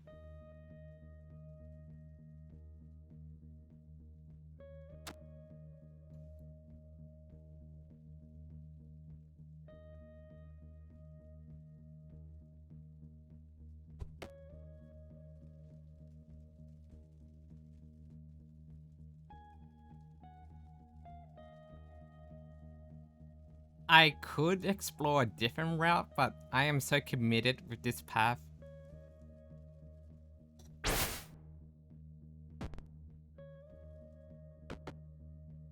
You know what, since I'm down here, we could explore a different path. Fuck this.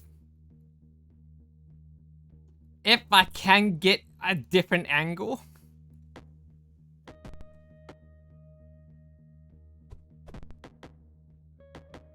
Jesus Christ.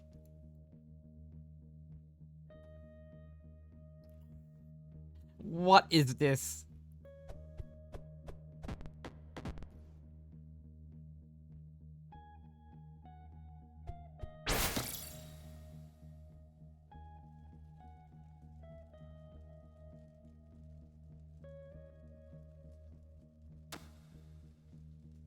That kind of works.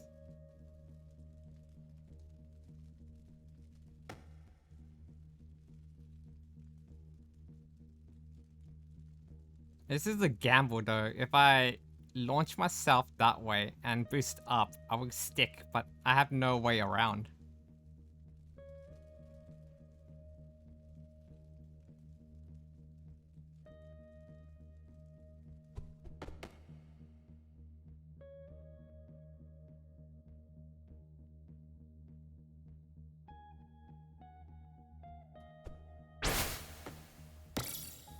Oh!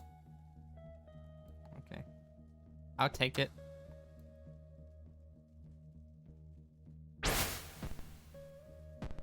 No, please, no, no, no, no, no. Back to where I was.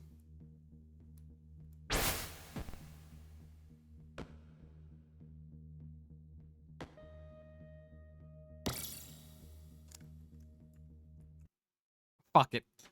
Fucking quit. Nope. I am done with that.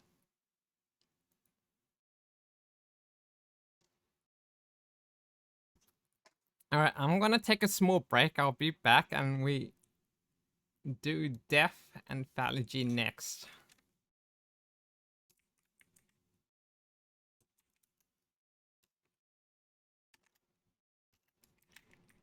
Do a visual novel.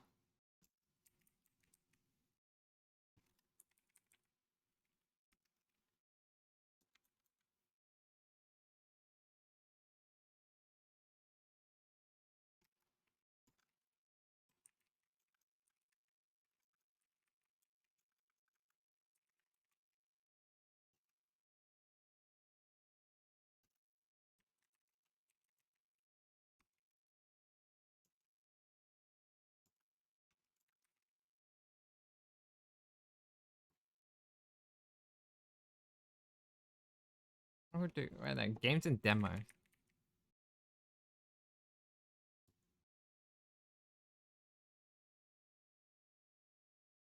Alright, be right back.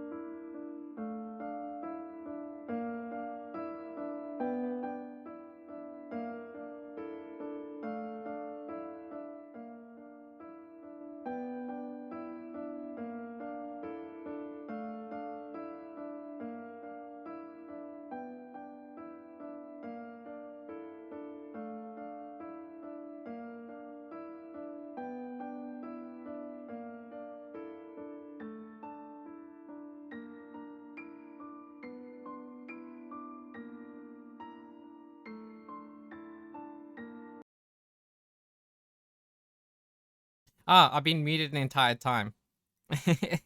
Oops.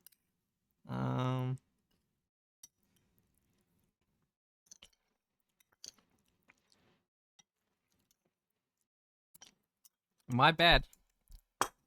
But I will talk about this game. So it is developed by Mushroom Mallow, a small development team. Its art style is very reminiscent of like graphic novel.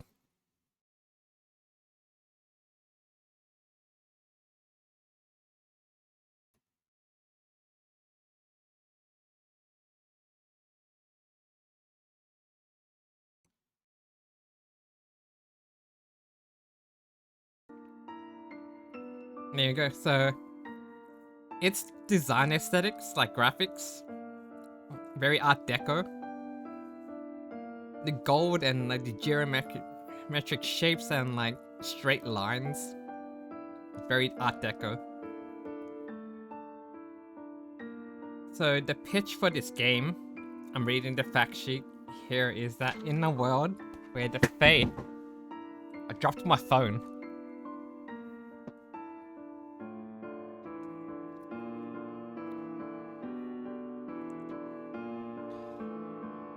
Back to what I was saying. In a world where the Fae touch fall prey to a sinister game. Wait.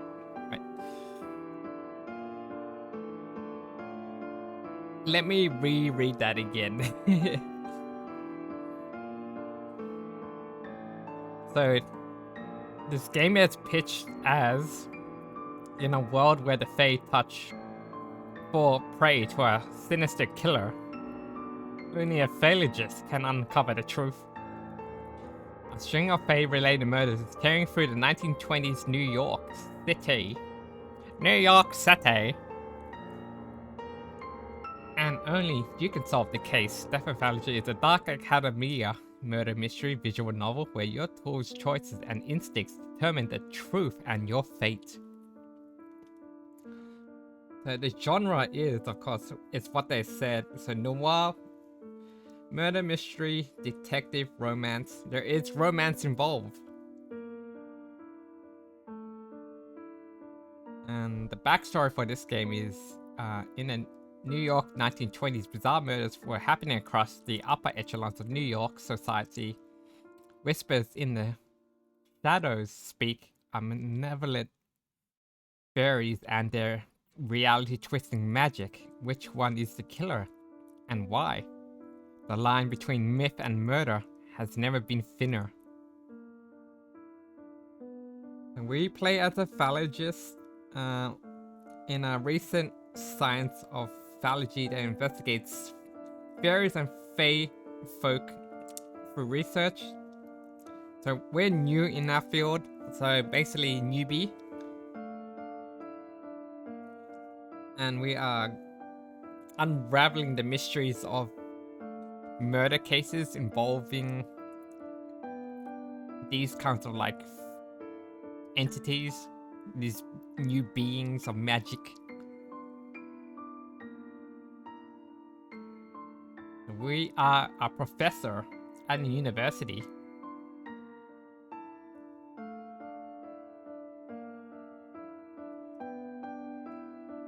We have an ex-fiance who is a detective on the case, is knocking on our door for our expertise.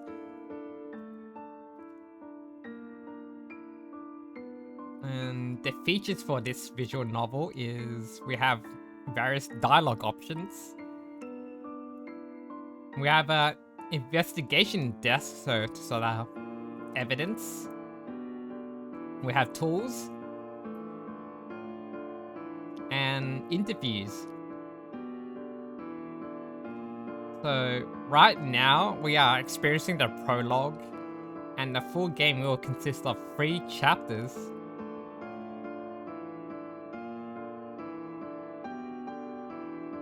Oh, we are getting the first chapter as part of the demo and the prologue. And then we have 2 love interests for this demo. More characters coming out in the future.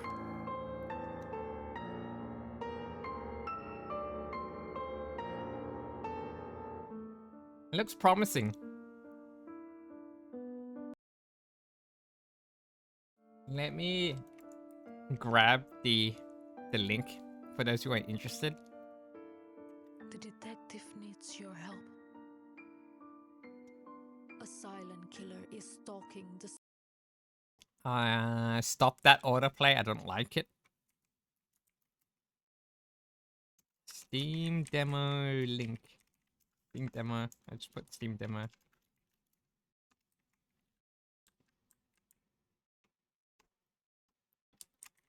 Yep.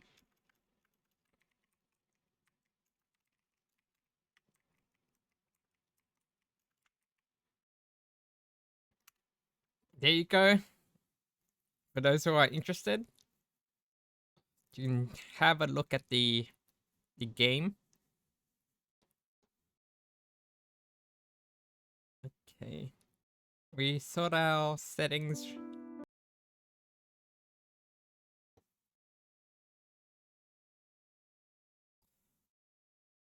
My scalp is so itchy.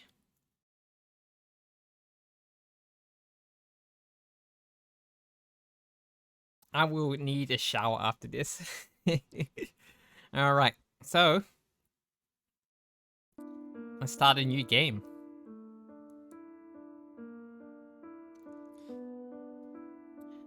What is my name? I should have a question mark here. So I'm gonna name ourselves Poruchan.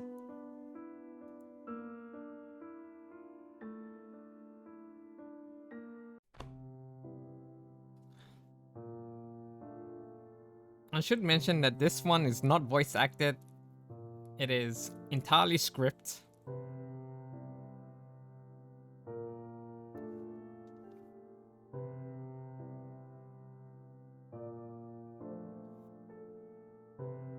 This is something that I may explore as a YouTube video, like as a playthrough. Definitely not for stream. I don't think this game is built for streaming.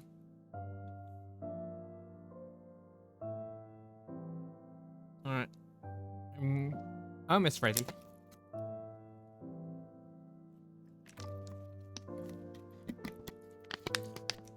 Okay. I'm ready now.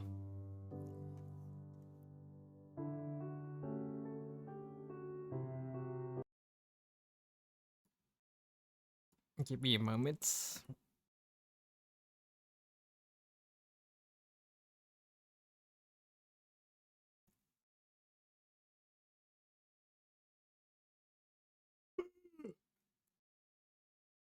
I'm setting up some other things in the background.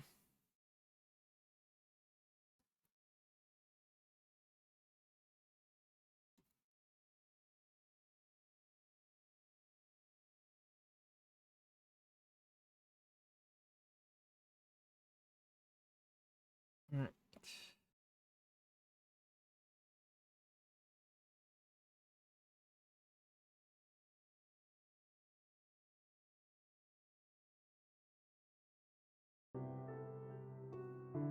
Okay.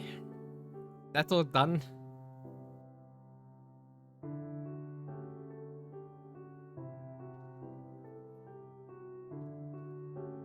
Here we go. So this is Death and Faeology. Grading first year assignments can be such an exercise in patience.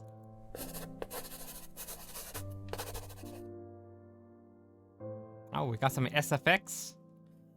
I ought to remind myself that Faeology is a relatively new, recent science, only a couple of decades old. This university, the only Faeology university in the entire country, was just finished being built in 1905. It is still barely acknowledged in the academic field. More importantly, I've got to keep in mind that children inherit their parents' prejudices and misconceptions. The human world has formed its own notions of fairies. Alas, I find myself unable to suppress a big sigh every time I read references and poison apples ushering princesses into eternal sleep. A reference to the Cottingley fairies is one I can understand since it was quite the sensation not too long ago. Although it would be clear in the eyes of renowned phallogists that the photographs are mere imitations. A pity that Sir Doyle was taken in by it. I ought to take a break. The grading session today has taken me quite a tangent. My beloved Oz. I suppose a fairy companion does give one advantage in identifying genuine fairies. Oh, so this is a fairy? Kinda looks butterfly-like. Butterfly slash moth. It's got a tiny face as well. You can see it. There's the little tiny face right here. That moth would. Alright, Doof, you can have him. Oh, you can have it. It's yours. I say a break is in order. Wouldn't you, Oz? Oz responds with trills that I've learned to interpret over the decades I've known them. Easy. Oh, they don't speak. They speak in like little sounds.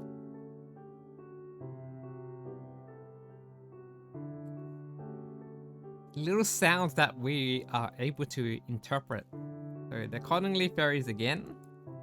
Yes, and the prince's internal slumbers due to poisoned apples. We don't care much for human princesses, but making poisoned apples is rather an easy feat. Shall I turn one of them into a toad in front of the whole class to show that the Fae folk is capable of more than that? I mean, we can make poison apples regardless. You just have to dunk an apple in something that isn't detectable. At the same time, showing them that not all fairies are a friendly bunch. I can't help but chuckle at the thought of that. I believe some might quit the same day if you do that. Kinda giving me the Wolf Among Us kind of like, you know, setting, like, if you like fairies.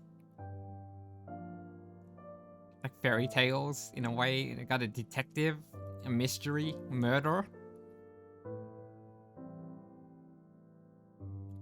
Besides, if the other families just get a hold of your assistants, who knows what they will do to you. Oh, we have something so forbidden. Chances are high those people will try to pin to a cork. pin you to a corkboard and vivisect you.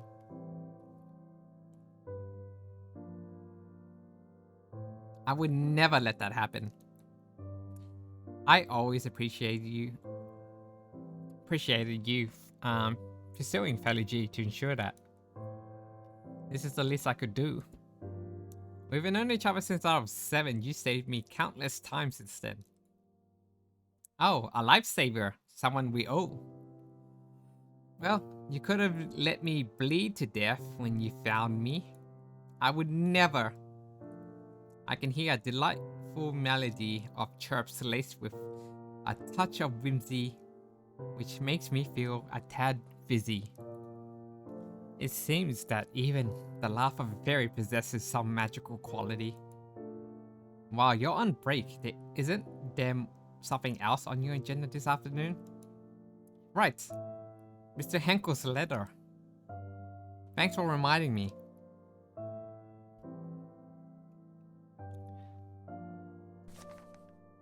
I retrieved the letter from my patron from a desk drawer. I lean back on my chair and read the missive aloud to myself. Dear Poruchan, how long are you going to keep me in suspense? Will you or will you not accompany me to this year's Leos Gala? You could do a lot worse than forgetting your boring books for a moment in favor of whiling away an evening with champagne, canapes, and invigorating company. A social event, my worst nightmare. And when I say invigorating, I'm not speaking of those old swords with deep pockets ready to be exploited by funding grants for your research. I'm speaking, of course, of yours truly. Do write me sometime before Saturday. That's tomorrow's date, isn't it? I know. My delay in responding is entirely by design, I assure you. I hate be getting the looks from the crowd, like I'm a wet blanket. Faeology isn't worth my dough, they say. Oz blanking chirps is decidedly indignant. I nod to Oz in agreement before returning to Mr. Henkel's letter. In other news, I've heard that the little Ruthie Blythe caused a minor ruckus in the city's hottest speakeasy. If your old friend, Detective Kraus, hadn't been there in the area at the time, who knows what could have happened. I find myself rather perturbed at this revelation. I would have telephoned Ruthie and asked what the story was, like when we were children. However, for better or for worse, we aren't on friendly terms anymore. I resume reading my patron's letter. Speaking of the detective, have two of you been keeping in contact? He gave me the cold shoulder when I crossed paths with him at last week's benefit. I couldn't help assume that his persistently frosty treatment of me might have had something to do with you. It's unfortunate that the extensive bonds you have with him should have ended in a rather bitter taste. As you have told me more than once, when it was good, there was nothing else quite like it. Yet you speak very little of him now, and I find myself wondering if he still holds a place in that guarded heart of yours. The letter is signed, yours everlasting, Oscar Henkel. While I kept Mr. Henkel waiting long enough, I pressed a pen to a fresh sheet of paper to commence crafting a response. Just then, a familiar rhythmic rapping pierces through the silence. I glanced in the direction of Oz, and they are nowhere to be seen. Oz must have camouflaged themselves in a heartbeat. I put Mr. Henkel's letter in the drawer before calling out, "Come on in, Minnie." That's Minnie. I like short-haired bobbed women. She's got this very dark eyeliner. You gotta have a really good like jawline for a bob haircut. I don't have that. My assistant enters the office. She. Careful to snap the door shut behind her. Professor. Oh, Minerva is her full name. Yes, Minnie? Were you talking to yourself again? That's right, you know me. I see. So nobody else knows about the fairy.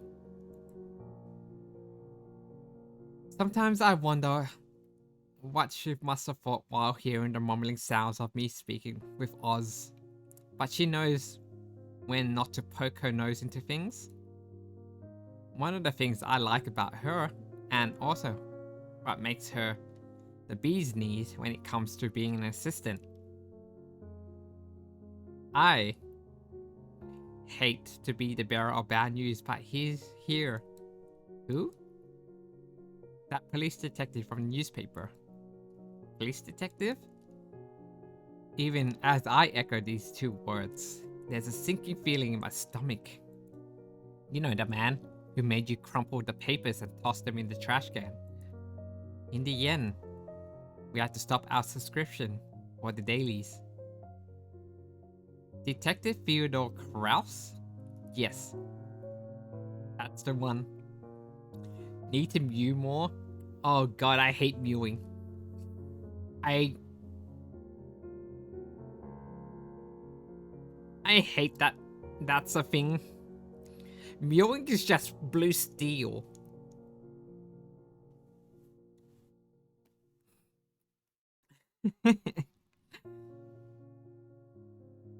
Knowing fear is here makes my world go momentarily off kilt. It's as if that by the magic of the fairy tales I malign, the ink in my patron's letter has manifested him into the reception area. Can't you tell him I'm out delivering a lecture on the far side of campus or something? That depends. Is a lie like that going to deter this man?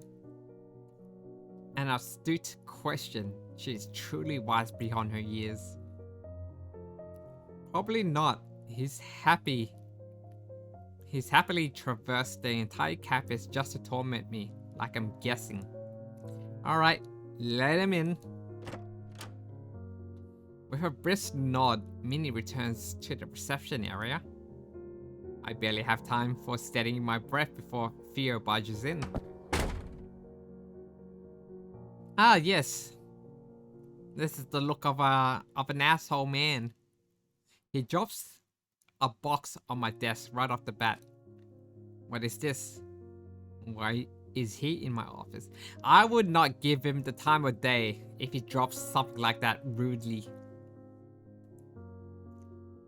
Well, look who the cat dragged in. Not even how do you do? What? Do niceties suddenly mean something to you? I seem to recall you packing your bags and moving out without so much as a goodbye. There was no one to say goodbye. Didn't you find out I only left a few days later? At least it made it easier for you to leave, didn't it? Alright, this is our ex-fiancé.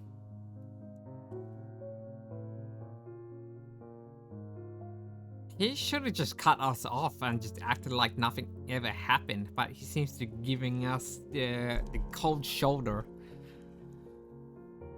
He seems to like being this way. Not a fan of that. This is a tinge of hurt in his voice that I'm only to be picked up because we lived together for several months. As my mom struggled to catch the words hanging in the air, I feel the piercing, icy silence creeping in. I want to break the silence before I freeze. What's in the box? He lets out a deep sigh. That rather sounds like relief. Your things that somehow didn't your things that somehow you didn't take with you when you left. Even that oddly crafted handkerchief you love so much. That handkerchief was a gift for you. I see the corner of his mouth twitch. He's lying. What should I do with this information? Reach out for the box to check. I quickly stretch out my hand, yet he is just as fast in catching my wrist before I can open it. I withdrew my hand from his grip swiftly, like a startled bird soaring into the sky. That truly caught me off guard. I'd forgotten what his hand feels like. I was only kidding, although you really haven't changed much, have you? You just went straight for it. He sounds amused and slightly pleased, as if he just confirmed the accuracy of one of his deductions. What is his angle here? What does he want? Neither have you. I threw it all away after you vanished, he says with a subtle squint in his left eye, another lying of his tells. I can't help but sigh at his antics. Of course you did. Yahoo romance. We are not playing as a male, we are playing as a female.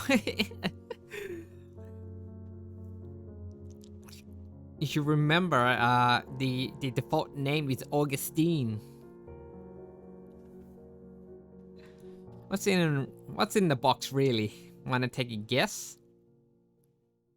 I do have an idea.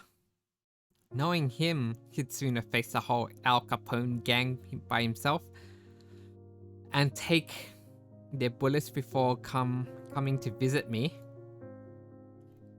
This must be a way more important than our poignant history. Case evidence? I've seen boxes like this one before, but never quite so large. It's a really big case, isn't it? He nods. The biggest of my career. And to come to me of all people, you must be at your wits' ends about this. He looks away as if trying to hide how galling the circumstances at hand are. Truth be told, I'd rather face the whole Al Capone gang than take their bullets, than have to see you again. Gee, that stings a little. So, would you? So why would you? Hold on a minute. He starts singing Dick in a Box. I doubt that he's the type of dude that would do that. I feel like this is the sort of man who would like throw a tantrum in a most kind of like masculine way, like really stubborn, very short worded responses, frowning. Like he's so bitter. For him to sing Dick out of box out of nowhere, I feel like that's hard to believe. I feel like he would just like knock shit off our like desk, or maybe just spill the context of the box that he brought in and is like, here, take a look. His tongue. Oh wait, I skipped a whole 2 words. He flicks his tongue in exasperation.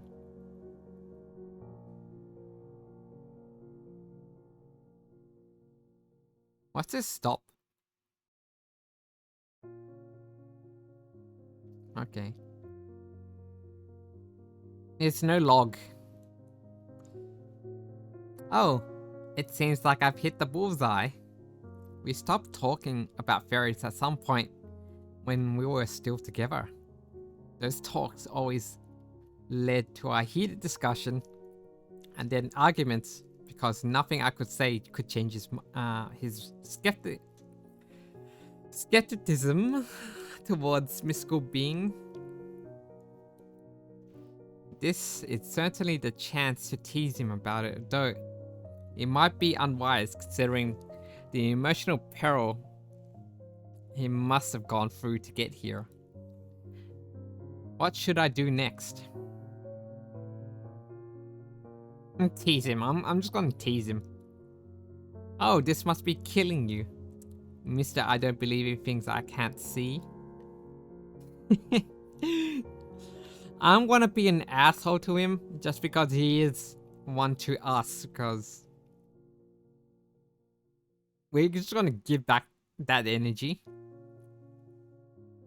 He lets out a loud and sharp exhale, this time with a touch of indignation. Dry up, will you? I still don't believe they exist. I've been running around in circles with this case for all I know that perpetrators could just be magicians playing tricks. But then I remembered the crazy stuff a loony of a formerly betrothed once told me, and my hunch got stronger. I ended up here. Seems like I touch a nerve. He must have been under a lot of pressure if he talks with a blue streak like this. This case must be beyond big. My mistake, I got a little carried away there. So what makes this case so significant? Why do you think it relates to fairies? Are you even allowed to tell me? I hear the sound of a chuckle under her breath, like a bolt from the blue. For a brief moment, his gaze on mine seems to revert to how it used to be. Oh, he's giving us the softy eyes. Until the serious moment returns to his face. Oh, it's gone. First things first, since I'm leading the investigation, I do have some discretion on what details to divulge and to whom. That is, if the confidant can bring value to the investigation. The confidant. Do we give value or do we become useless? I'm gonna be the nuisance. I just want to see what happens. Who dies? Even. There will be a death flag because it is a visual novel. I want to see how they deal with this.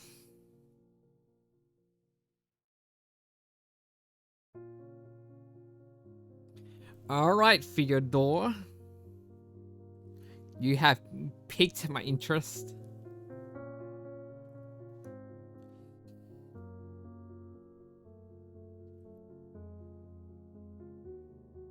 And I've known you for a fact that you can be discreet. Oh, am I? Can I be discreet?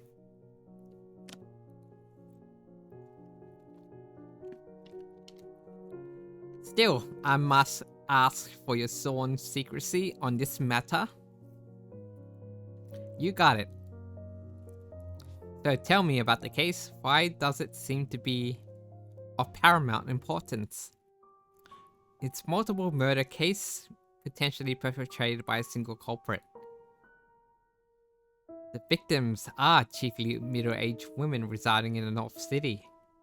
They're from old money families. The types that make regular appearances at high society events. I see. No wonder you're all tensed up. You're telling me. The chief took me off every other case and insisted that I put all my time and effort into this. It's only a matter of time until the press catches wind and makes a circus of everything. And with some of the victims' peculiar manners of death, he pauses. This is where the fairies come in. He slightly stares and sighs. I swear I must be losing my mind. Losing my mind. You got this. Now he draws a long, deep breath of the victims that had a manner of death that the unit has never seen or heard before. The strangest case is the one where the body seemingly hardened into bone tissue overnight. Her corpse almost looks like a carved wooden statue. So they've just been stoned. They're turned into stone, like Medusa. And I've heard of something similar like that before. Of course you have. I frown at him. Don't start now. He clears his throat abashedly. Without finding what caused these deaths, and more importantly, who did this, what could spin the stories out of control.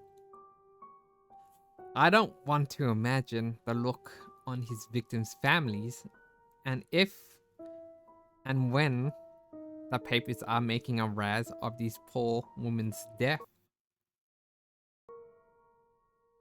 Besides, what kind of depraved sick bastard goes around murdering women in such a way? This city is already running on fumes. Crimes becoming more rampant day by day. Sounds like America.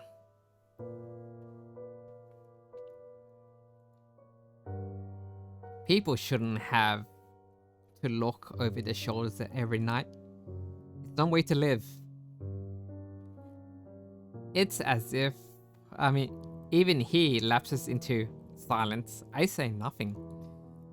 It's just not the cities. The rising crime is bleeding him dry too. Yes, New York City. I need that as a sound alert. I'm gonna do that after stream. Every time New York City is typed in chat, it will just play the sound.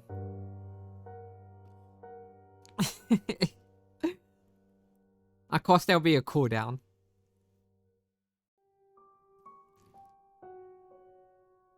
Yet I am unsure of what words could soothe those are fighting on the front line. Well, too bad, Dorf, you can't spam it. A cooldown for everybody, so even if somebody didn't know that somebody knew Stack Man before, shall not abuse it. It will be at least a minute, roughly, or 2 minutes. I've never been where they are.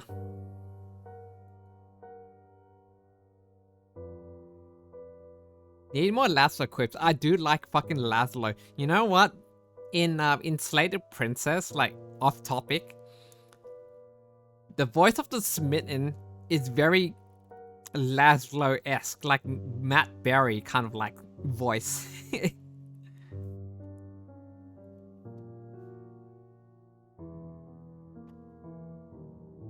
True, yeah. It's just like if they could get Matt Berry to voice the voice of the smitten, it's great.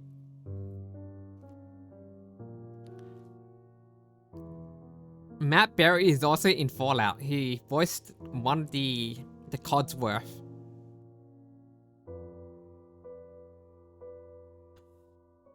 The frown lines between his eyebrows grow deeper. You know, considering the victim's background, having these murders being exaggerated in the papers would pressure their families to insist on closing the case as soon as possible. No matter the cost. No matter who's to blame. You're right. Innocent people are going to bear the brunt of this. This is a terrible situation. I feel my stomach churn. My arms crossing on instinct, trying to hold my own disquietude in place. Is there anything you can do? I'm just one man.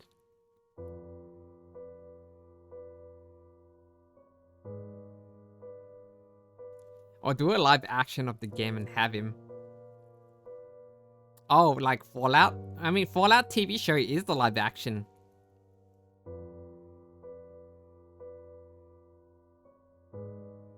Try as I might, I can't keep those rotten police brass from lining their pockets.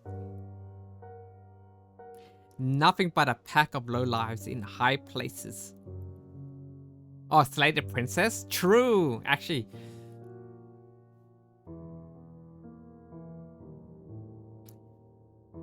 It could work as a film or a TV series, like some kind of animated series. I feel like an animated series would be great. Like for Slay the Princess. He exhales. What am I saying? He exhales sharply, his voice laced with contempt. Then he fell to silence once again. Similarly, words seem to have abandoned me, as I can't shake this feeling of helplessness crawling under my skin. After a minute, he meets my eyes once more. Well, you're a good listener, better than most. He curls his lips into almost a smile.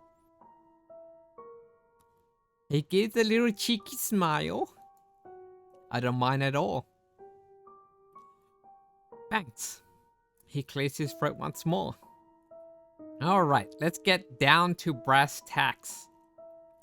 This box includes files, crime scene photos, a couple of blood samples, which I was able to request to bring to you, and several other pieces of evidence. Other than strange manners of death, I've said, forensics was puzzled too by the blood samples. How so? One of them doesn't contain iron. That's interesting. Nothing surprises you, does it? Well, about this peculiarity, I bring up something from my fairy books, but you'll find a way to deny it. These kinds of fairies kind of remind me of like the ones in Peacemaker. I want to watch Peacemaker Season 2. You're right about that. Still a naysayer? I'm still investigating the possibility of unknown drugs or poison that somehow caused these oddities.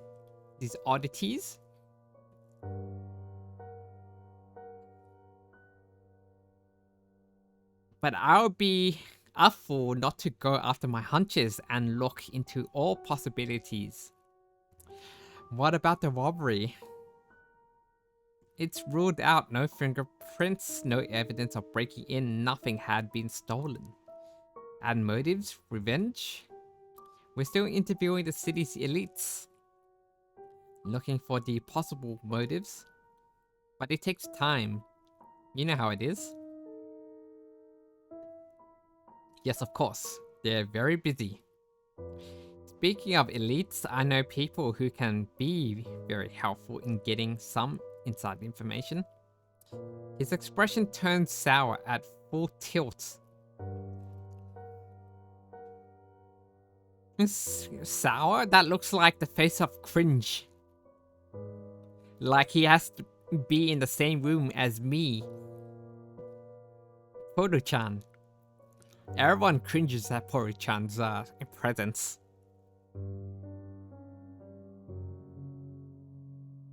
Who? That man? I said people, but yes, that man would be particularly helpful in this matter.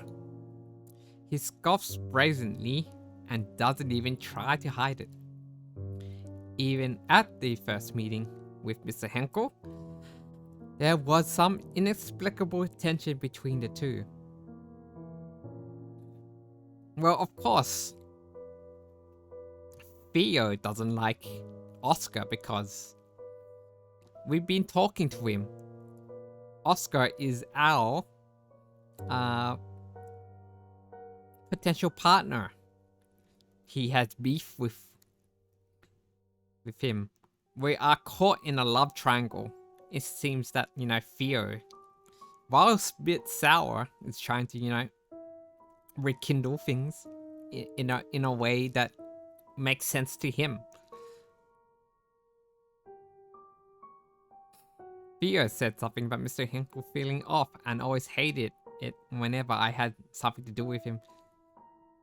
Yeah, because we're spending more time with him. Though it might be just jealousy in disguise. Yes. You know, I'm right. Even if he's barely in the newspaper, he's most likely the pinnacle of high society. So we got an elite that we've been like pen paling with.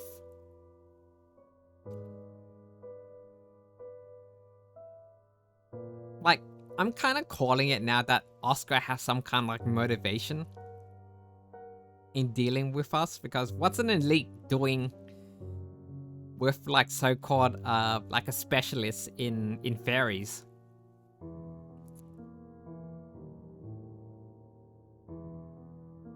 Does he want immortality?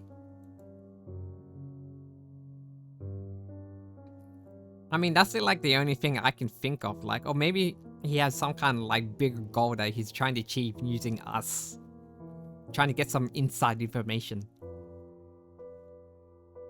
I'm going on some kind of wild tangent of like what's to come, but we're so far from it. And I don't think he'll mind if I ask him a few things about this.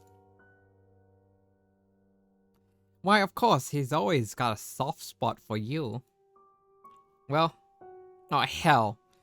He's probably carrying a torch for you for a long time, judging by the way he follows you everywhere. Well, he happened to be interested in Faeology and has a lot of money to allow its development. Okay. We have a reason why he's dealing with us, is that he's funding our research. Look at you, all ready to defend him. I mean, why would you badmouth someone who's funding your research? And what? And what? Are you two an item now? I might have steered this reunion right back to where we were months ago by bringing up Mr. Henkel. Ah, is Mr. Henkel Oscar the reason why we split up? But it was necessary to mention him. I don't know anybody else who would have had that much information about high society. Besides, there has never really been anything, even if we did go to fundraising events together from time to time. It was strictly business. Business, quote unquote.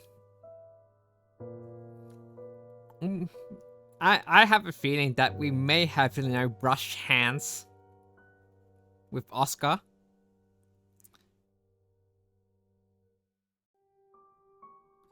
Please stick around for ads for those who are caught in it.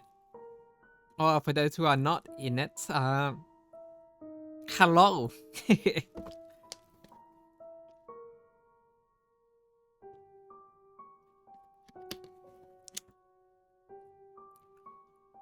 So right after like the whole festival, we'll go back to Kingdom Hearts. We'll finish the whole series. We'll go through this entire series. There will be some kind of like part of the franchise of Kingdom Hearts where it's gonna be all lore. So be wary. I do have to record like the entire playthrough of Kingdom Hearts because it didn't go so well. So I have to redo it. Yet again, Sphere seems to have, seems to lose his reason whenever we talk about Mr. Henkel. I don't have the time or energy to argue with him. What should I do? Explain the truth, the relationship with Mr. Henkel.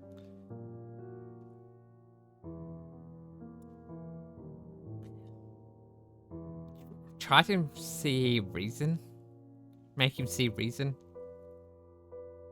But that's just the same as, like, the second option.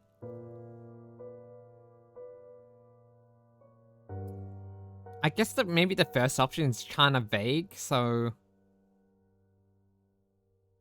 he may not like that we're not explaining our full relationship to him. He might... I feel like he might do better with the second one. We're not anything. We go to fundraising events from time to time, but these are work. I've got to get money from my research from somewhere, you know. Our relationship is strictly business. He gives me a dirty look. He's like, you've...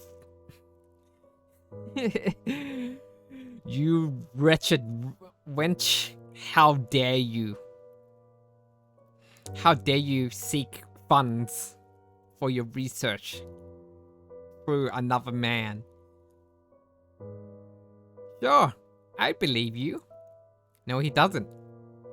Besides, what do I do with him is none of your beeswax. His voice becomes even more irritated. That's right. It's not my concern. Do whatever you want with him. Just make sure he can keep his mouth shut about the case. I can't help but to groan at this turn of events. I will. While we're on the subject of useful allies, you mentioned before about the blood that doesn't contain iron. So we gotta be careful of what information we are spilling towards Oscar, because we're not entirely trustworthy of him. Since he gives us money, we gotta keep our distance. What if we don't choose neither of the romance option?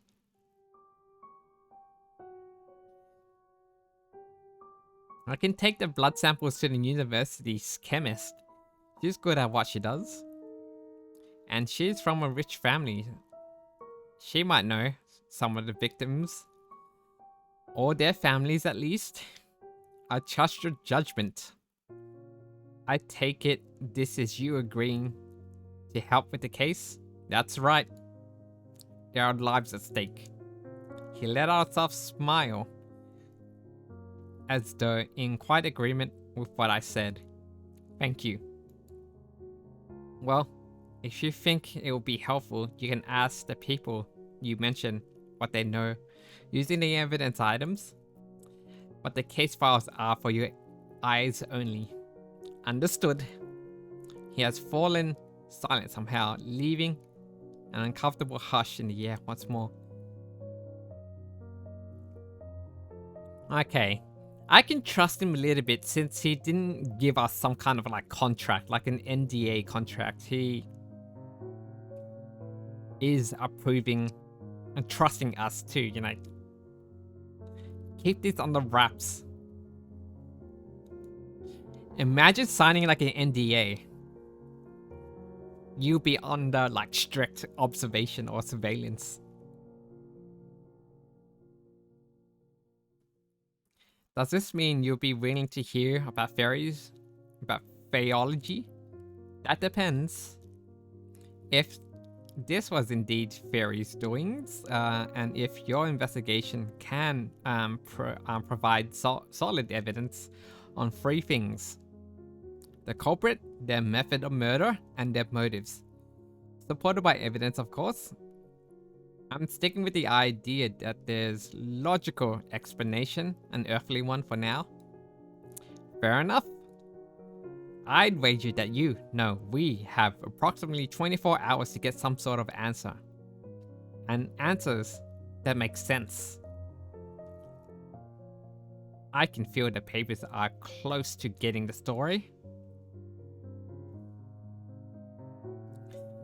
It seems that we're on the clock to get our story straight with evidence before the media prints out the newspaper.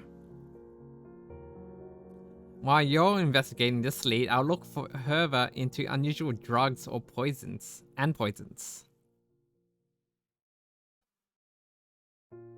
How about it, Phaeologists? Do you dare to take on this challenge? Challenge accepted.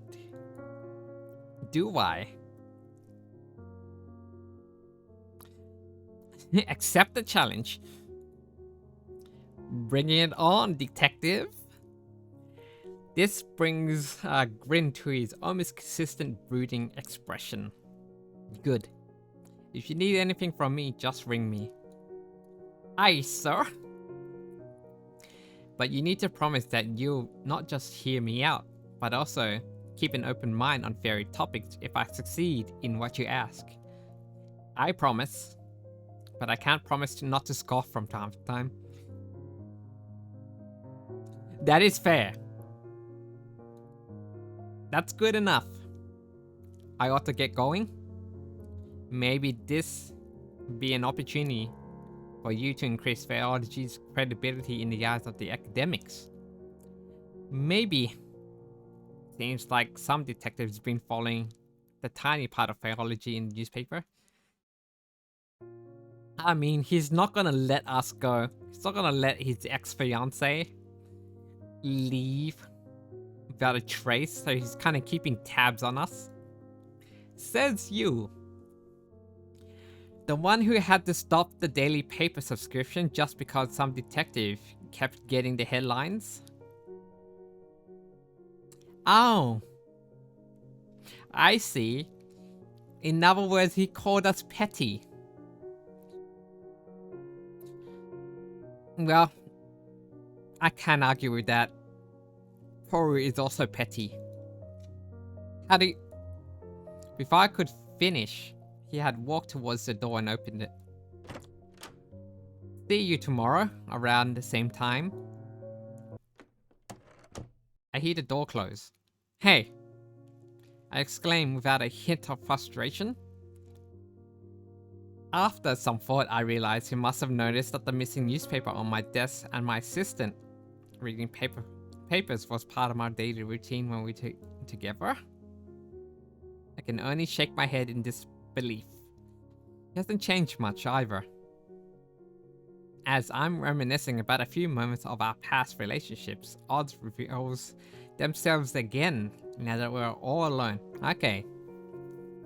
They prefer neutral pronouns because we don't know that the agendas. I mean, not the gender, their sex. So we don't know if they're female, male, or maybe both.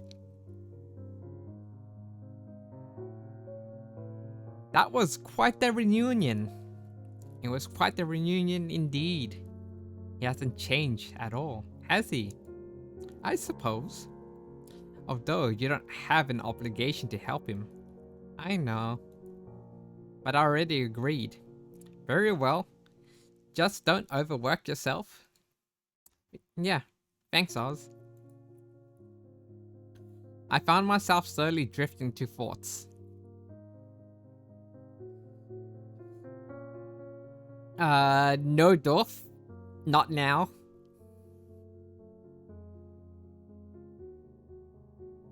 A victim's manner of death, hardening into bony tissue, could be one of the fairy's curses.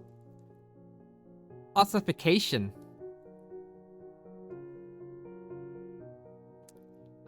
If only I could ask Oz whether a fairy was behind this, and which one. But it's not that simple. I kind of want to watch, just thinking about that joke. Is watch the entire, Naked Gun series. Plus the Liam Neeson remake. I want to see how that fares.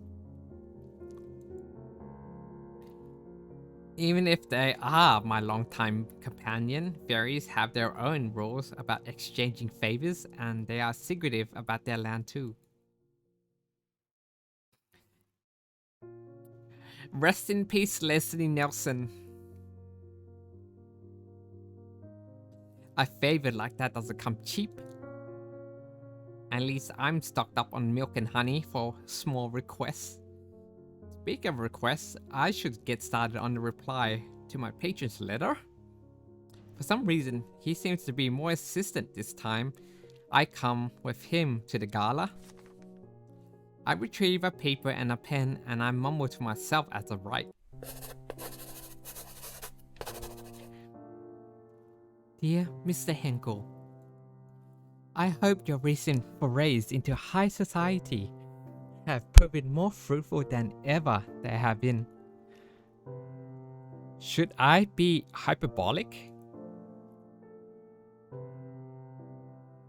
Yes. More fruitful than they have been in the centuries you've been roaming around their lavish ranks. Believe it or not, I have been considering whether the merits of trying to impress the wealthiest folks of the city outweigh the obvious dignities.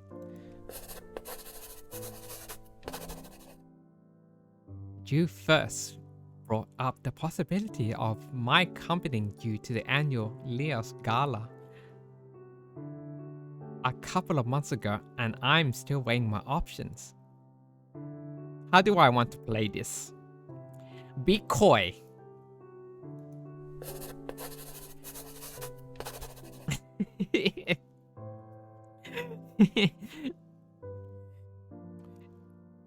It makes me think of the Mask, of like when the Mask is trying to get with Cameron Diaz's character. He's like, "Oh, she's a coy," after getting kicked in the nuts.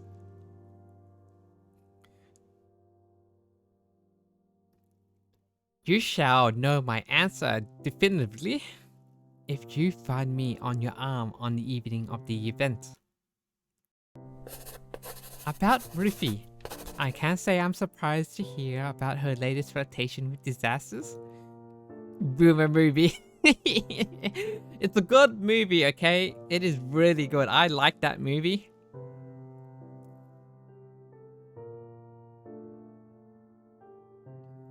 Since we were both toddlers, she's frequently found herself in trouble.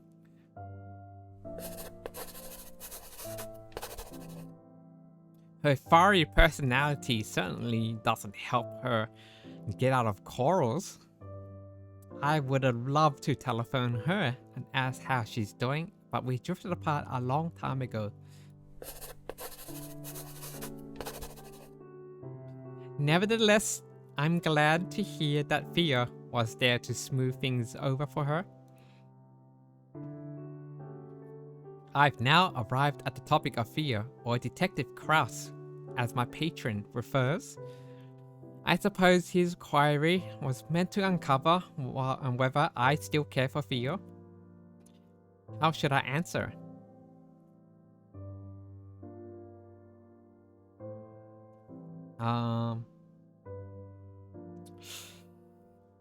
This is also kind of truthful, but just because he wound up at our office. This is only referring to recently. We don't really think about it. So I feel like over time we just become acquaintances, or someone we're familiar with. As for Thea, I've long since stopped dwelling on him. I thought of him, and as a relic of the past, I feel no regret in having ended it when I did. Upon signing off, I sealed the letter with wax. I then turned toward my trusted Fae. Oz, can I please trouble you with something? You want me to deliver this letter to your patron, don't you? Indeed. Time is of the essence here. As always, please take care to not catch anybody's attention. He'll see it by tomorrow morning, I'm sure. It would be my pleasure. Thank you, Oz. I'm off. I will see you later today. I watch Oz flits out of my office window and vanishes. Once the Fae is gone, I call my assistant to my office. Yes, Professor? Hold on a second. I rifle through the contents of the box. Carefully, I extract the blood samples that Theo mentioned. They appear to be stored in test tubes. I feel like they should be on ice or some kind of in a refrigerated state. It seems very irresponsible. Would you mind asking Dr. Rayford to analyze these blood samples? They should have been in some kind of insulated box. I'll do that for sure. As I hand the samples to her, I notice that she looks like she wants to say something. Over the 2 years we have been working together, I picked up on a few of her tells. What is it, Minnie? How'd it go with the detective? If you don't mind me asking. You little nosy minx. Oh no, not at all. It's the same as always. There's lingering beef, of course, but we've managed to put it aside for something more important. Hey, Mimi. Hey, Minnie wants the detective for real. She's kind of curious. She may be into him. Or she's concerned for our safety. He has brought me a rather significant case that he suspects might have supernatural elements, as hard as it was for him to admit. Oh, good for him. I can't help but grin at her remark. Okay, she kind of seems like she's on our side for now. And she seems like the type of gal for that sort of guy. Maybe. She kind of is interested in a hardboiled detective. I'm glad it didn't end in a shouting match at least. Yes, me too. I'll deliver the blood samples now, Professor. Thank you, Minnie. Minnie hurries out. I'm alone in my office again. Remembering that conversation about the case, I'm suddenly engulfed by an unexplainable eerie feelings. I should start investigating right away. I was wondering when the prologue would end. It was a long time. We finally gonna see some other gameplay here. Drag and drop item from the inventory to the desk. Select an item in the records, then press the icon to open the inspector and read the insights you've gathered. Hover over the magnifying glass above the evidence to access the information and see the details in it. Use the black light to see invisible things. The backlight? Are we going to see something else? Read the encyclopedia to gain additional information.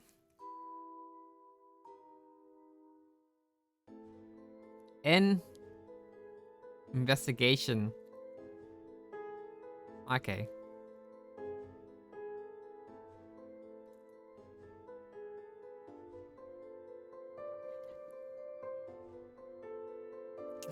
Not the backlight. Dolph, I better not see you gooning all over my desk. I'm hoping not to find anything of substance on my table.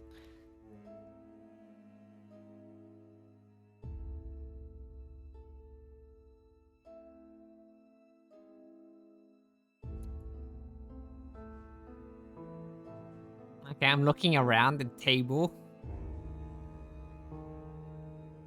It was the fairies. Lies. Do you have any fingerprints on my desk?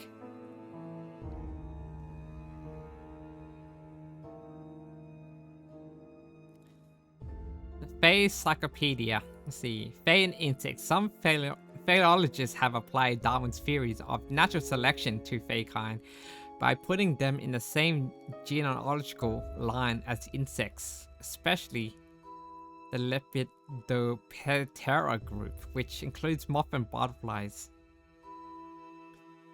This is supported by the similarities to each other. Beneath a special black light, some species of butterflies can glow by a chemical known as phosphorus, which fairies also have.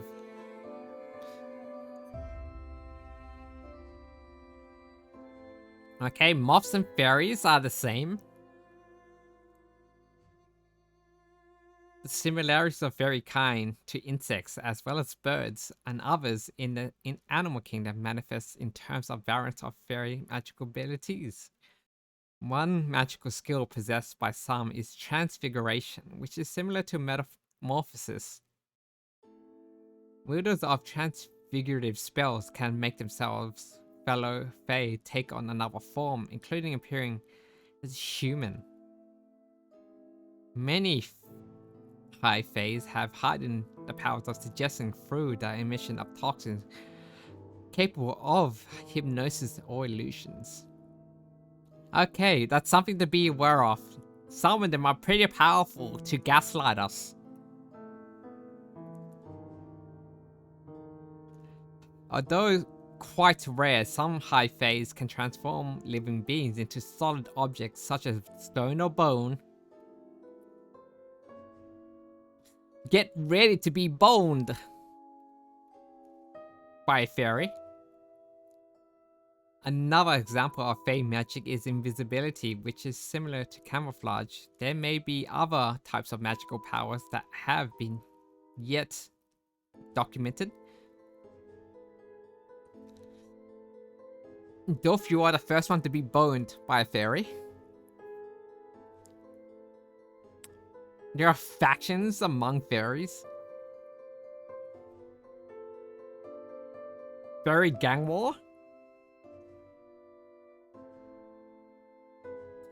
There are two main factions of high fae, the scribes and the warriors. The scribes are known for their defensive magic and their intelligence. The warriors are for their power and offensive magic. Meanwhile, the low fae faction is comprised of fairies with limited parasitic magic. They are widely maligned species that like to consume human blood, hormones, and even souls.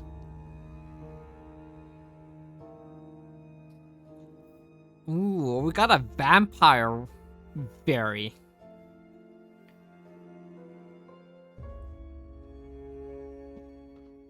Man, what? Wait, oh my god! It just reminded me of the fairies in Hellboy 2. The fucking beginning, the fucking fairies with the teeth, the tooth fairies. Nasty little critters.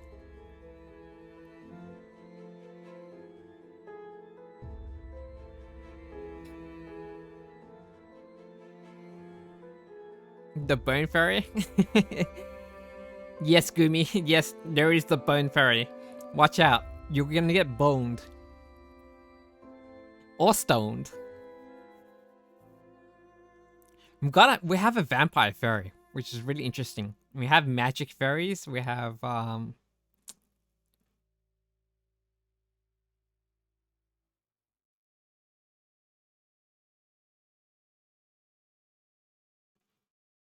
we have like powerful, like, you know, powerful mimic fairies.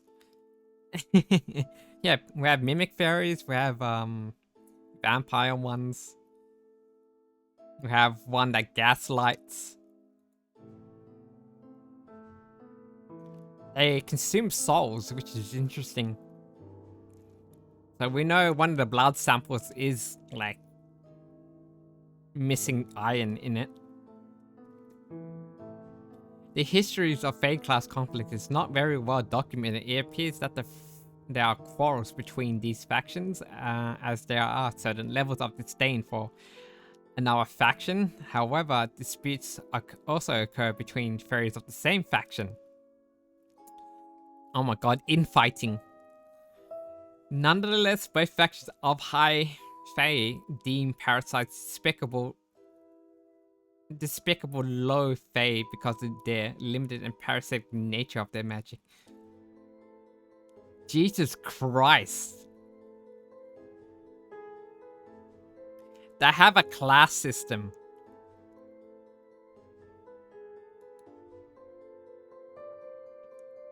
You're a fairy that consumes blood, souls,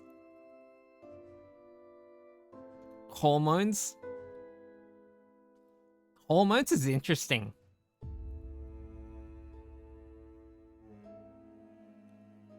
Disgusting.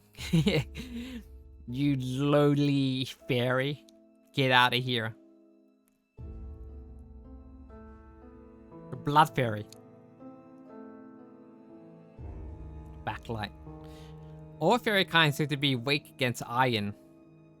Although a small amount of iron, such as in meat or blood, does not seem to ward off fairies.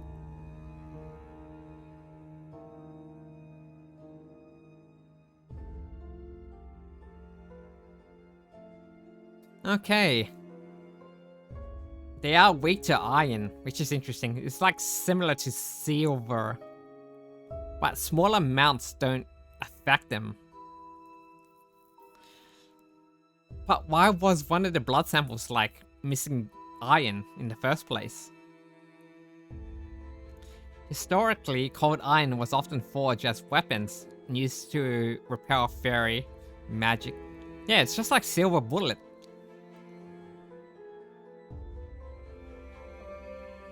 The intricate use of iron combined with physics and chemistry is applied by phaeologists to develop a special backlight to detect and distinguish magical essence of the three main types of Fae.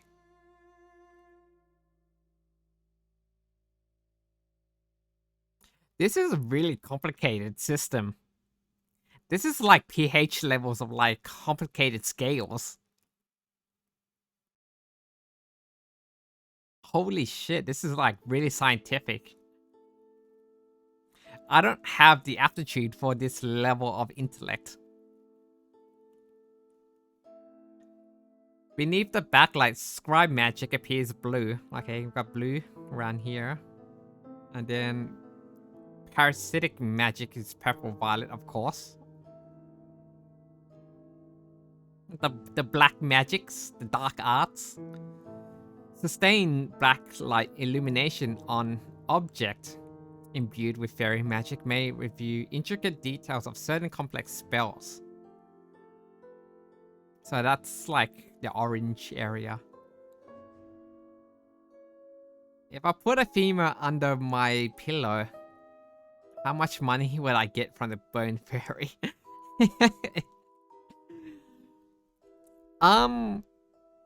You may have, depending on which fairy comes. Who knows? It's a bit of a gamble. You may have be rewarded like with money, or have your soul sucked, or turn to bone, or stone.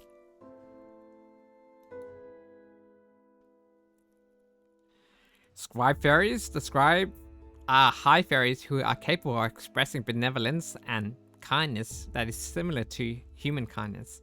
They tend to be more friendly to humans. However, this kindness is only shown in the forms of exchanges and in favor exchanges, and they do not go out of their way to help other like humans would. The scribe magic assists humans in contingent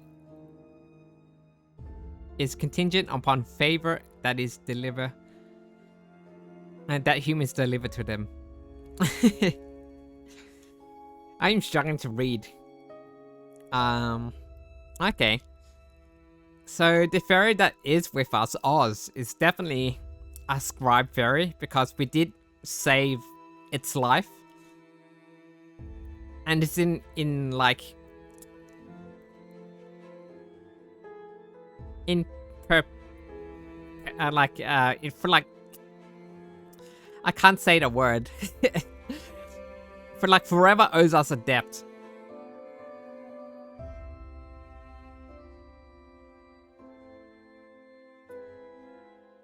I can't even say this word. I'm gonna type it out in chat. So perpetuity or something like that. Indebted. No, like in like forever. Some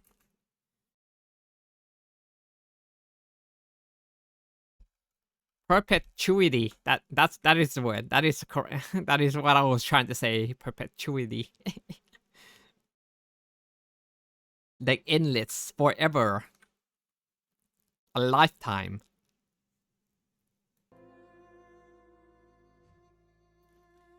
For example, some scribe fae may use their magic to give blessings to humans who have done very special favors or boons for them via inheritable invisible markings such as sigils or birthmarks.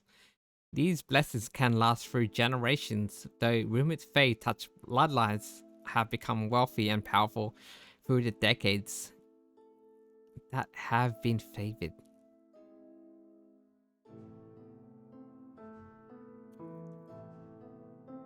The elites are backed by fairies, confirmed. It's right here. There is a secret society with fairies in them. And Mr. Henkel, Oscar, our love interest, is even more suspicious now.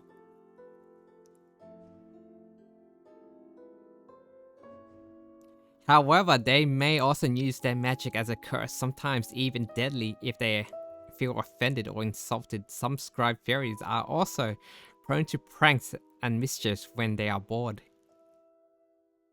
Just like RRL, yes, the top 1% are like a cult.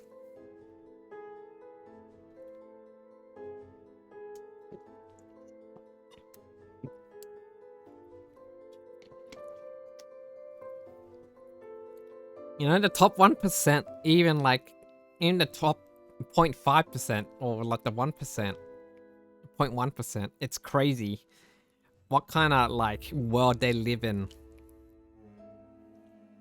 It's very cult-like.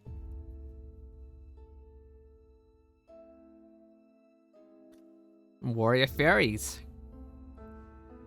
The high phase of the warrior faction frequently reside in groups are territorial. So we know which ones if they feel like defensive. They are protective of their troops and tend to be unfriendly towards outsiders. Especially if they come from the scribe faction or human. They will smite anyone who interferes with their group. Humans entering their factory, even if accidentally, may face elimination through the warrior's offensive magic. That is so fucked up, man.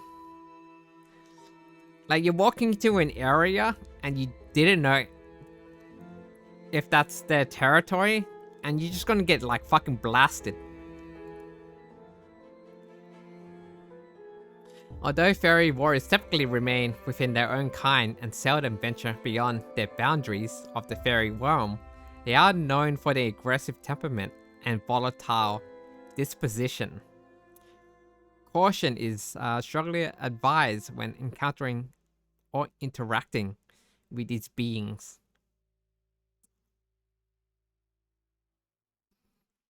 Fear kind of exhibits this, but he kind of like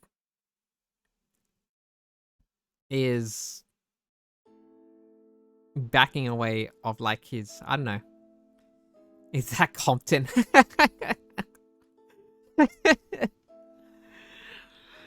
Oh, bro, I mean, I feel like New York is much more dangerous than like LA. But then again, I don't know America that well. Like, both seem dangerous.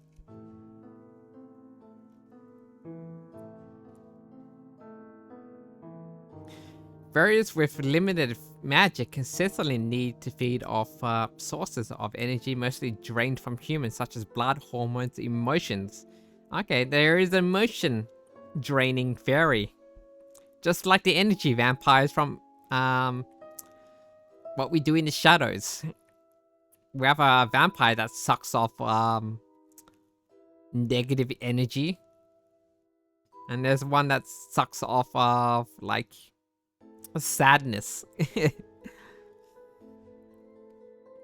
What do they mean by hormones? Do they mean like human fluids? Bodily fluids?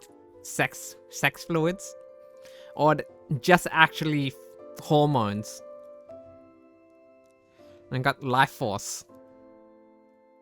On the other page it said soul, so I guess they are one and the same. However, the mechanism and rates at which these drainage processes occur are greatly varied. Processes occur are greatly varied.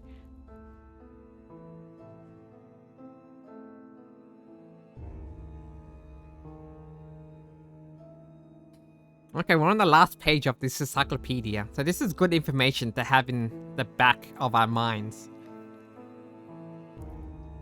Notable incident to changeling. There are a few unconfirmed rumors of high fairies like to capture humans and bring them into their fairy lands for purposes such as forced reproduction, servitude, ritualized combat for their amusement, and so on. The fairies leave changelings behind to mask their absence. This is cult. This is a cult-like behavior. A changeling is comprised of several fae, typically of a parasitic type magically transformed to look exactly like an abducted human. Due to the complexity of fae magic required to create a changeling, the enchantment also goes awry. Anomalies common among the changelings include an extra finger or toe. Okay, so we gotta look at the physical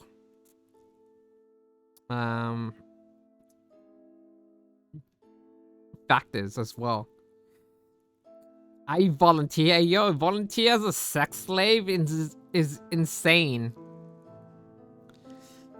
You want to be a sex slave for the fairy?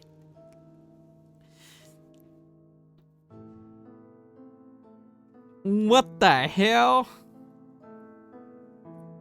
Alright, fairies, you know where to grab your victims? Right here. I have 2 volunteers.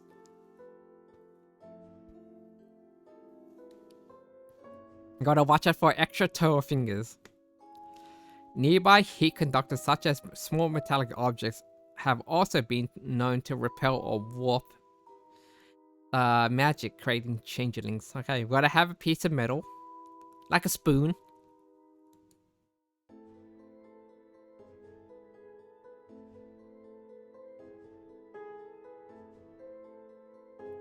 Put that back.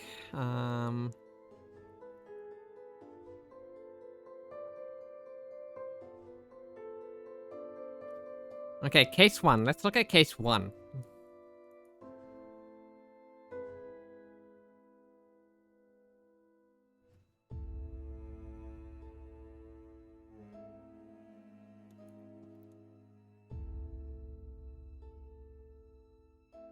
Which one is this? Okay. We got the grandma.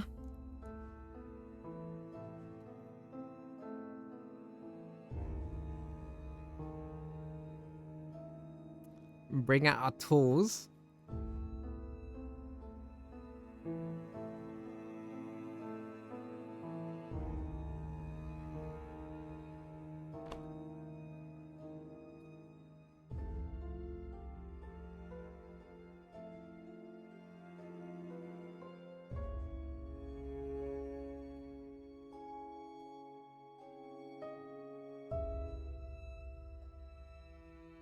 Okay, we got it organized.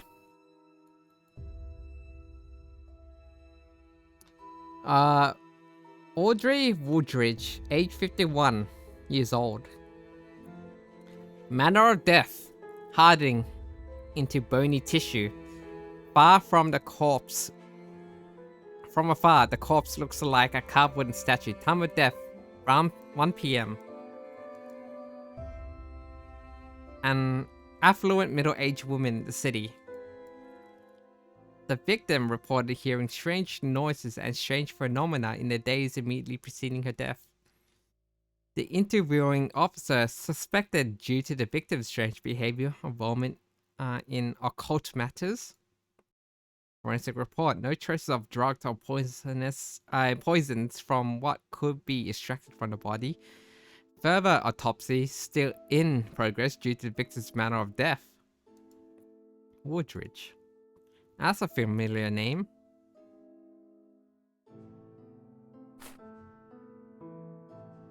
The first victim's crime scene. This is the first time I encountered something that could be ossification. I feel sick to my stomach. No one deserves to die like this. Something's odd with her fingers. Wait, so that's 1, 2, 3, 4, 5. She's got an extra finger.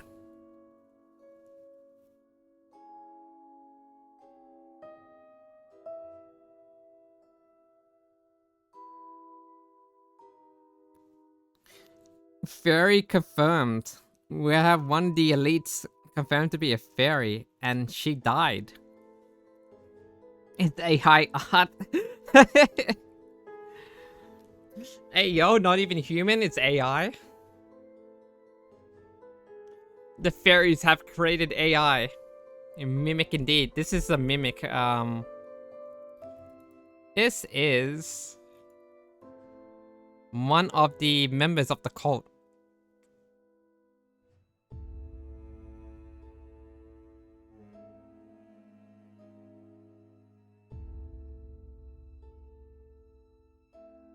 So you have a fairy combining with a human, and that somehow makes him grow an extra finger or toe.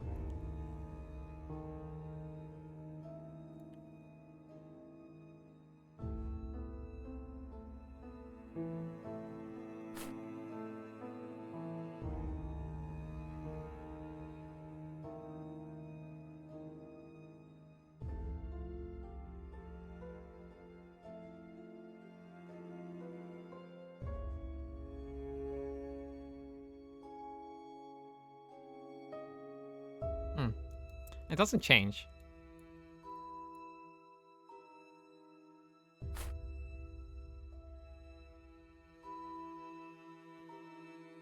It's not reacting.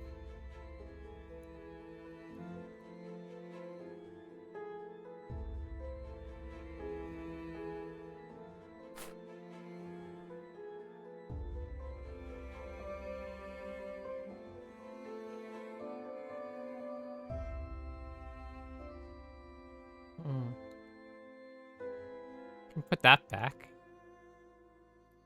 And this as well. Let's look at another photo.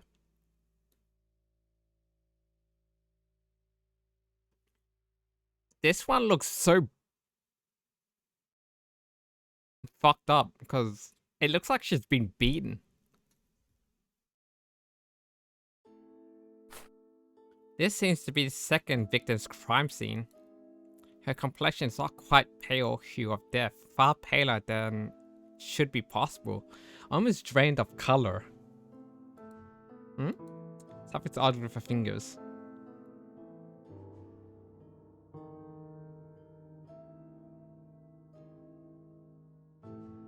1, 2, 3, 4, 5. There's 5 fingers. Drain too much segs. I guess so, in a way. Like, she's been sucked off so hard that she's completely withered.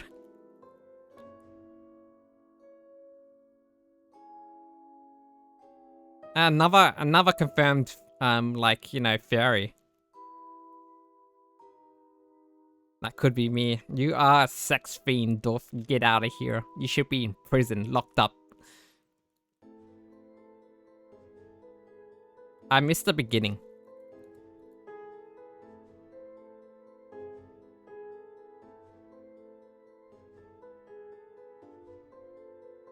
Can I?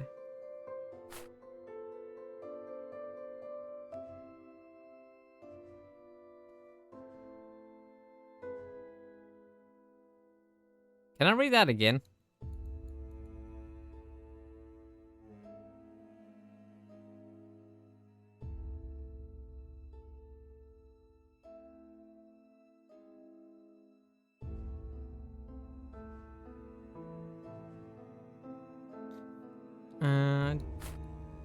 We don't need that for now because we're not inspecting like objects. We've got photos.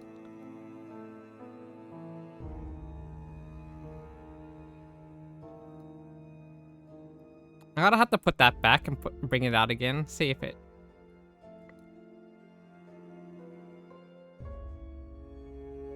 Read again? No, I missed it.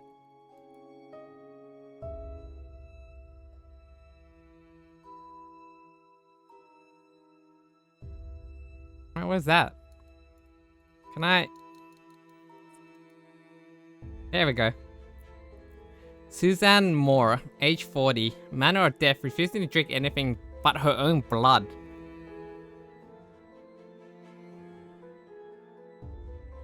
What the fuck? Okay. Time of death, around 11 AM. Profile, affluent middle-aged women city. The victim's mother reported that the victim was suffering from a prolonged paranoid episode in the days leading to her death.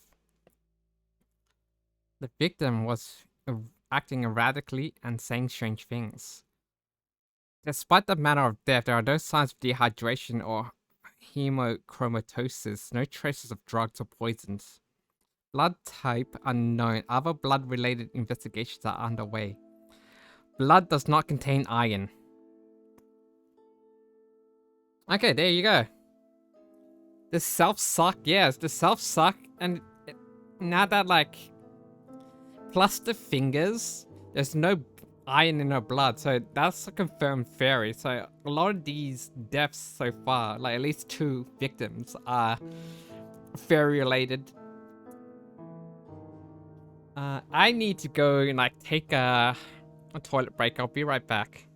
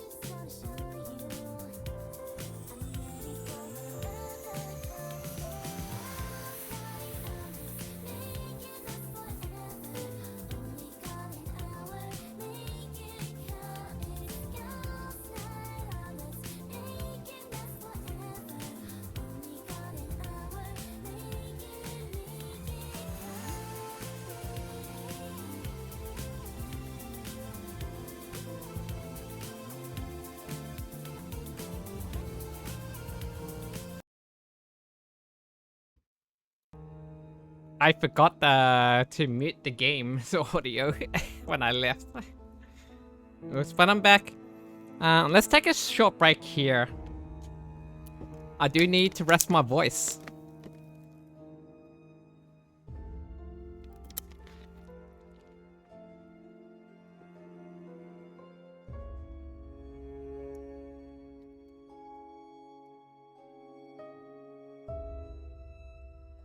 I've used my voice quite a bit today. Lots of reading out loud.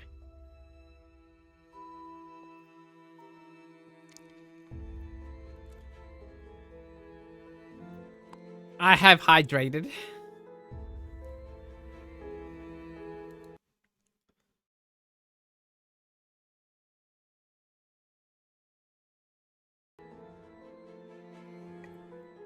I do have one more donut to eat. I'm gonna eat it. I'm gonna eat this donut.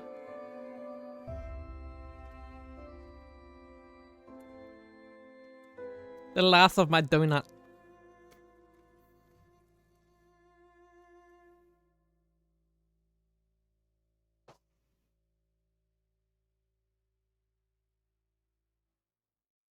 It is a chocolate custard donut. It's so good. I saved it for last.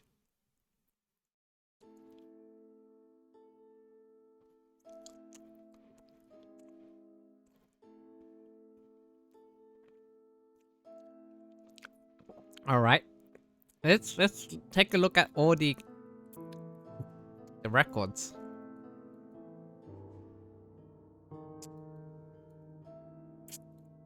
Right, I'll put that back.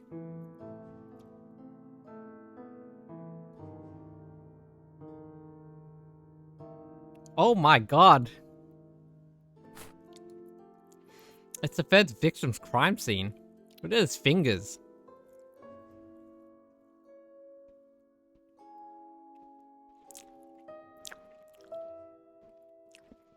Her fingers. I've seen in corpses before. But never like this. There's another strange thing about her fingers. 1, 2, 3, 4, 5. Another 5-finger person.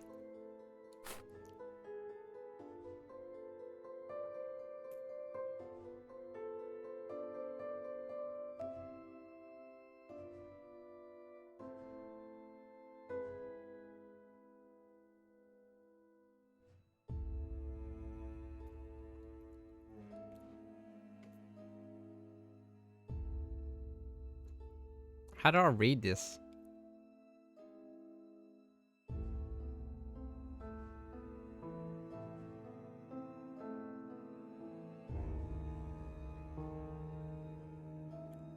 Here we go. Edna Niblet, 64 years old. Manner of death, gnawing at her own fingers, down to the bone. Time of death, 10 a.m. Jesus Christ, talking about biting your nails on a whole new level.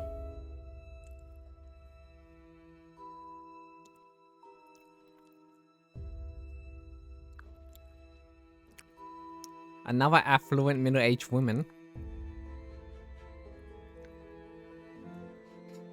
Police report. A friend of the victim reported that she visited the victim's residence to drop off invitations shortly prior to the victim's death. The friend also wanted to check on the victim's well-being, as she allegedly been acting strangely at parties at night before. It seems that the possession or like the changeling started happening around there.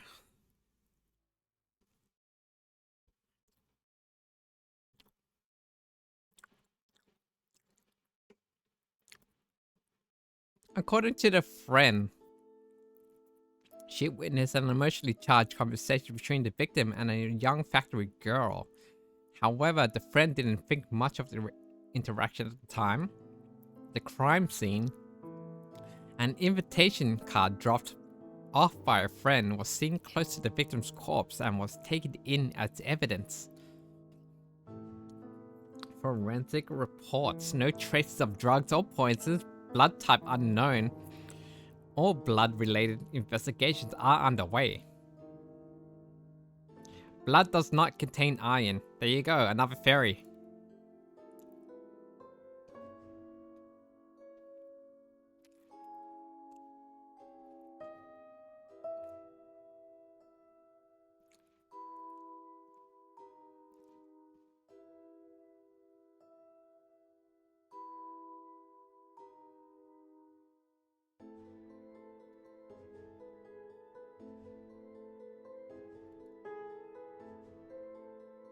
can't open this this file. How do I open this?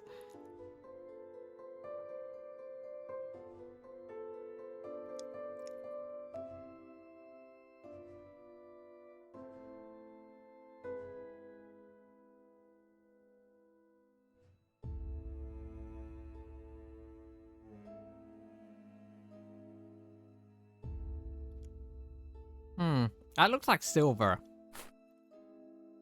Jesus Christ, that scared me.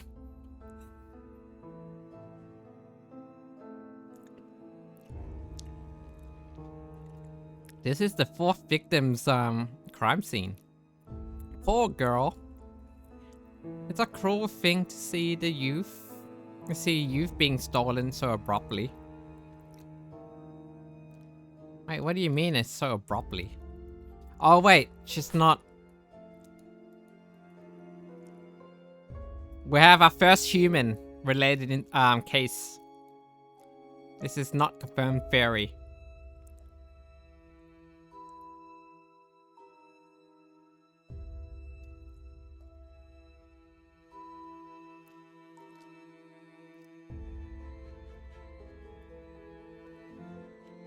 Hello, game.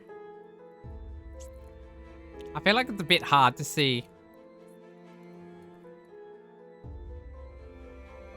I can't read the case file.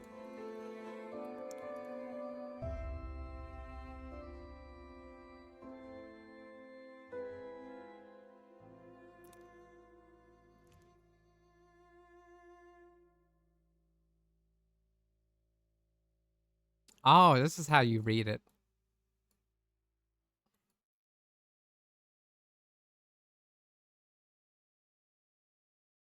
Right. So there's nothing on her file. Why is there a... There's nothing in there. Suspicious.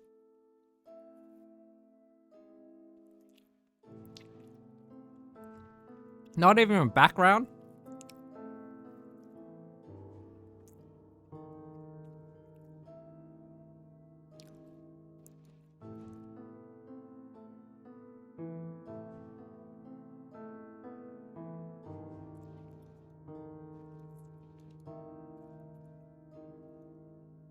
Oh, there's more. You can put away. Actually, no. We'll leave out the magnifying glass.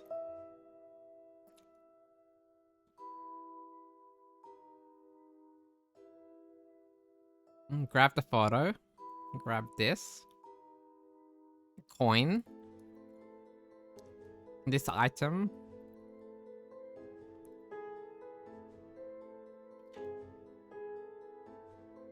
This is how we do investigations.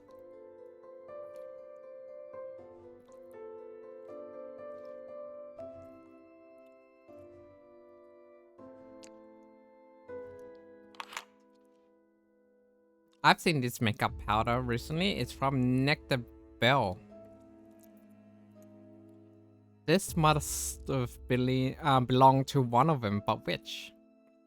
I wonder if the owner likes box design carrying it around in her pocket since the already used up. Perhaps the chemist has some insight in her since her family owns the brand.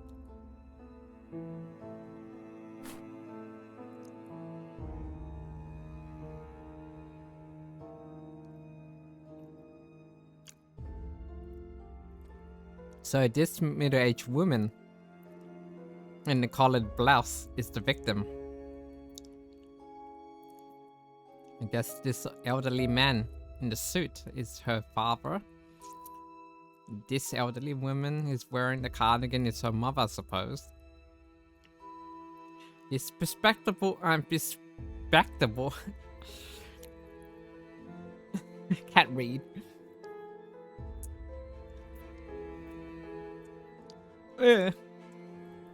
Well, I'm also eating at the same time.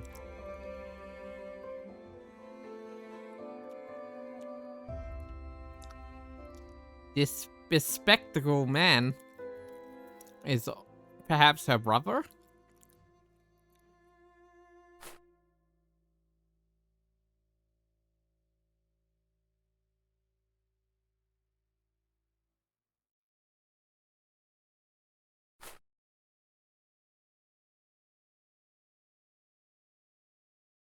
Yes, I'm trying to look at their hands. Oh, 1, 2, 3, 4. It's pretty human.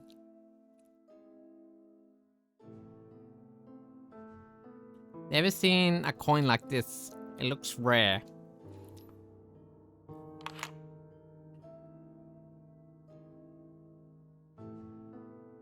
I don't like the way that it's automatically detecting because it's kind of annoying.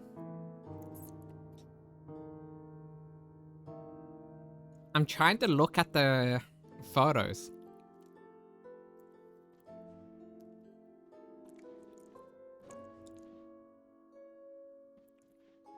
She's hiding her fingers.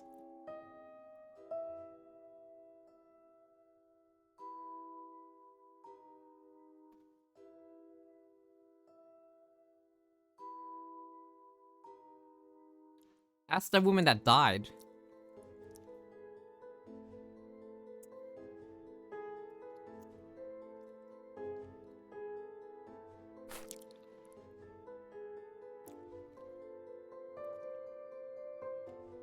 So this middle-aged woman in the collared blouse is the victim.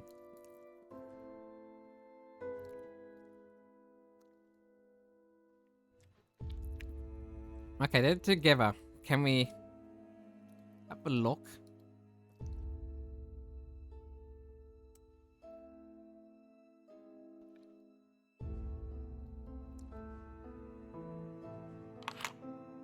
A wedding ring seems to be made of gold. Never seen... That's not the coin! That's the invitation! I'm looking at the invitation. 20th of October, 8 o'clock in the evening.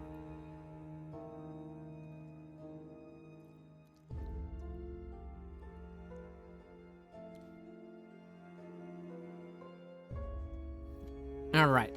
Let's bring out the backlight. What can we find? Hmm? What's happening?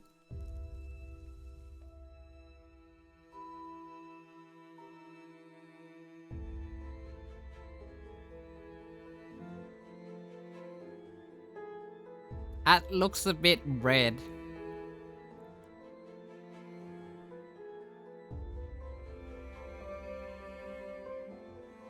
But it's all purple as well. It's also purplish pink.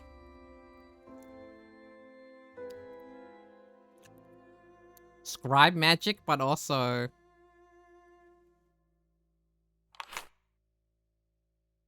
Wait, what's on that hand?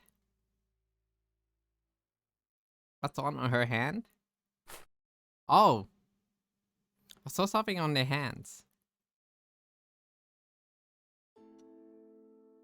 We found something.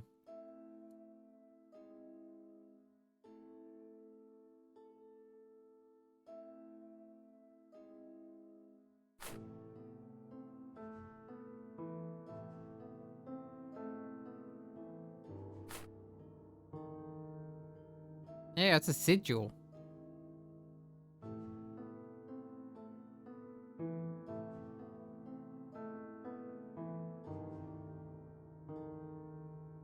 Um...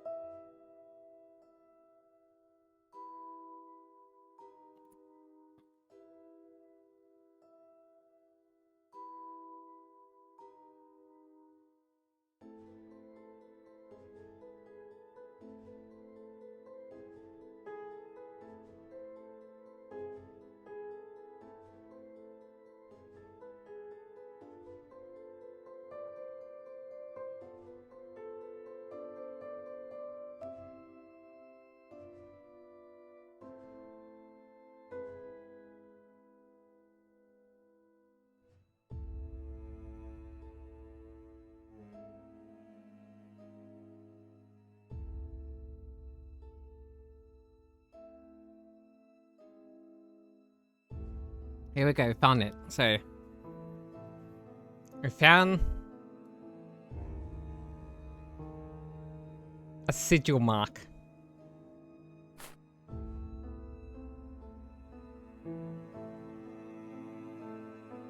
There we go, we got another one.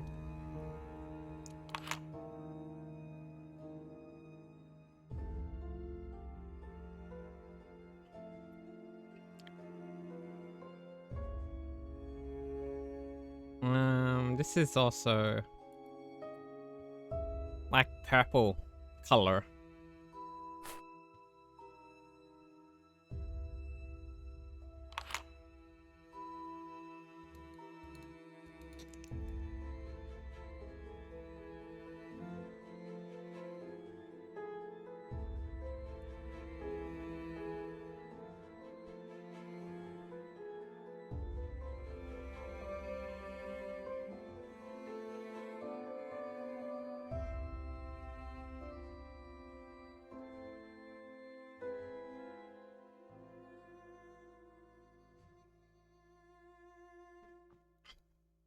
Gold accents.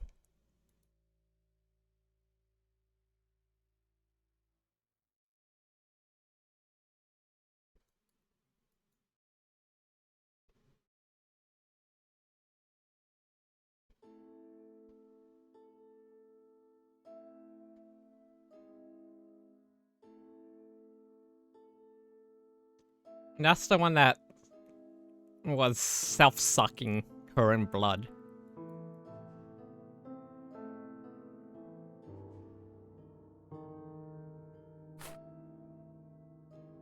Doesn't seem that the sigil appears here.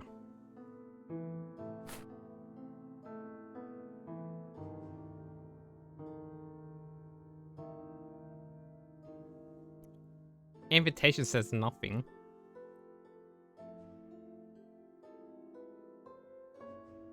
Oh, we got a glitch here.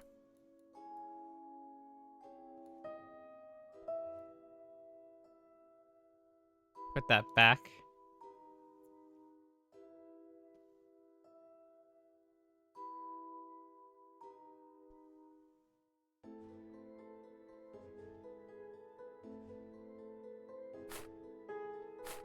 There's nothing on that one.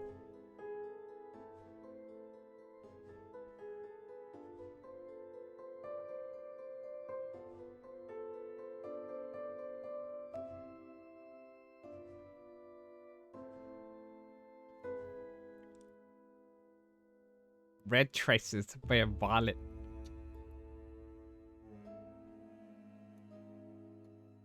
And we got an old coin. Red traces of magic. Mostly violet.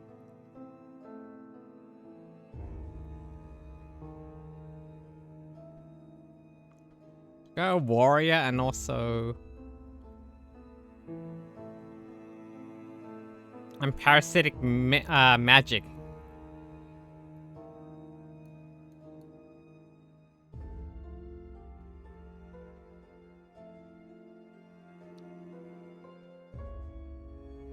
Two people. One person, the Moore family.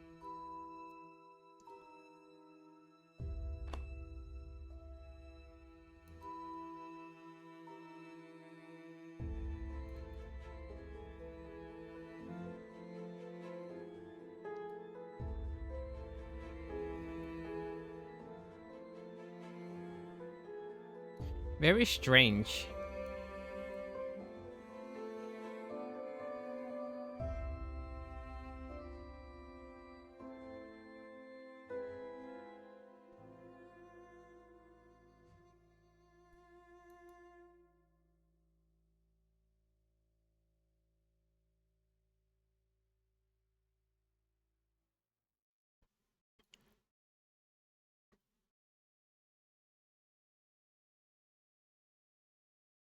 Is there new evidence?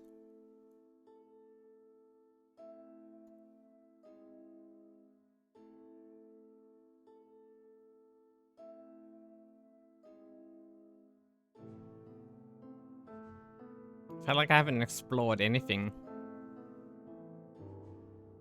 on that makeup.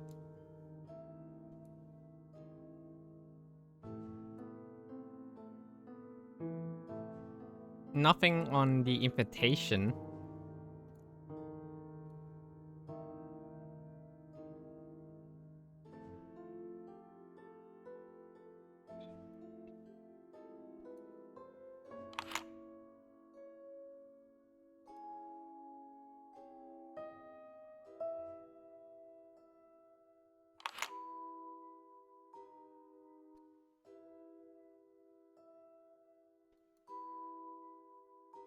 Who owns this makeup brand? Nectar Bell.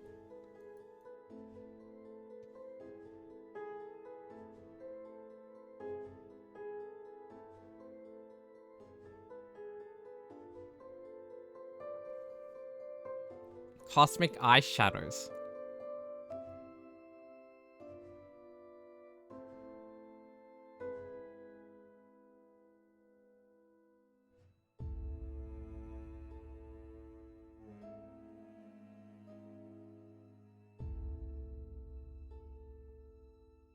Neon, Yahoo, hello, hello.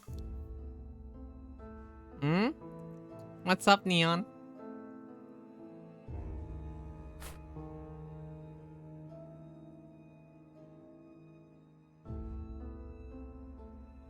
The brother is suspicious.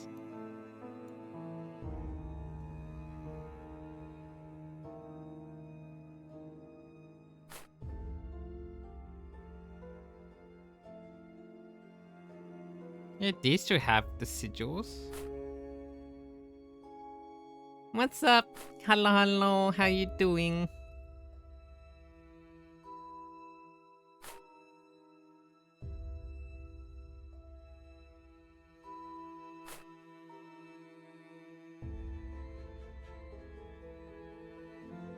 There's a lot of extra fingers.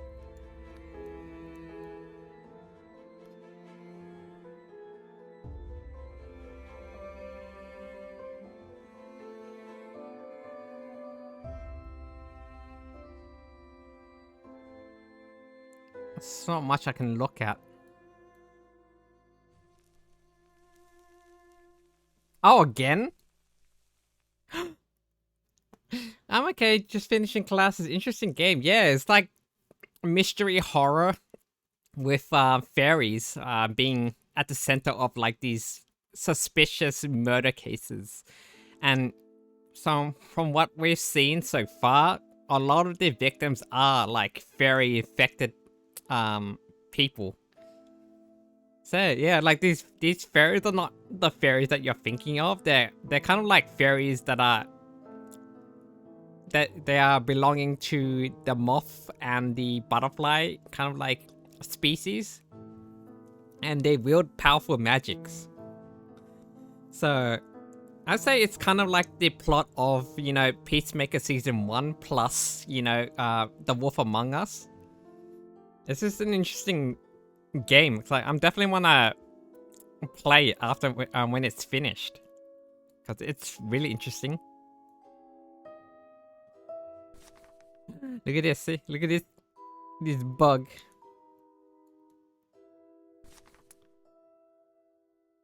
I've seen this before. This is a parasitic fae. Yes. Fairies are demons. Look at what they did. Yes, it's a bug. A magical bug.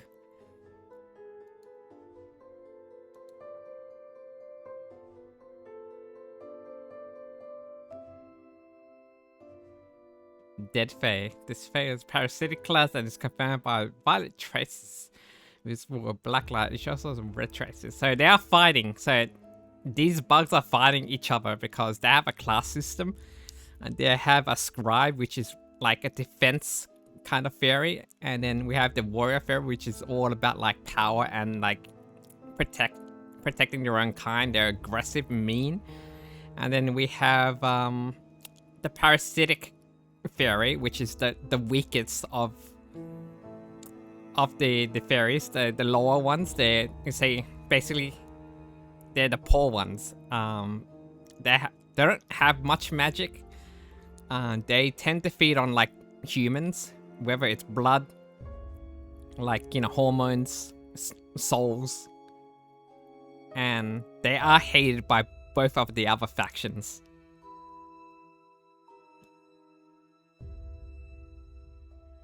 And then there's another, like,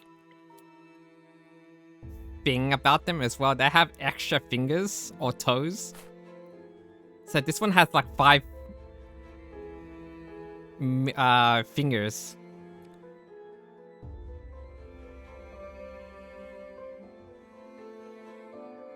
So it is quite interesting.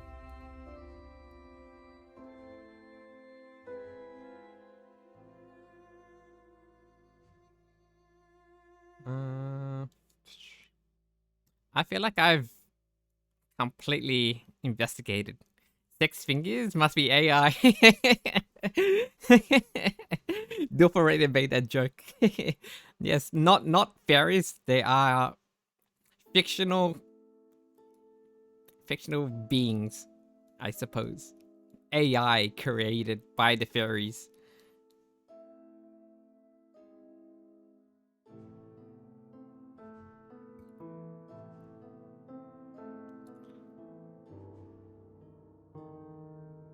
It seems like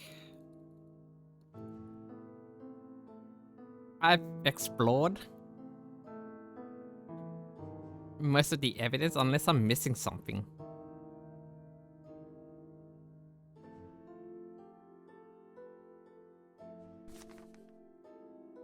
Oh, there we go. There's no mistaking it. The structure of the thorax, the antenna, and curvature, elongated legs, they are exactly the same as prosthetic Fae I catalogued several months ago.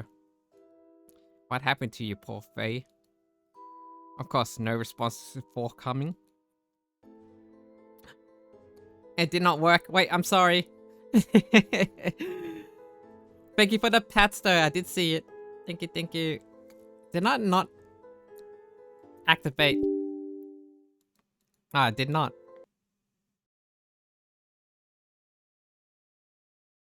Oops. Let me redeem that for you.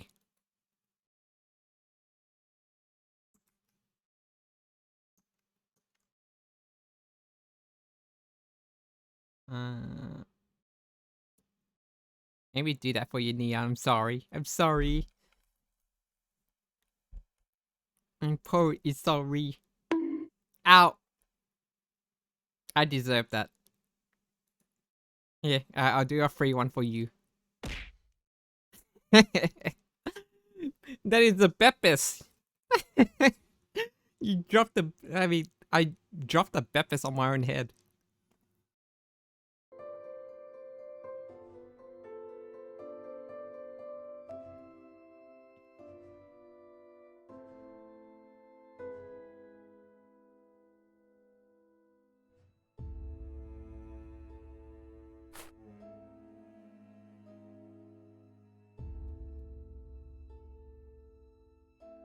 Can I just zoom in?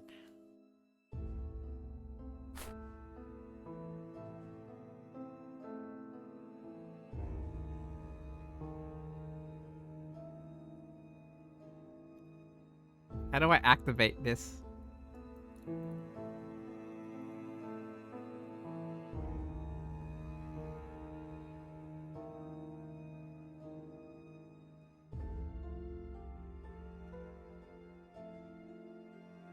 Do I link?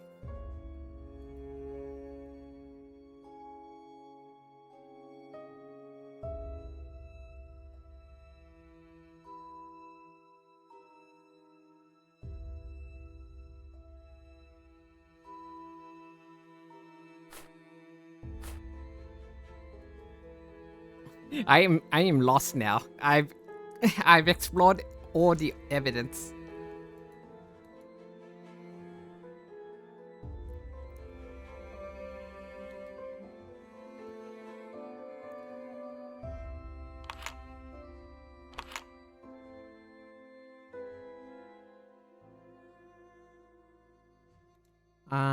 Let's see, help. Select an item. Open the inspector.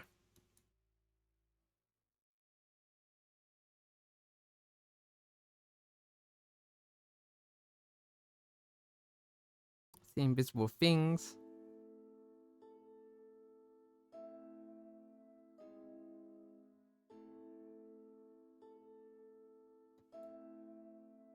Is this the it? Is this it for the? I don't see the end investigation.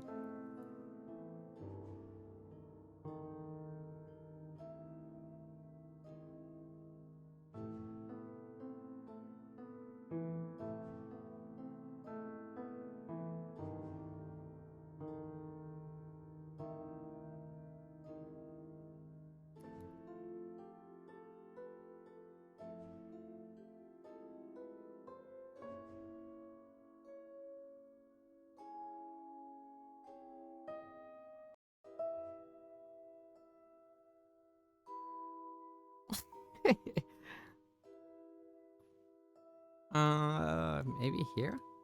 Do this again?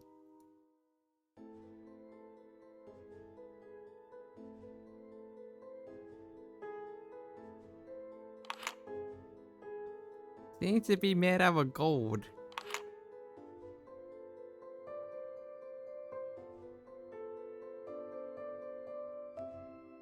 Can't open this?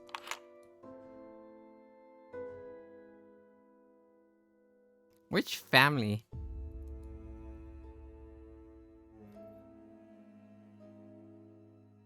The statue... Cult matters. Then... Suzanne Moore.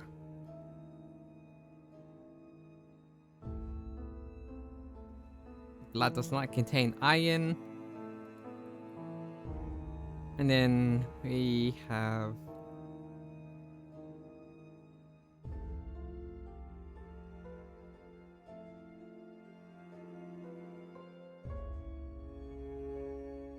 Do we match the invitation in the photo?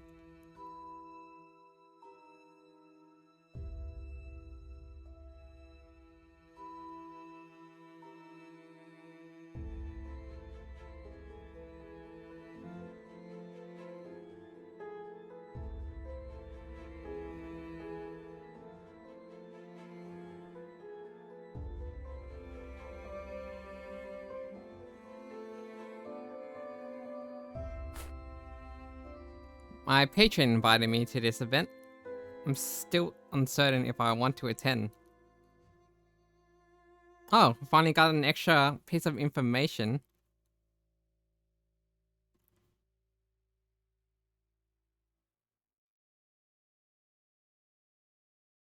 It's a little bit buggy, because I can't tell whether I should inspect or something like that. I feel like a bit of a highlight would help on what is inspectable or not.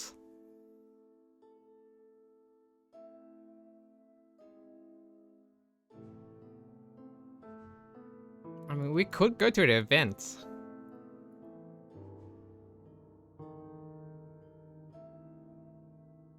What else have we not looked?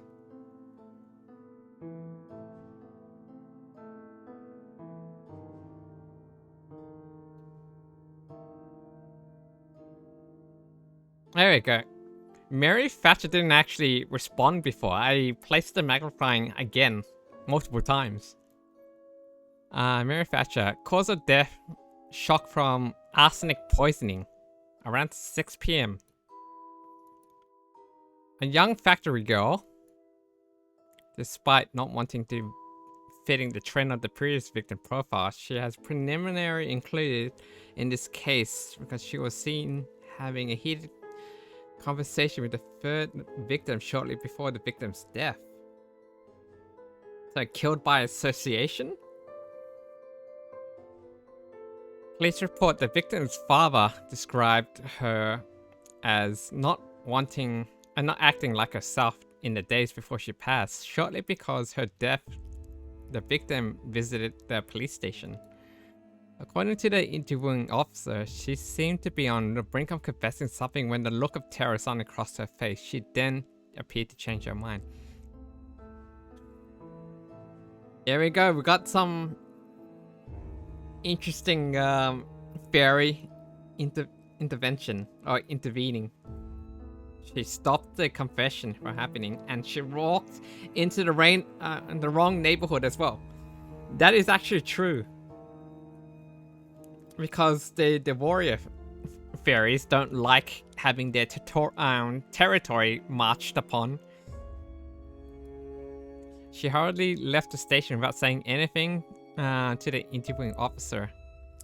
Prior to the death, the victim suffered a violent abnormal cramping following diarrhea and vomiting, consistent with the effects of arsenic poisoning. Traces of said poisoning can be found in blood type A, and the glass the glass she was drinking from near the time of death. Blood contains iron, other elements commonly found in human blood. Ah, okay. This is the only case file that I wasn't able to read properly for some reason.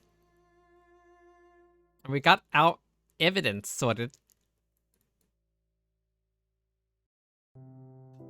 I should be grading assignments or reviewing the lecture I'm going to deliver come Monday, or do anything productive in the realm of professional duties. Instead, I find my attention straying more towards the office door. I voice my frustrations to good old Oz. Yeah, Neon, here you go. This is what the fairies look like, right? If they're alive.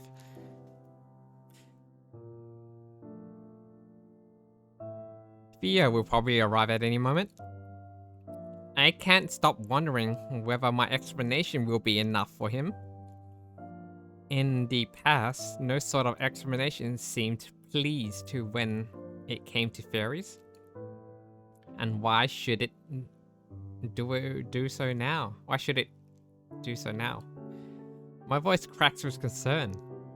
This time, he came to you bearing in mind that the possibility of fairy involvement. He be a fool if he discredits you so soon. My fairy companion chirping becomes increasingly stern this time. But you need to get yourself together. So this is the fairy that we managed to save on the brink of death, and it owes its life to us by serving as our companion. You must remain steadfast and strong when facing the detective. Don't permit your voice to falter when presenting your findings. I know I can't let myself unravel at this point. It's just that he's never solicited my opinion quite in this manner. A professional insight, no less. All the more reason to remain calm as you can be. Maintaining your composure is essential to delivering a persuasive argument. But no matter what happens, at least you know you tried.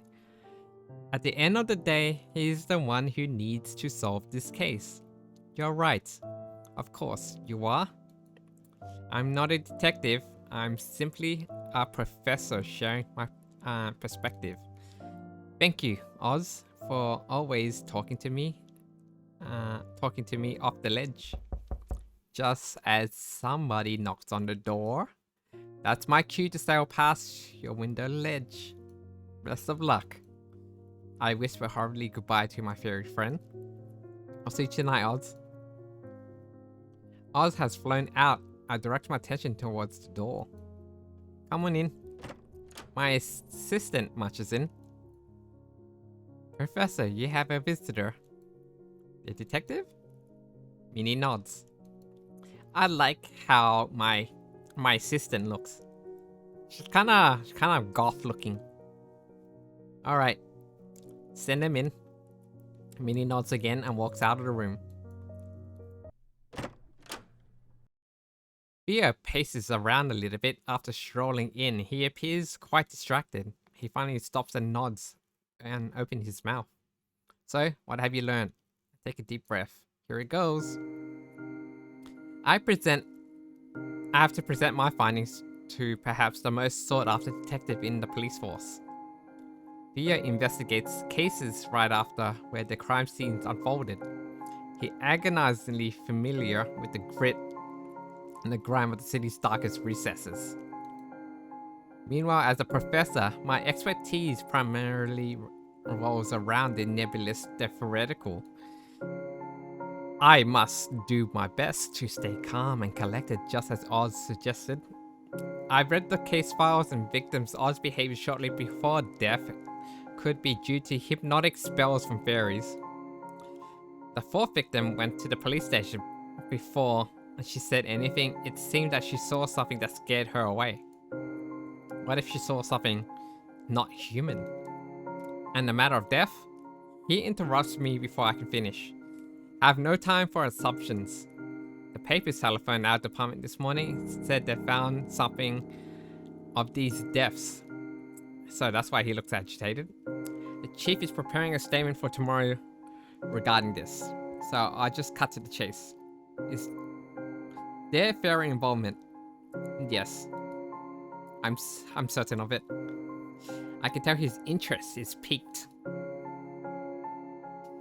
However, I like to first lay out the basics, since I'm pretty sure you've discarded the things I've told you in the past. He grumbles as if in an omission of my statement. So far, we have identified 3 classes of fairies: warrior, scribe, and parasitic fae. Warriors have a strong offensive magic. Scribe magic tends to be defensive. Parasitic magic is well parasitic. We Faeologists have developed a tool called Backlight to detect traces of Fae magic. It can even be detected through photographs if the magic is especially strong. Warrior magic glows red, Scribe magic glows blue, and Parasitic magic shines purple. So Oz is the Scribe. I've found that seemingly the fairies of one specific class are behind this.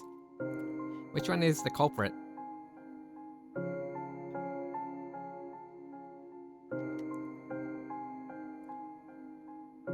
Oh.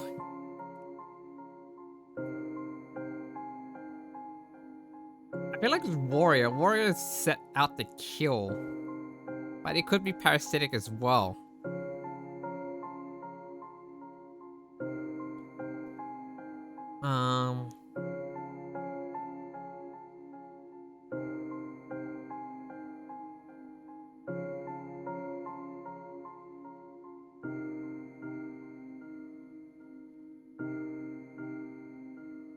But I feel like it's Warrior because they're aggressive. They're the Warrior class. What is the evidence?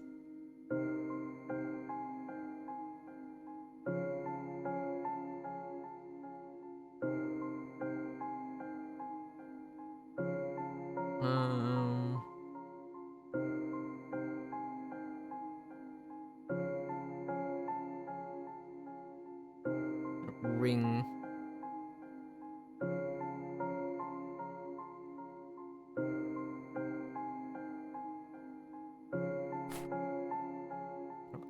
Don't worry, I'll put the dead fae beneath the backlight. It's a dead parasitic fae. Look, it glows purple and red under the blue light. I take it their bodies still glow even after they're dead? Correct. It takes a while for their magic to fully dissipate from the corpse. Honestly, this just looks like a normal bug to me. Hold on one second. I turn to the shelves and pick up one of the boxes containing a deceased insect from my ongoing research. I open the lid and show it to Theo. I found this one dying just yesterday. It died shortly after. Swiftly, I put it beneath the backlight. A normal one doesn't glow, you see. Theo's expression is a blend of amusement and bewilderment. Quite interesting.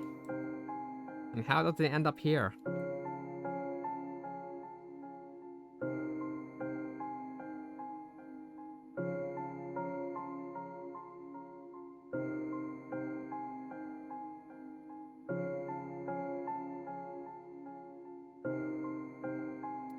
I failed.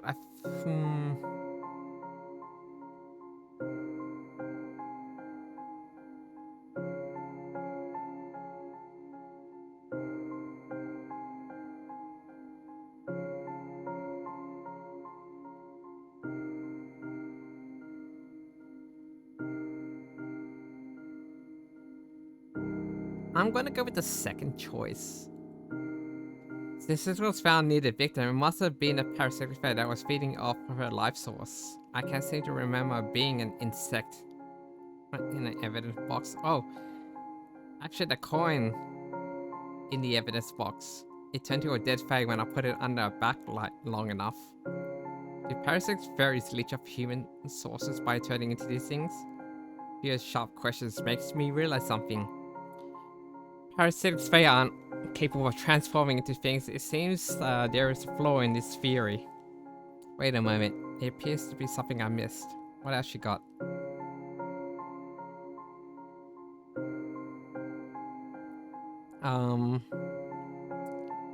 Sample. How does this prove the Rory's involvement? I slot the blood sample beneath the backlight to show traces of magic. You see, there is a glow of purple and red under the backlight. How do purple traces or parasitic magic, as you say, have part in this?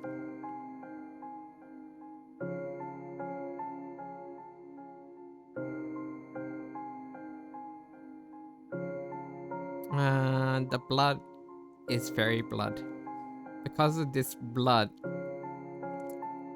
is fairy, and their blood contains traces of their own magic. This further supports the blood sample analysis. Fairies' blood have high content of phosphorus, just like reported. Adding to that, it's missing iron. Fairies have an aversion towards iron. They don't have it in their blood. They can still, however, withstand the iron in human blood. That's why some parasitic fae like to drink our blood. As I ramble on, Via listens intently with a surprised look on his face every time I start a new sentence. To be honest, I'm out of words at the moment. What else you got? The ring. I placed the ring beneath the backlight. You see, Mrs. Moore's ring glows purple and red under the backlight. So why does it glow purple as well?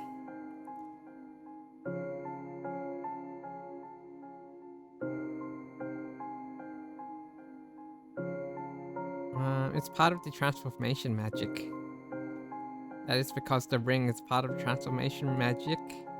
When the parasitic phase transforms into a changeling or a human lookalike, high fae magic is able to copy everything, including Mrs. Moore's wedding ring. There is sudden silence in the air as Via's eyes widen in consternation.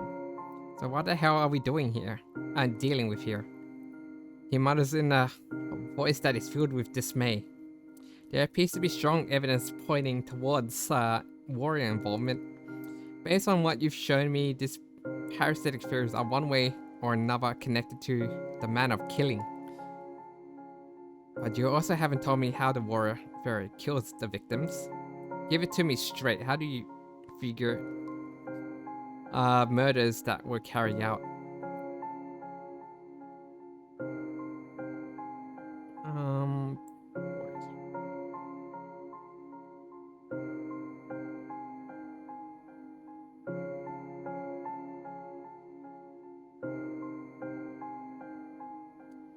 Warren used high sophistication and hallucinatory spells to kill victims.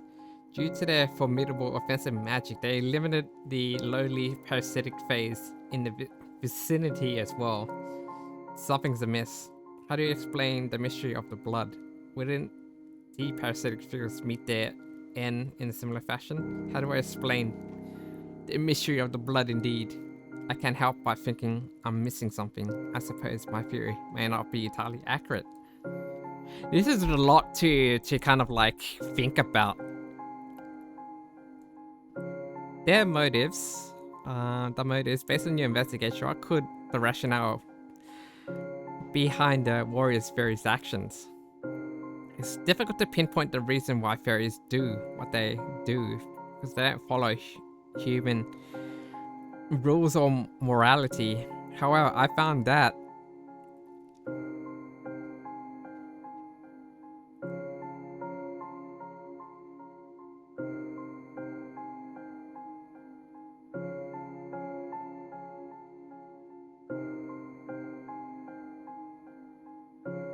feel like they are targeting people with sigils. 3 middle-aged women are blessed by scribe phase shown by the sigils on their hands. I say, however, as the backlight on top of their family photograph one by one. I mentioned before that especially strong magic can be seen even through photographs. Yes, I remember. He answers while taking the backlight out of my hand and checking the sigils himself. 2 sigils light up on Mrs. Woodruff's family photographs and one on Mrs. Moore's. The sigil is a sign of being blessed by one of the scribes, Fae, usually given when someone has done a very special boon for a scribe. It gives good fortune and is passed down through generations. As you know, the middle-aged victims and their families are old rich families that have stayed on top for many decades. That's how strong the magic is. Mrs. Moore was adopted, why it's only her who has it. Her late biological parents hailed from distinguished and affluent lineage. Thea points at the faces in Miss Woodruff's photographs, and he is the biological father, while the other 2 are step-family. I nod at him. I'm positive, at least sure, that we should check on Miss Niblet's family photographs. She and her children would display the same sigils. I'll see what I can do. And also, it's meant as a warning for others not to harm the marked humans. I guess that's warning didn't work in this case, did it? No, it didn't. I suppose this does make sense, and it's a pattern. Yes, this may be targeted murders. He then casts a glance my way with an air of satisfaction around him and breaks into a smile. Good job. My considering how rarely he gives commendations, this sounds like a compliment of a lifetime. I can feel my confidence going through the roof. Thank you. Lastly, what have you found on the poor girl's Mary Hatcher? Any connection to the fairies? The chemist reports similar to the case file. The blood is normal human, traces of arsenic. I didn't find any signs of magic from the evidence. Even so, based on her relation to Miss Niblet, we can't discard the fact that the fairies might have involved her death too. Neo nods in agreement. I have one more piece of information to tell you. Really? What is it? He picks out a small notebook and a pen from his trench coat and starts writing. I'm not sure if this is helpful. Every scrap of information counts. I ought to note down the things we've talked about today as well. Your findings really threw me for a loop. I forgot to take notes. Of course, take your time. While Theo is writing, I tidy up my desk and put the evidence back in the box. Anything else you got? That's all I have for now. He puts his notebook and pen back in his coat. He leaves a sigh so heavy that I can't believe he has the weight of the city on his shoulders. Even so, he looks at me.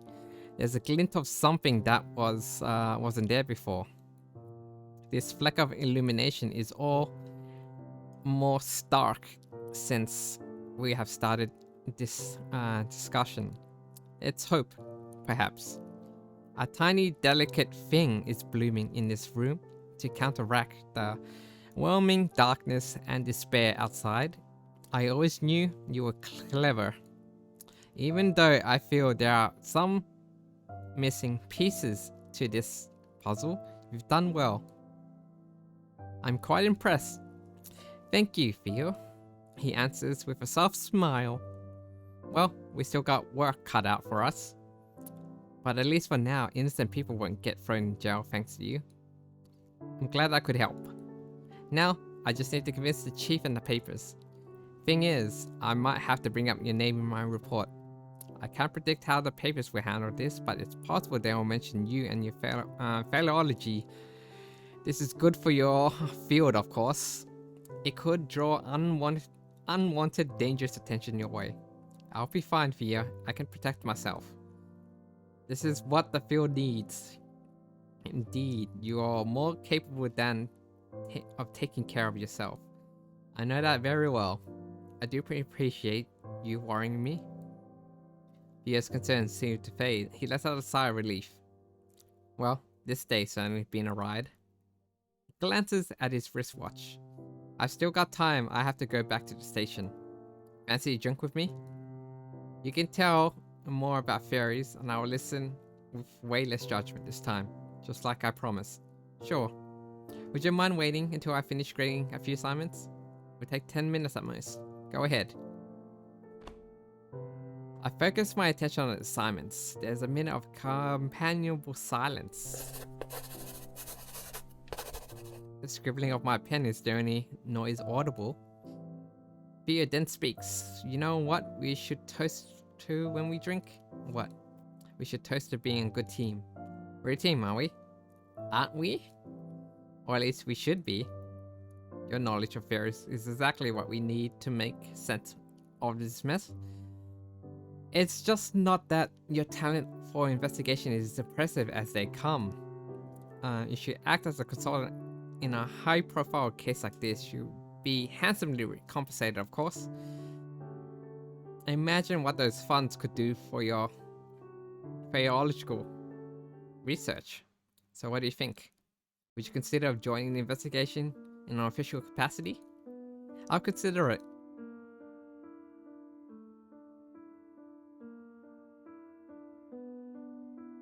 Oh, we have a drinking.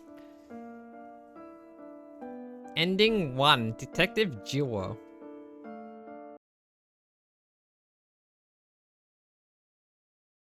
It's another afternoon in this in the office. Oh, so this is Oscar Hinkle. My patron has stopped to discuss a research project that I've been considering.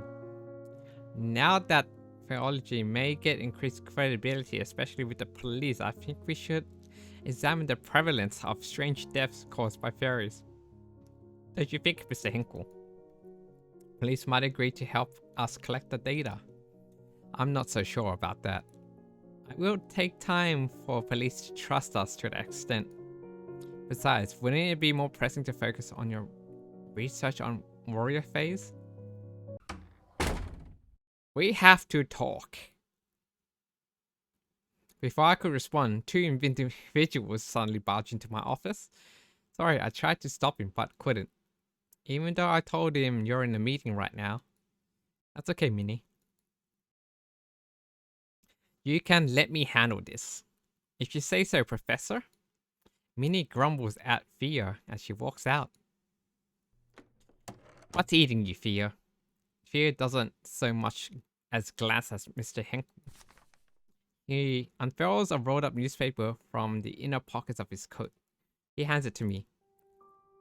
Oh. Oh no. Dance till death. At a glance, I can see the phrases fairies are real, evil is afoot, fairies killing humans spelled out in bold, oversized letter. As I begin reading, my patron peers over my shoulder to read as well. It is not the chief's statement that made the front page. It's another bizarre murder. And this time, the victim is a beloved celebrity. She danced until her body gave out. They wrote out all the excessively grisly details connected to her death. Moreover, reports surrounding the other homicides have been thoroughly sensationalized and exaggerated. They depicted fury as evil enemies of mankind. In some parts, they even insinuate the war between beings is brewing. Reading all of this makes my heart sink and my stomach churn. I need to put the paper down for a moment. This is truly awful. I've already checked the crime scene.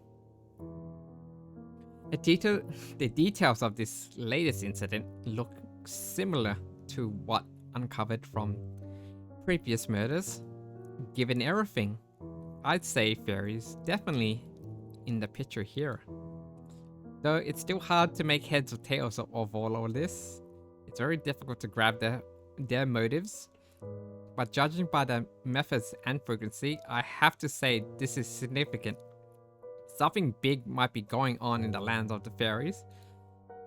As the conversation unfolds, Mr. Henkel appears to be deep in thought. I need you to check something real quick. Theo gives me a photograph of the celebrity. Knowing exactly what he wants, I retrieved the backlight from my drawer and examined the photograph closely. Both Theo and Mr. Henkel peek over my shoulder to see a sigil, the same one as the other three victims had. I suppose we can now establish that these are targeted murders. I nod at him. For some reason, Mr. Henkel is nodding with me.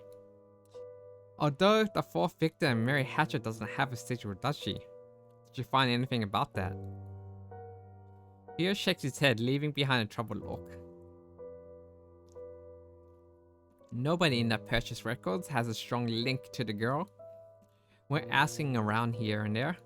The girl was a saint. Everybody loved her.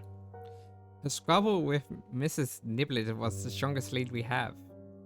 A striking realization draws upon me. What if a fairy transformed into a human and purchased the poison? What? They can do that? Suddenly Mr. Henkel's familiar voice fills the room after his long stretch of silence. Oh yes, detective. Although when a fairy shifts into a human shape, I cannot assume the identity of someone already living. A culprit may well be a name on the list, but one that doesn't truly exist. I give a nod in agreement with his words, feeling slightly proud that my patron is reading all the knowledge this university has to offer. Theo flinches at Mr. Henkel's input, clearly having dismissed him as part of the furniture. He then scoffs. Theo? All I get from Theo is a shrug. Surprisingly, he turns towards the patron. From what I've come to understand, fairy magic is more than capable of doing the killing. They need no poison. But I won't discard the possibility.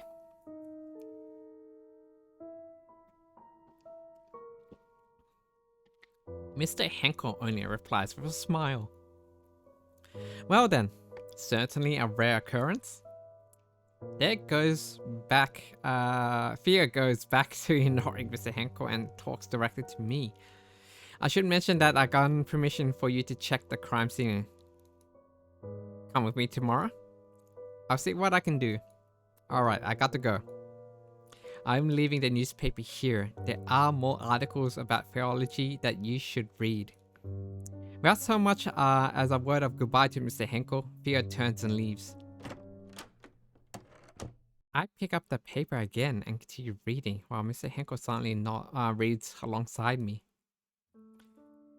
The field of Faeology is indeed mentioned quite markedly, but its loyalty to mankind is under scrutiny. Although the police chief spoke of our help, but the papers continue to raise doubts that our involvement in these killings. Is the Faeology University a friend or foe?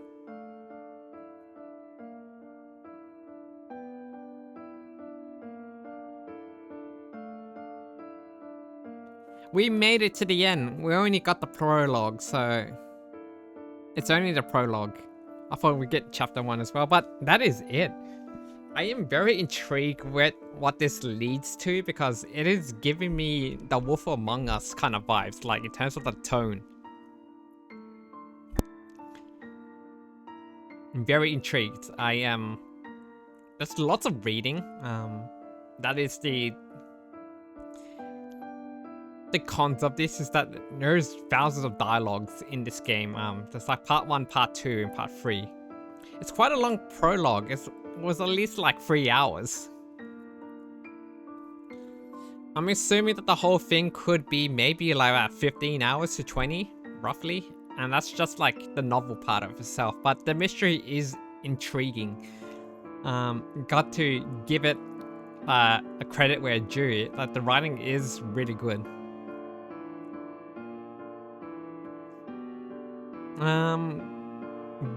Programming wise, it's a bit buggy.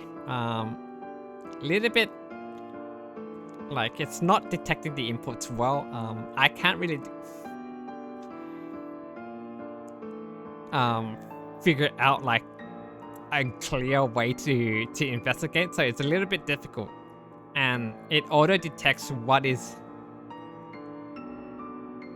can look at, and it repeats often, so it's kind of annoying where you're trying to get to read something. I'd rather see if there's a prompt that you could just glaze over, so you don't have to like go through the same area like again and again and again just to get to the one part. I feel like a prompt button would do better, or like a zoom in feature as well, and have a look at it.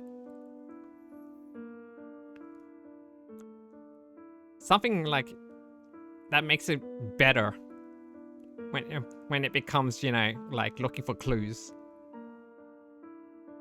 But other than that, it's just like something that I would definitely actually yeah, something I would definitely play. I am getting into like indie visual novels because they are really interesting.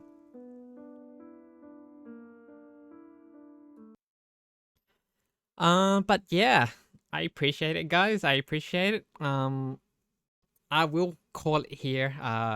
No raid. I am exhausted. Yagao is very tired. Oh my god, but Death and Faeology is just very interesting. I don't know where the studio is from. Let me have a look, cause they should have a website.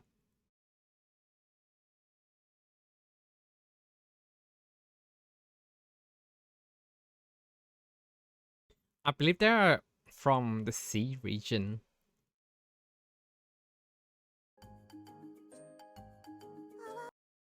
Yes, they are from the sea region.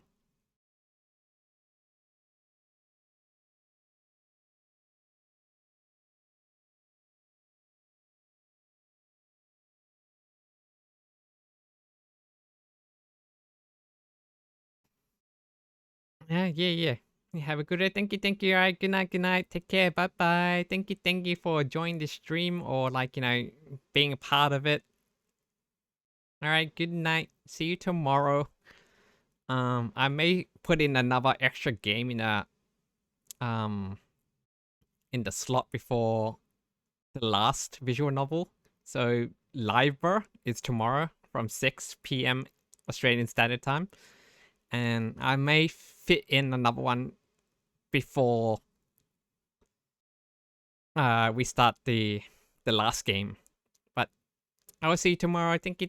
Goodbye. Good night. Oyasumi. Mwah.